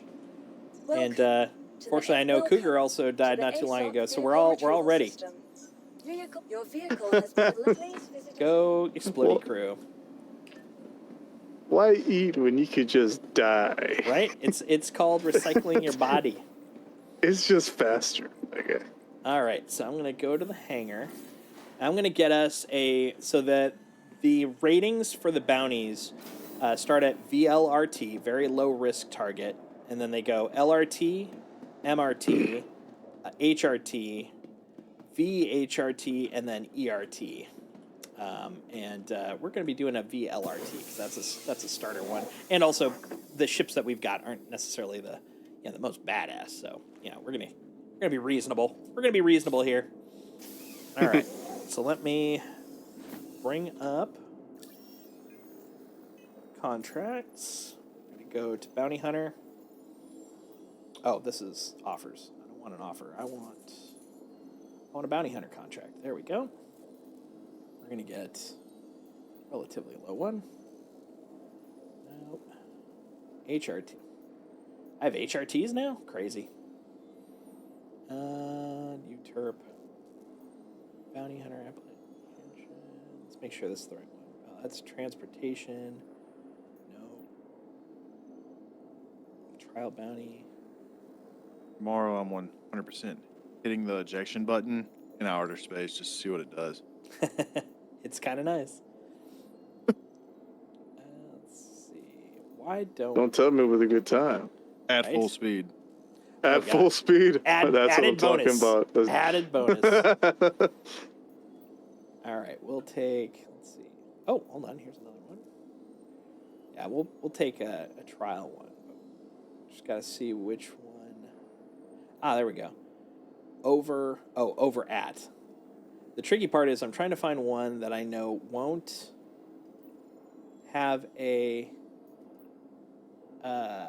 won't be an FPS wing. So we're starting off with a little bit of dogfighting here. It's decided to offer you a chance to redeem yourself. Okay, reevaluate. Like you to apprehend Gage Buckner from the wreck site. No, we're not doing a wreck site one yet. Oh, don't black out. Trial contract, cave. Nope, we're not doing a cave at Daymar, sir. That's exactly what I was warning you about before. Let's see. Ridge Aid Shelter. This one might be. Okay. Crusaders verified freelancer list. Bounties when they're available. Actually, what am I doing? Why don't we have you pick one? Because you'll have the starter stuff. So if you look at your list of bounty hunting options, Yeah. let me know. There should be one that has a cost to it where you have to pay. Take that one. Fee? What was It's that? a fee. Yep, that's the one. I have two that say fee 500. Where are they at? What are the two companies? One should be like MT Protection, probably something like that. Tracker training permit, suspect. Where does it tell me that? One sec. Let me get my ass out of here. There we go. Let me take a glance. How do I get rid of all that stuff on the top right hand? Oh, just press tilde, Yeah. R_disp, tab, and then 0. And then press enter. 0. Okay, there we go. It just says Bounty Hunter Guild, like top right. So it should say if you look on the left hand side, all the different contracts, it'll be the blue smaller text underneath for each one. Both of them just say Bounty Hunter Guild. Oh, okay. In that case, where are they sending you? Each one should tell you of a destination you have to go to.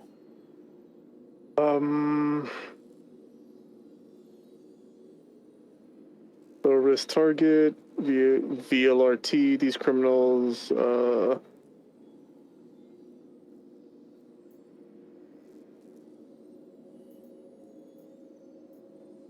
one is on Calliope? Is that how you say it? Calliope? Oh, okay. Calliope. Cool. Oh, Calliope. I am dyslexic. I am sorry. It's all good. It's a weird freaking word. Calliope, and what's the... Well, actually, Calliope will be great. Yeah, let's pick Calliope. Pick that one, and then share that with us.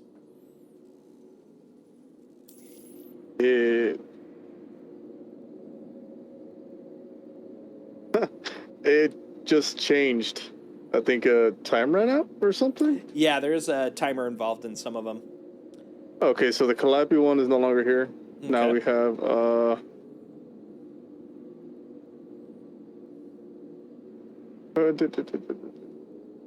the same one with the fee, right? Yep. Last seen on asteroids surrounding Yella. Yella? Okay. And what's the name of the guy we're looking for? That dude is Basho Klein. Okay. Yep. Grab that one. I want to make sure it's two worded name, because if it's one, that means we're going to be doing PvP. I want to make sure you start with some PvE first. Okay. How often do these things change? Because Basho is no longer here. As soon as I clicked it, it changed to Robbie Trundle. Clicked it as in clicked it accept, or clicked it on the left side when you say click? Like I just clicked it. What do you call it?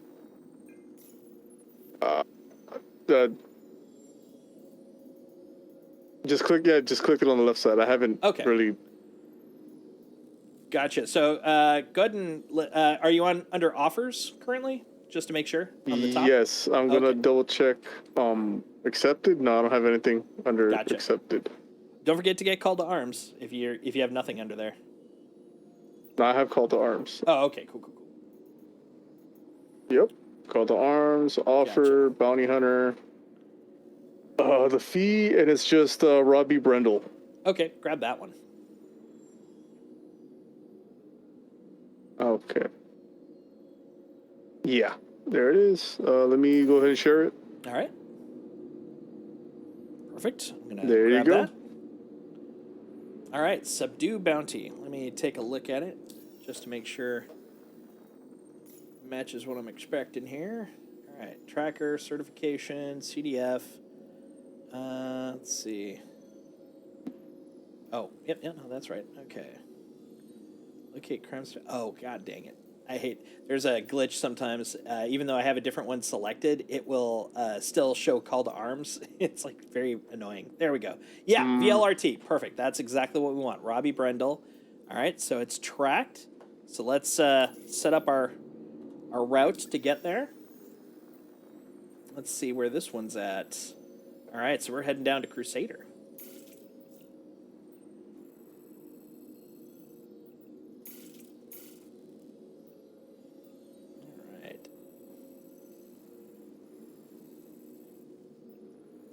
So this is kind of a good example of some of the interesting things you can run into.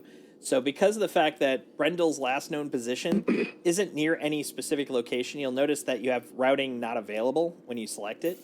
What we need to do is find the nearest thing that we can fly from. So in this case, it looks like Utopia is probably the closest.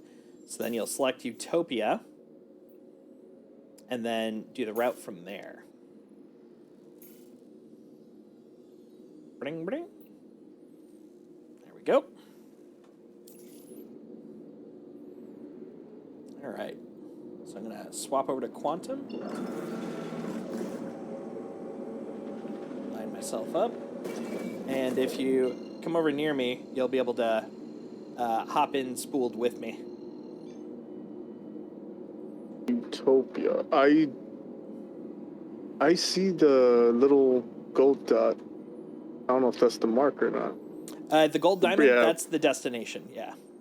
All right. Be down near Crusader.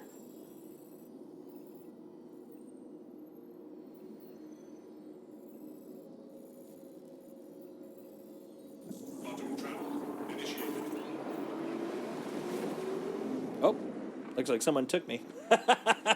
Oh, whoops. I didn't think you were close enough. Well, we'll meet you there. Okay. Gotta go to Utopia, right? Yep. Yeah, what I usually recommend is that we wait for everybody to kind of get together. That way we all take off at the same time. Oh. But no worries, man. Doesn't stop us now. Let's do it.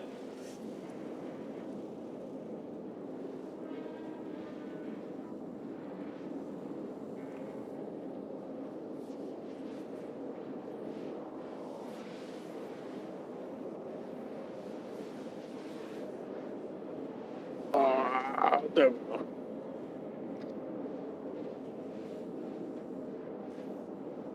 So because we're so far out, and because the fact this is going to be our first combat mission, thinking that we may want to stop at Seraphim Station to just find our regen spot, because if we die, it's going to be an 8-minute flight back. Oh, God.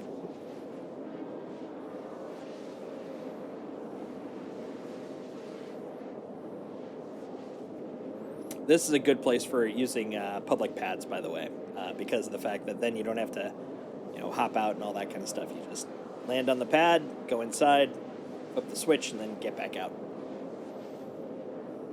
I got you. Where I landed was the docking port, right? No, pad. So if you scroll all the way to the bottom of the Pad, list, okay. there's going to be some pads. Now, as to which one you're at, that's a good question. But the nice thing is they're really close to each other. So if you're not at one, you could even just hop off the pad side and 0G over to the correct one. Or just take the elevator again to the other one. I was about to say, that does not look like my ship.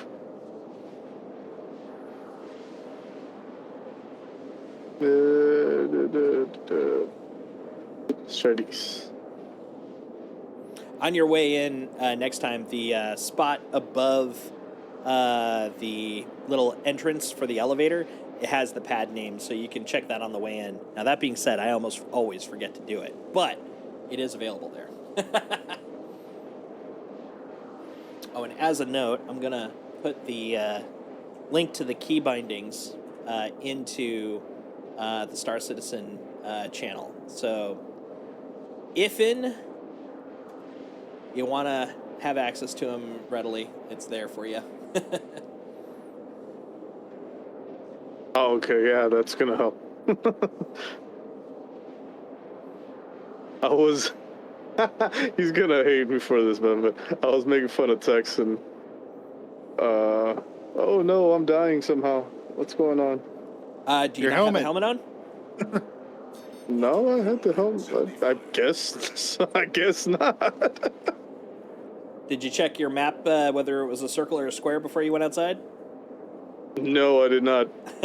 Always check, just in case. Oh, well. The nice thing is, when you start feeling that death choky feeling, you can always turn around and just run back. It's not an instant thing, thankfully.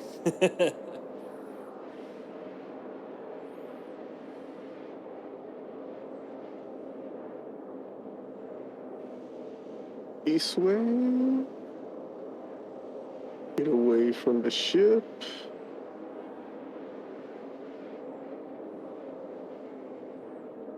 Landing gear, come up, please.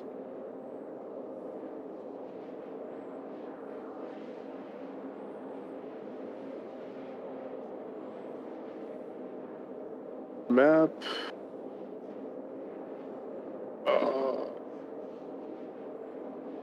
Since you know the name, you could also just... Oh, you're going to contract. Gotcha. I was going to say, since you know the location, if you're trying to build your quantum route, you can actually just type Utopia in that upper left search bar now.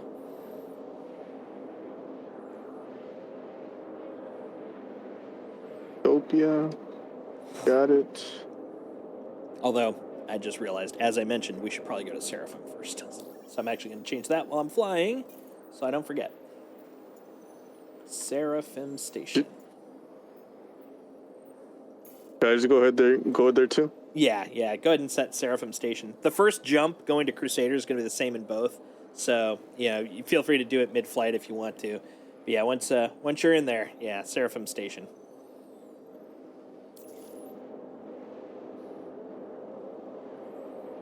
Oh, no. Come on. There you go. Nice! Rolaj got put in prison for ramming dupers in Area 18. Good for you, man. Take down the damn dupers. Wrecking everything. Wrecking our gameplay experience. Quantum fuel at 50%.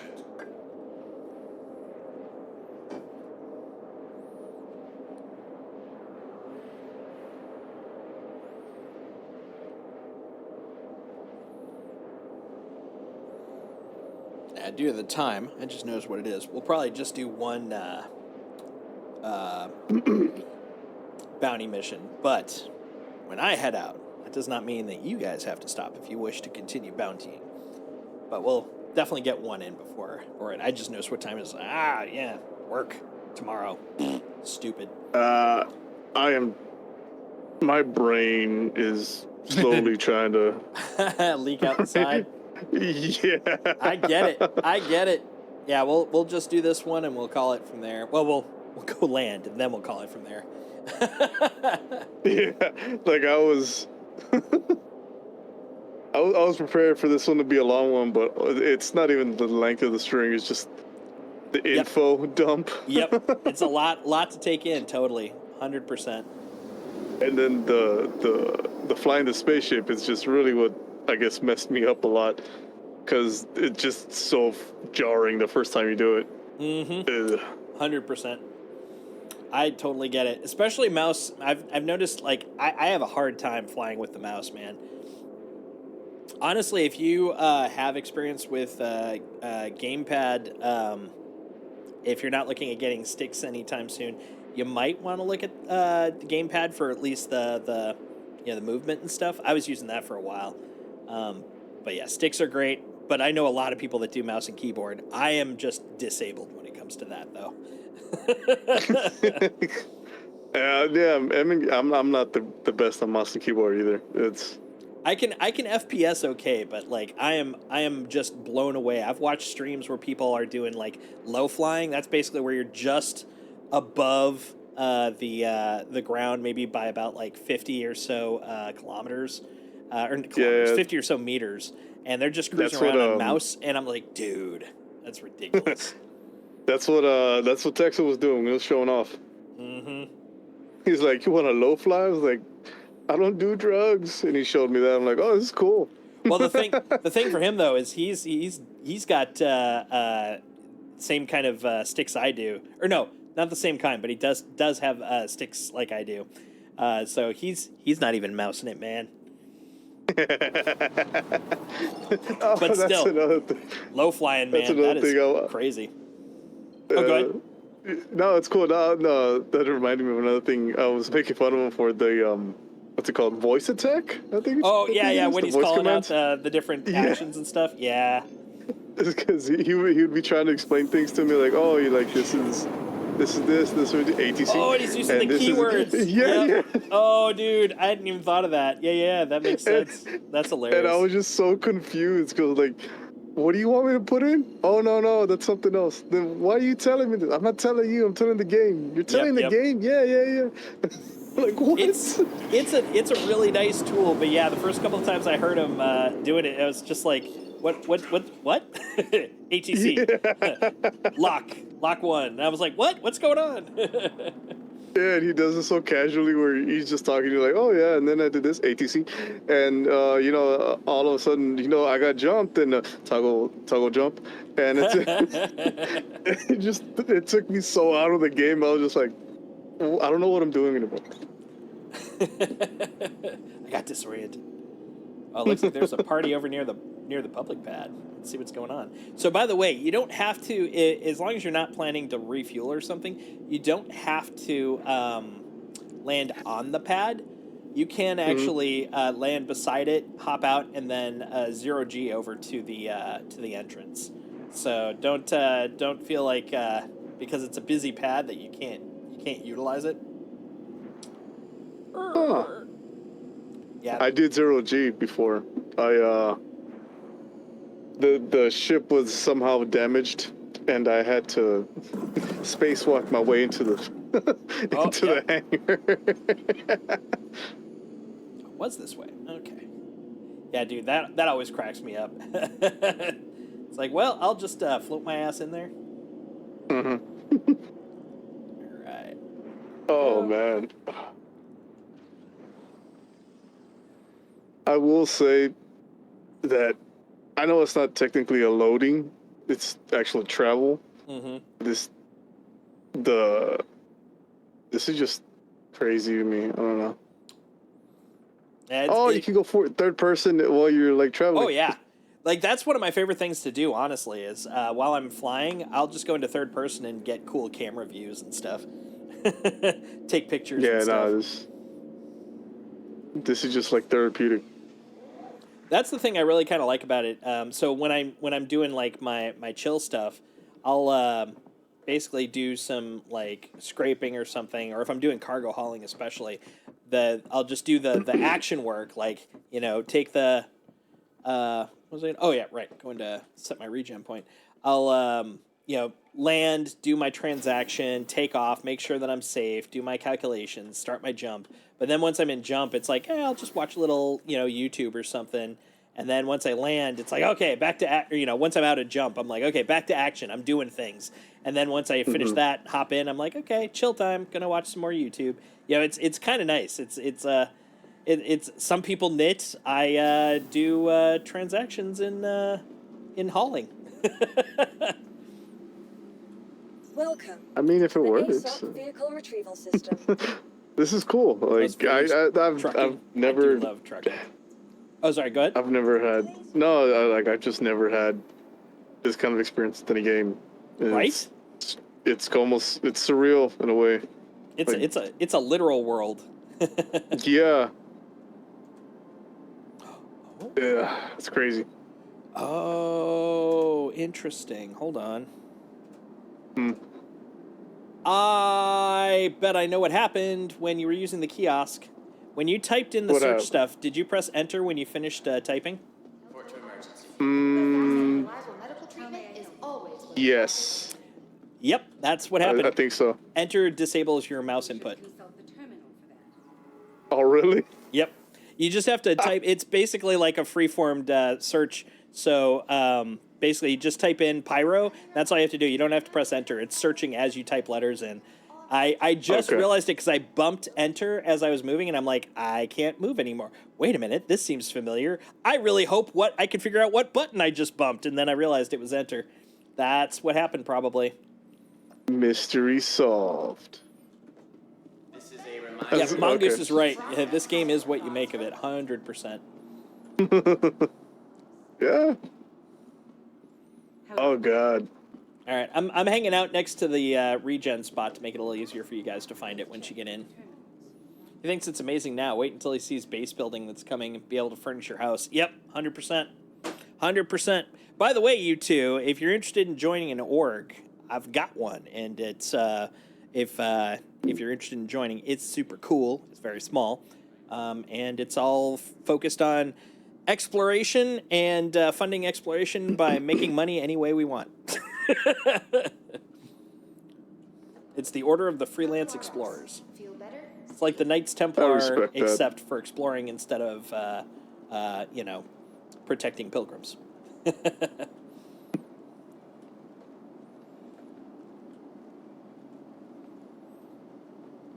Yeah, this game's just going to keep getting more and more bonkers. I'm so excited about base building. I'm honestly excited about my Polaris. That's all I want. I just want my small child. My delicate little baby child. Yeah, dude. Oh no. Personal hangers are going to be so good. Come on over here.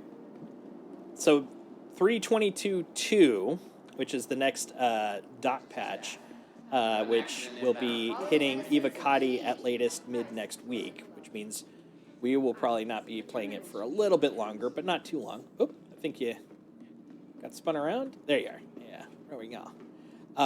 It's going to introduce personal hangers, so you're going to actually have your own hanger that you can furnish and equip and all that kind of stuff. It's like a personal base, and that's where you're going to be able to actually get your ships and all that kind of stuff.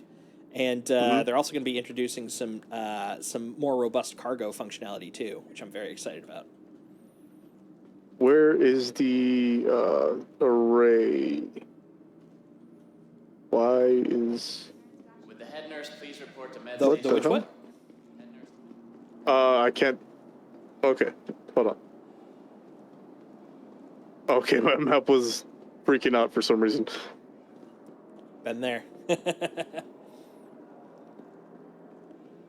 There, the comms array. That's where you guys are at, right? We're at Seraphim Station.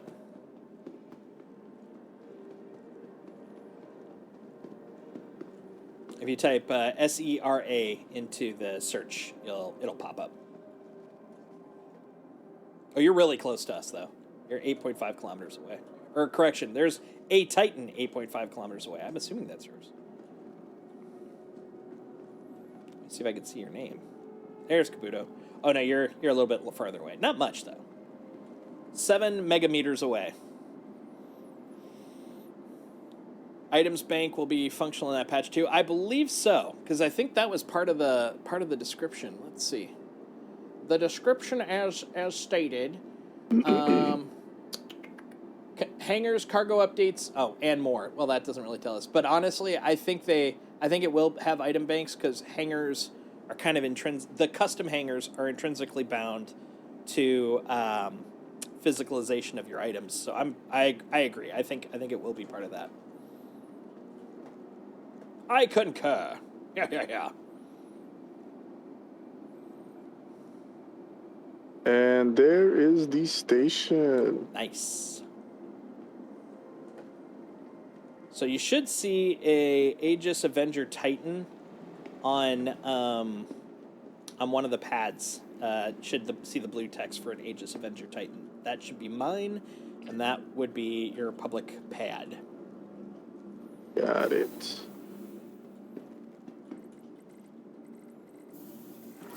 I think I'll do that on Friday. It's a good thing to point out, Mongoose, but his brain's in jelly form right now. I don't want to contribute to him gelatinizing. Yeah, but we will definitely talk about it on Friday though, because it is a good point to bring up. I definitely understand why it took like a 3-hour stream to get me to this point, because it's a lot. But this is a game you really should take in like an hour at most to start off, because there's just so much to it. Although I gotta come in at an angle. Yeah, I gotta come in at an angle.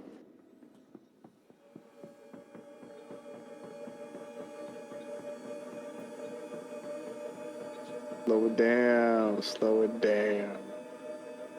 Slow it down now. Simmer down now.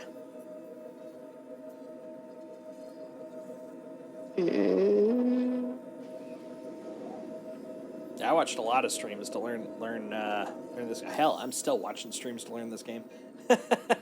Let's be honest. We're all watching streams to learn this game, right? Let's be honest. Gear, landing gear. Oh. N. It's just not working. Oh, tap it. If you hold it, that's actually a different command. So if you don't see it changing, most likely you held it a little too long. You just have to tap it. A little tappy tap. Little tapperoo. That's right. You too good for your home? Am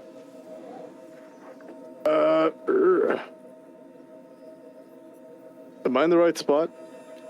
If you're in any of the flat open pads, yes. Let me see if I can see you.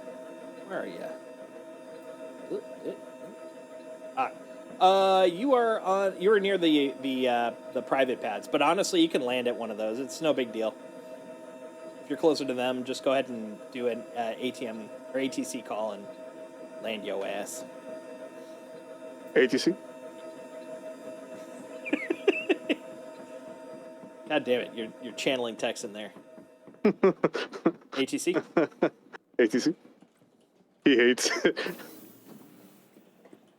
There it is. Okay. No, I see the public ones now. Okay. Gotcha. Yeah, any of those will work. And here's something cool. I seen necromancy applied yesterday on another friend's stream. Oh, really? How so? Rose someone from the dead?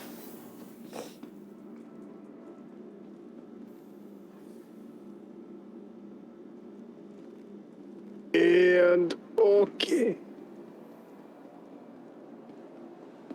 Nice. As it so happens, I have a good view of you from the lobby, so I'm watching as you land.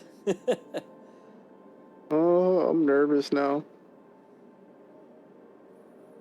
Just remember, you can go top down in third person. Hold Z to rotate. Hold Z and then the mouse to rotate.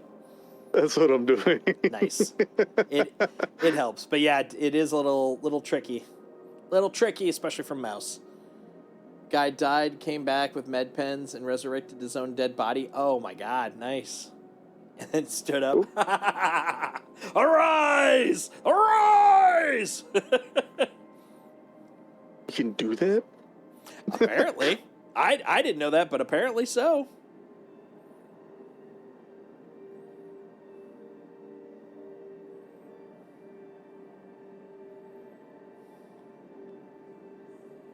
Okay. Okay. What am I...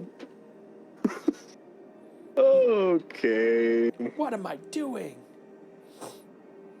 Yeah, pretty much.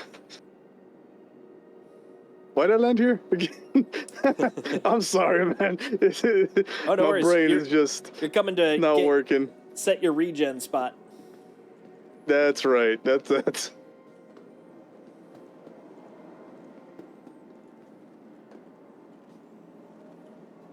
My body's moving. My brain checked out like an hour ago, if I'm being honest.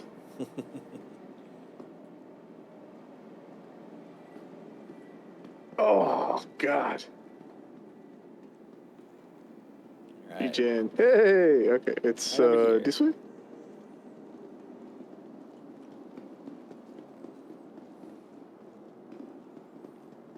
I did the same thing. Storage room 3 See right stairs, now. you jump. Security just immediately in surgery. Dr. Chan to surgery. It's a habit from Destiny. Yep, same here. That's exactly where I used to do it too. D2. All right, let's get back in our ships and go kill someone. Let's do this. Yeah, basically, almost immediately after Invictus ends, then I'm gonna be prepping for my Final Shape campaign stream when it comes out. Oh yeah, I'm not gonna be able to play it at launch. Busy times. Yeah, money problems mainly. I get it. I get it. I don't remember what hangar I'm at. I'll figure it out right now. Is it here? Nope, not here. It's Welcome definitely one of them. to the ASOP Well, you're always welcome Yeah. to watch the stream. Come hang out. Yeah, I was Cheered on. I was planning on doing it, and it just didn't work out that well. I get it. So- I get it. I'm at the ship. Nice. Get to the chip. Get to the chopper. Get to the chopper. Mm-hmm. Ship? Hello? Oh, that's not the one. 3.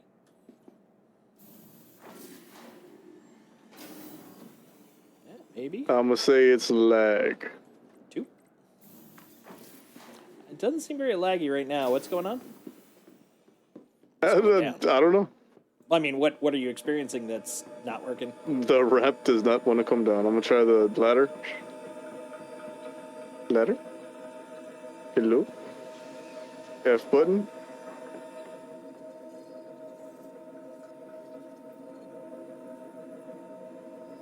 I'm getting no interactions? Okay.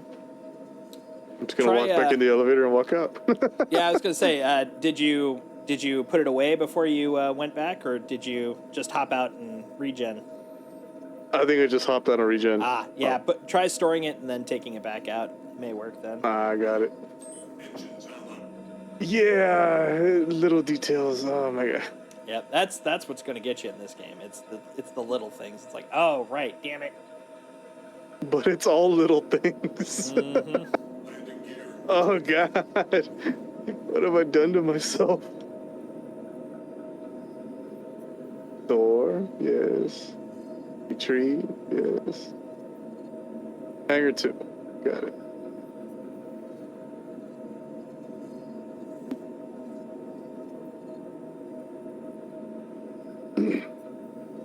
Hangar 2. There we go.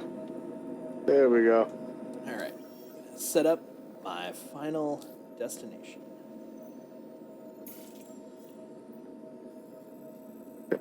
All right. Benson, Deacon, Utopia. What do you mean obstructed? How dare you? Reposition and retry. I'll reposition your face and retry to punch you. Let's go out here.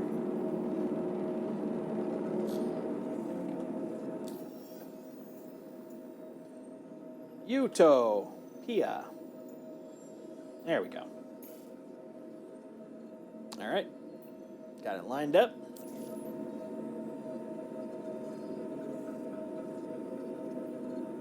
Oh, yeah.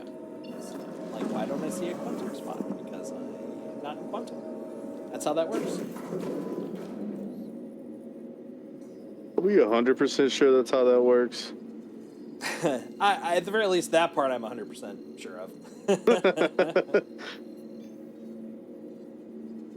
Okay. Gear up.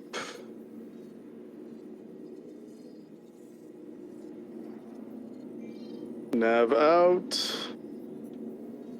Away from the ship I go.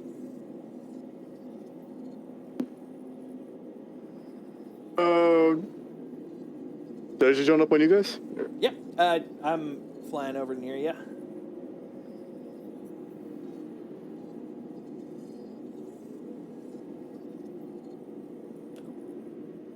Disappeared. Yeah. Let's see, where'd you go? And we're going to yellow. Yep, Utopia.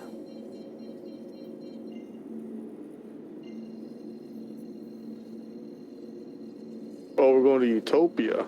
Yep. Got it. R.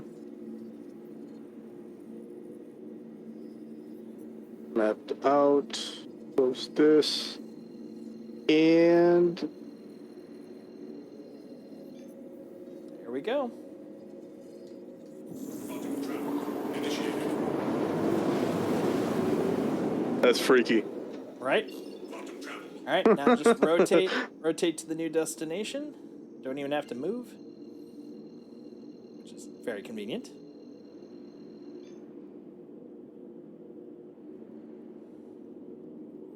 C1 aligned. I assume we're both aligned at this point. Here we go. Yeah, I'm good. Quantum travel initiated. I love the updates. It's like you're way ahead. Boom, now behind. You're way behind. Now ahead. Yeah. All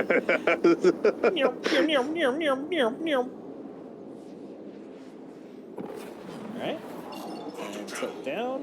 Yeah. Oh, over there. Did we just go straight to the last known location, or we go? We're going to go to Utopia. Utopia. That'll get us closer. Got it. Here we go. 3, 2, 1. Quantum travel initiated. All right, so kind of the same rule in that we're going to start off at nav speed, and then from there we're going to, as we get closer, then turn on to SCM. But I recommend definitely by 10 kilometers, no later, do you go to SCM, because there's a couple of things now that we're doing combat that you need to be aware of. So nav, fastest way you can move, but no shields. If you look down in the lower left corner, you'll see the screen that shows kind of your ship's status. You'll see that it has no shields around it. When you go to SCM, it slows you down, but that's how you get shields. It's also how you get guns, all that kind of stuff. So you want to basically use nav to get there quick, but then once you're there, you're going to basically use guns to, or you're going to go to SCM so you can actually do combat.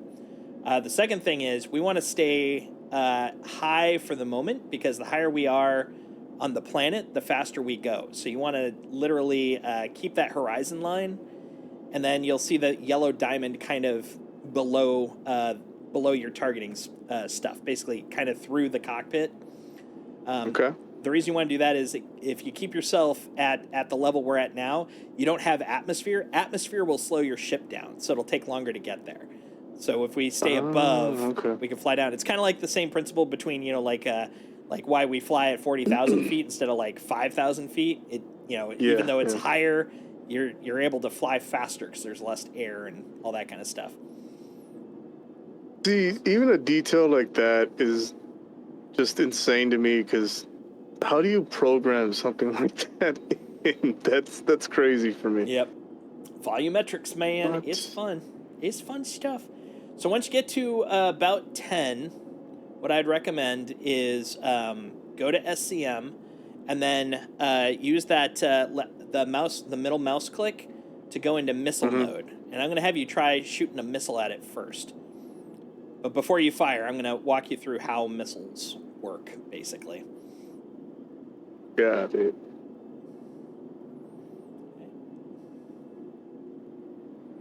So I'm going to use my thrust to kind of get a little boost, since we're out in the middle of space. No biggie. As long as I don't point downward, at least know that there's nothing in front of me. Hopefully.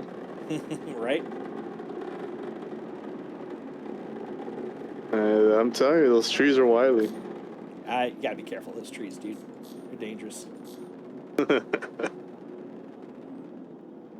Okay, there we go. Now I'm at 50, so we're getting close. 40. Okay, now that we're getting kind of in that area, I'm gonna dip down a little bit. And the nice thing is, because of the fact that we're near daylight enough, you can actually see the horizon. And as long as you have your target reticle above the horizon, you're going to be okay, because by definition you're just still heading above the ground. But because of the fact that I'm now roughly between the -5 and -10, I am descending, and I can confirm that by looking on the altimeter. Like, I'm down to roughly about 3.5K as I'm saying it. All right, so now I'm at 21 kilometers. We're getting close. Okay, now it disappeared, but that's because it's switching over to like the next part, which is neutralize. We're now officially in the area where we're going to fight.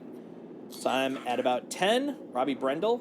So I'm going to slow down. I'm switching over to SCM guns.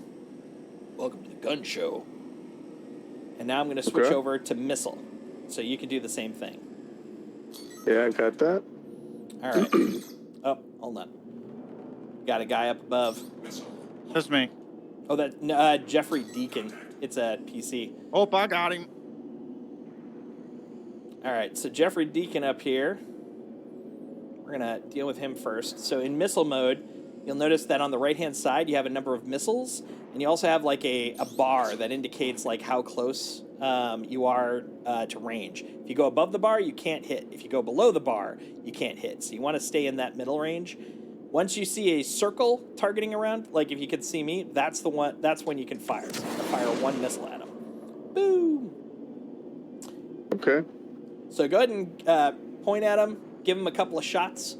Once you've launched a couple of missiles at him, switch over to guns. Definitely keep your distance while you're shooting missiles. Once you've done a couple of missiles, we're just going to use missiles to try them out. So don't feel like you got to blow them up, just a couple out. Once you've done that, toggle through with your middle mouse button to get back to guns. Targeting key. What is the targeting key? I should have figured that one out beforehand. 1 second here. I'm gonna risk it for the life biscuit. Target. Spectator camera. Spectator lock. Auto targeting. Long press T will auto target. Enable target padlock. Precision targeting. No. Just want. What do I? Dock ship target. I'm gonna probably die doing this, but I don't care. Long T, pin, where's nearest? Remove, lock, unlock. Let's try that. Near. Interesting. Near isn't an option. So yeah, try using long T to try to target a person. When you see a red box around them, that means that they're targeted. I think, I don't know, I see a little, oh shit. I don't know what I see. Figured it out. What's the key to target? Oh, I don't know. I just I follow them with my like little guns, and then it pulls up a green thing and then a red thing, and I just put my reticle right in the green thing. It hits them, I think. Yes, like a little circle. Yeah, that's the next part, which is the pips. So basically the pips indicate, since we're in lead pip, the green indicates where if you fire, your guns are going to hit.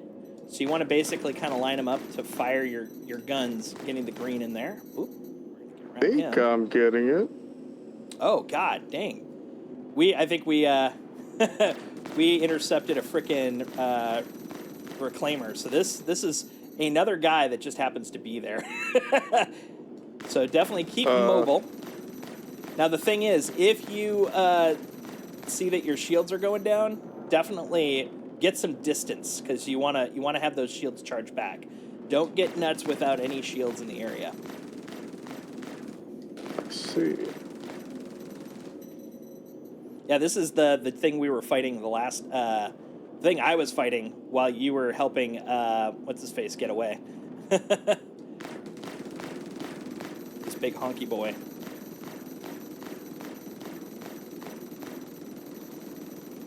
Danger. Weapon systems overheating.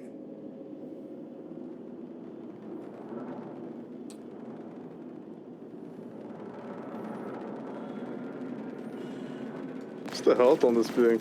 Oh, it's a lot. This is a very chunky thing to be attacking. This is a reclaimer.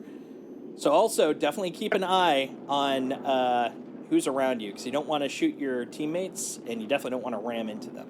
So watch those when you see the bullets. Kind of keep track of where, if there's any bullets coming as you're going around in a corner, so you don't like kind of fly into bullets. I'm trying my best. I pulled off. Mine overheated. I'm pulling off. Yeah, they'll overheat pretty quick, so just let them cool off for a moment. There you go. Looks like I'm you just guys are tap doing firing. that. I'm not really laying into them that bad. Yeah, definitely keep an eye on your health on the lower on that left screen. If you start seeing red, definitely make sure that you're getting some distance there. So now, as a note, Robbie Brendel is actually the one that had the neutralized. That's the one that's actually the target for this guy. Just to let you know. So, yeah, looks like Cougar's engaging him.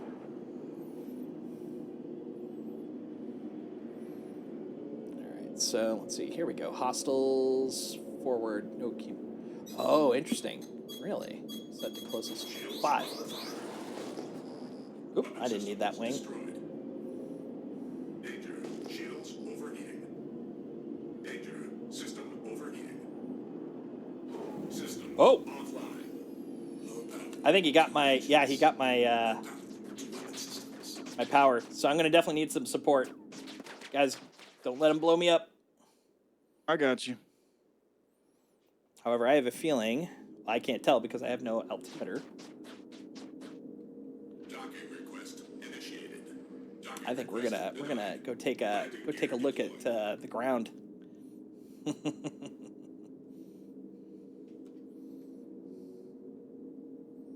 Oh shoot! I'm out of ammo. I gotta switch back to missiles.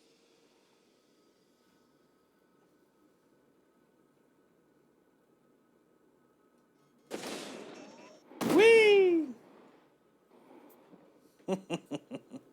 I'm flying. I'm sorry if I'm out talking. I'm just really concentrating. No, it's all right. It's all right. Yeah, Cougar, what are you flying your Aegis still?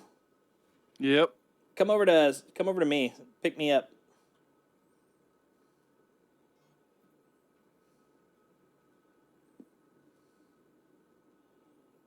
And definitely don't target me. Target around me because I'm just a little guy. I'm switching to scan. I'm just right where my name is, so yeah. Oh, there you are. Oh God. Okay, yeah, you just lagged through a lot.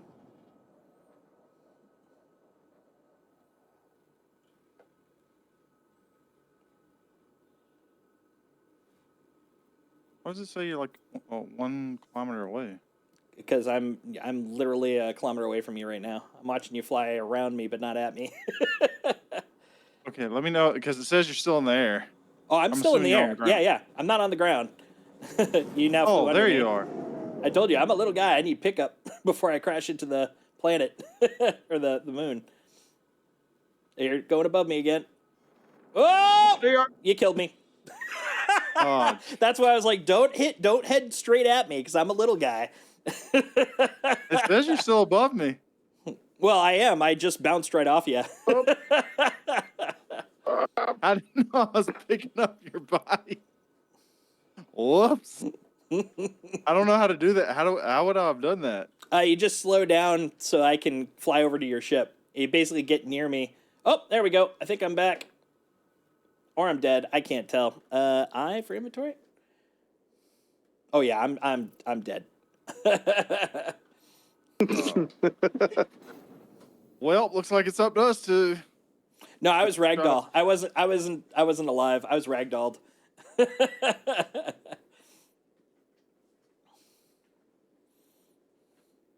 I was just a flying dead guy. Oh no! I am out of ammo. Just let the guns charge. The lasers will come back. You may be out of the primary though. Yeah, right. I'm out primary. Yeah, so looks like targeting the closest is 5. So if you press 5, that's going to be your closest. Cycling lock attacker forward is 4. Yeah, it looks like they're all the number keys. Exactly, but I'm not going to ask someone that's just learning how to play to do all that yet. You're talking about some relatively advanced stuff in the middle of combat while flying a couple of thousand above a moon. Especially after 4 hours of learning. Yeah, that's nah. I'm close enough. I can just hop over there. It says I have 2 other weapons. The Omni Sky 9. What is that? That's lasers. So yeah, you can. How do I you can switch to laser. those 2? Well, if you're. Oh, actually, hold on. What is the cycling on groups? That's a good point. Oh, okay. I think I've heard of that.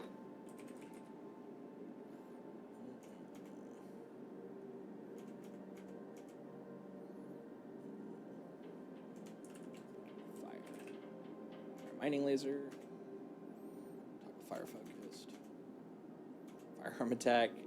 Change weapon fire. Ah, there we go. Right mouse button. Right mouse button will do group 2. He's done. Nice. Well, somebody hit him.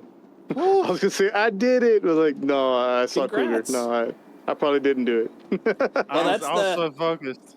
Well, that's the VLRT. So you successfully finished that one. I don't have to come out and get you guys. You guys can try to take on the Reclaimer, or No. or you can come back to Seraphim. But yeah, that's your first combat. Nice. I'm getting out of here. I ain't never done that. I did the ground combat stuff, like where you just first-person shooter. Mm-hmm.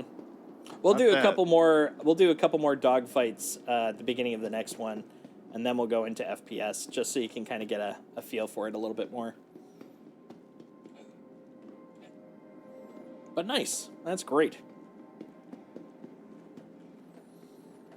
So as a note, yeah, left mouse click is your weapon group 1, right mouse click is weapon group 2, and you by default it's unbound, but you can actually set a binding to just fire all at once. But honestly, I'd probably recommend keeping them at 1 and 2 for now. And ballistic weapons, which is that nose gun that you were shooting, that one has a finite amount of ammo, but it typically will punch through a bit more. The lasers will recharge, but they usually aren't as oomphy, broadly speaking. Not always, but broadly speaking. I saw ship weapons, like rail guns and stuff. How does all that work? Same concept. So you'd basically just hop in and fire them with your left or right mouse. Most likely, the ones you're thinking of are in turrets, and that's part of multi-crew, which we'll also be doing towards the end of tomorrow or end of Friday. Multi-crew, basically, you have a pilot, you have guys in turrets. Later on, you're going to even have engineers. You're going to have lots of different roles on ships. Hi, Shaniqua. You could call me Solstice. You could call me Worlds. Whatever you want, Shaniqua. Welcome to the channel.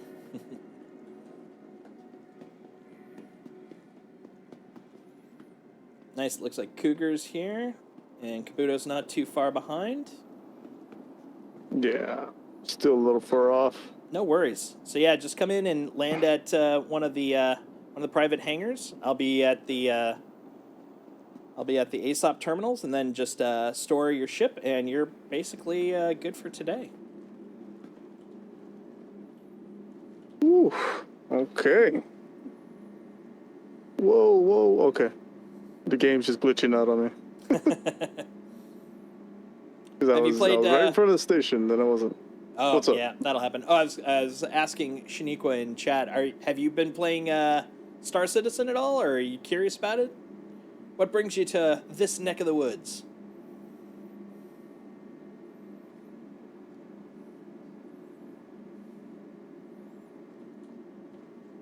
Trying to learn it? Nice. Yeah, it's a fun game. We're just finishing up for the night.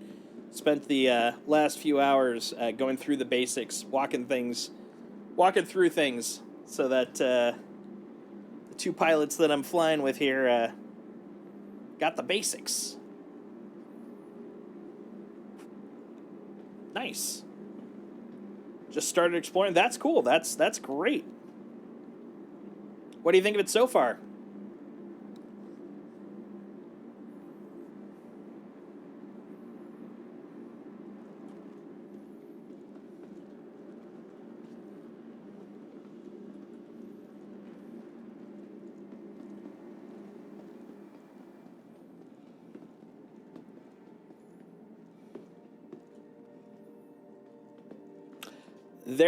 There definitely is, but the nice thing is the community is very welcoming. I'd like to think myself included. So if you have any questions or have any difficulties, yeah, definitely reach out. Matter of fact, I have a Discord. We've got a lot of people learning right now in the Discord. If you're interested in joining, by all means, feel free to !Discord in the chat, or there's a panel down below. Require a ton of hours to properly understand. Yeah, I'd probably say a good dozen will get you rolling, and then after that, there's lots you can learn, but you don't have to try to do it all at once. I'm still learning stuff, and I've been playing for a couple of years, so yeah. But it's a lot of fun. Bits is definitely advised. Yep, just take it a bite at a time, man. That's the best word I can say. But yeah, feel free to join the Discord. We're constantly talking about it, and happy to help. So, if you run into questions, feel free to hop on there. Happy to answer anything you got. As it is, I mean, we've let's see, a little over 4 hours for Project Kabuto out there. You can see him landing. And he's already to land. attempting to land. That's true. He's already done a delivery mission. We just finished some combat. No, that's legit. Halo vibes. I could see that. I could definitely see that. This game is like all the space shit I've ever liked. It's like you got the detail of like a cool like Gundam mecha show. You've got like the epicness of Halo. You've got the that mission vibe you get from like Mass Effect. Like it's got a little bit of everything, man. It is freaking incredible. And the best part is like you can do stuff by yourself. You can do stuff in a group. Like however you want to play in that moment, the opportunity's there, man. It's just a fun game. It does take a little bit to learn and does take some time to master, but like there's no rush. There's no rush. Like honestly, you could start off flying and go, you know what? Flying ain't for me. And you could literally just join someone else's crew. You want to do turrets? You want to just help with hauling? Like whatever you want to do. Need to spend real money to buy ships if I'm not wrong. Well, yes and no. You're right and you're wrong. You can buy ships with real money in the same way that in a lot of other games you can buy like stuff through microtransactions like skins and stuff like that. But ships are also available in-game for the in-game cash. So you can basically just play it, earn your space bucks, and then just go buy the ships in-game themselves. The only thing that buying them physically and with real money gets you for now is the fact when a new ship comes out, you get to play it right away. There's a little bit of an exclusivity when they first come out for between like 3 and 6 months, where if you buy it with real money, you get to play it the moment it's out. For those that don't want to spend the real money, they just want to spend space bucks, which go for it. They have to wait a little bit of time before they're available in game. But pretty much all ships, with a couple of exceptions, and even those you can't usually buy for real money, are available in game. So yeah, don't worry about having to break the bank on this game. If you bought the basic starting pack, the $40 thing, you're good. You can play this whole game, do everything you want.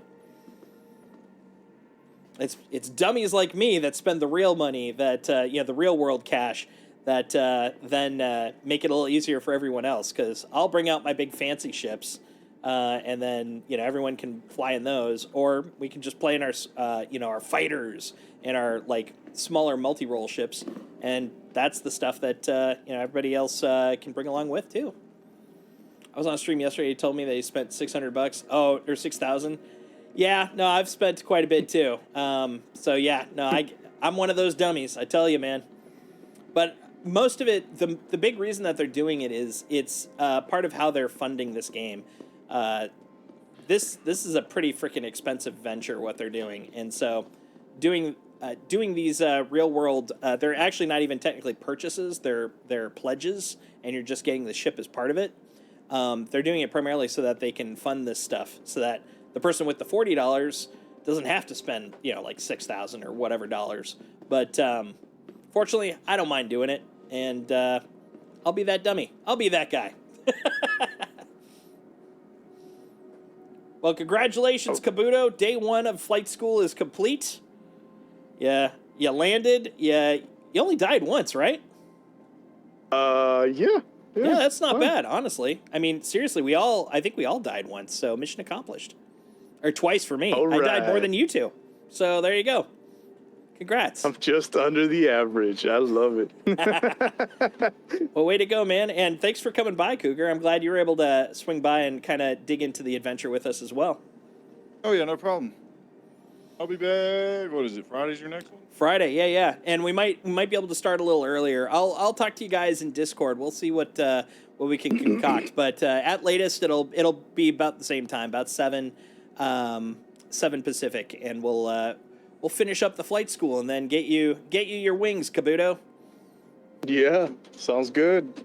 This game is something else. I was not expecting Right? the level of depth that this game has, but yeah, this is something else. Well, the nice thing is, a big chunk of the next one's going to be kind of chill. We are gonna do at least one more dogfight. We'll do some FPS, but then after that, we're gonna look into some of the occupational stuff. So we'll do some cargo hauling. We'll do some salvage. And then we're gonna look at doing a little bit of multi-crew. So after all the intensity of the dogfight, we'll have a little time where we just kind of screw around. It's gonna be a fun time, man. Ooh, cool. I'm down. Looking forward to it. All right. Well, I'll let you guys head off to whatever you want to do. More adventures, go to bed, whatever you guys want. But I'm gonna I need to eat something and get some sleep. My brain hurts. There you go, man. All right. Well, Definitely need to. you guys have a good night. I'll talk to you. I'll talk to you soon.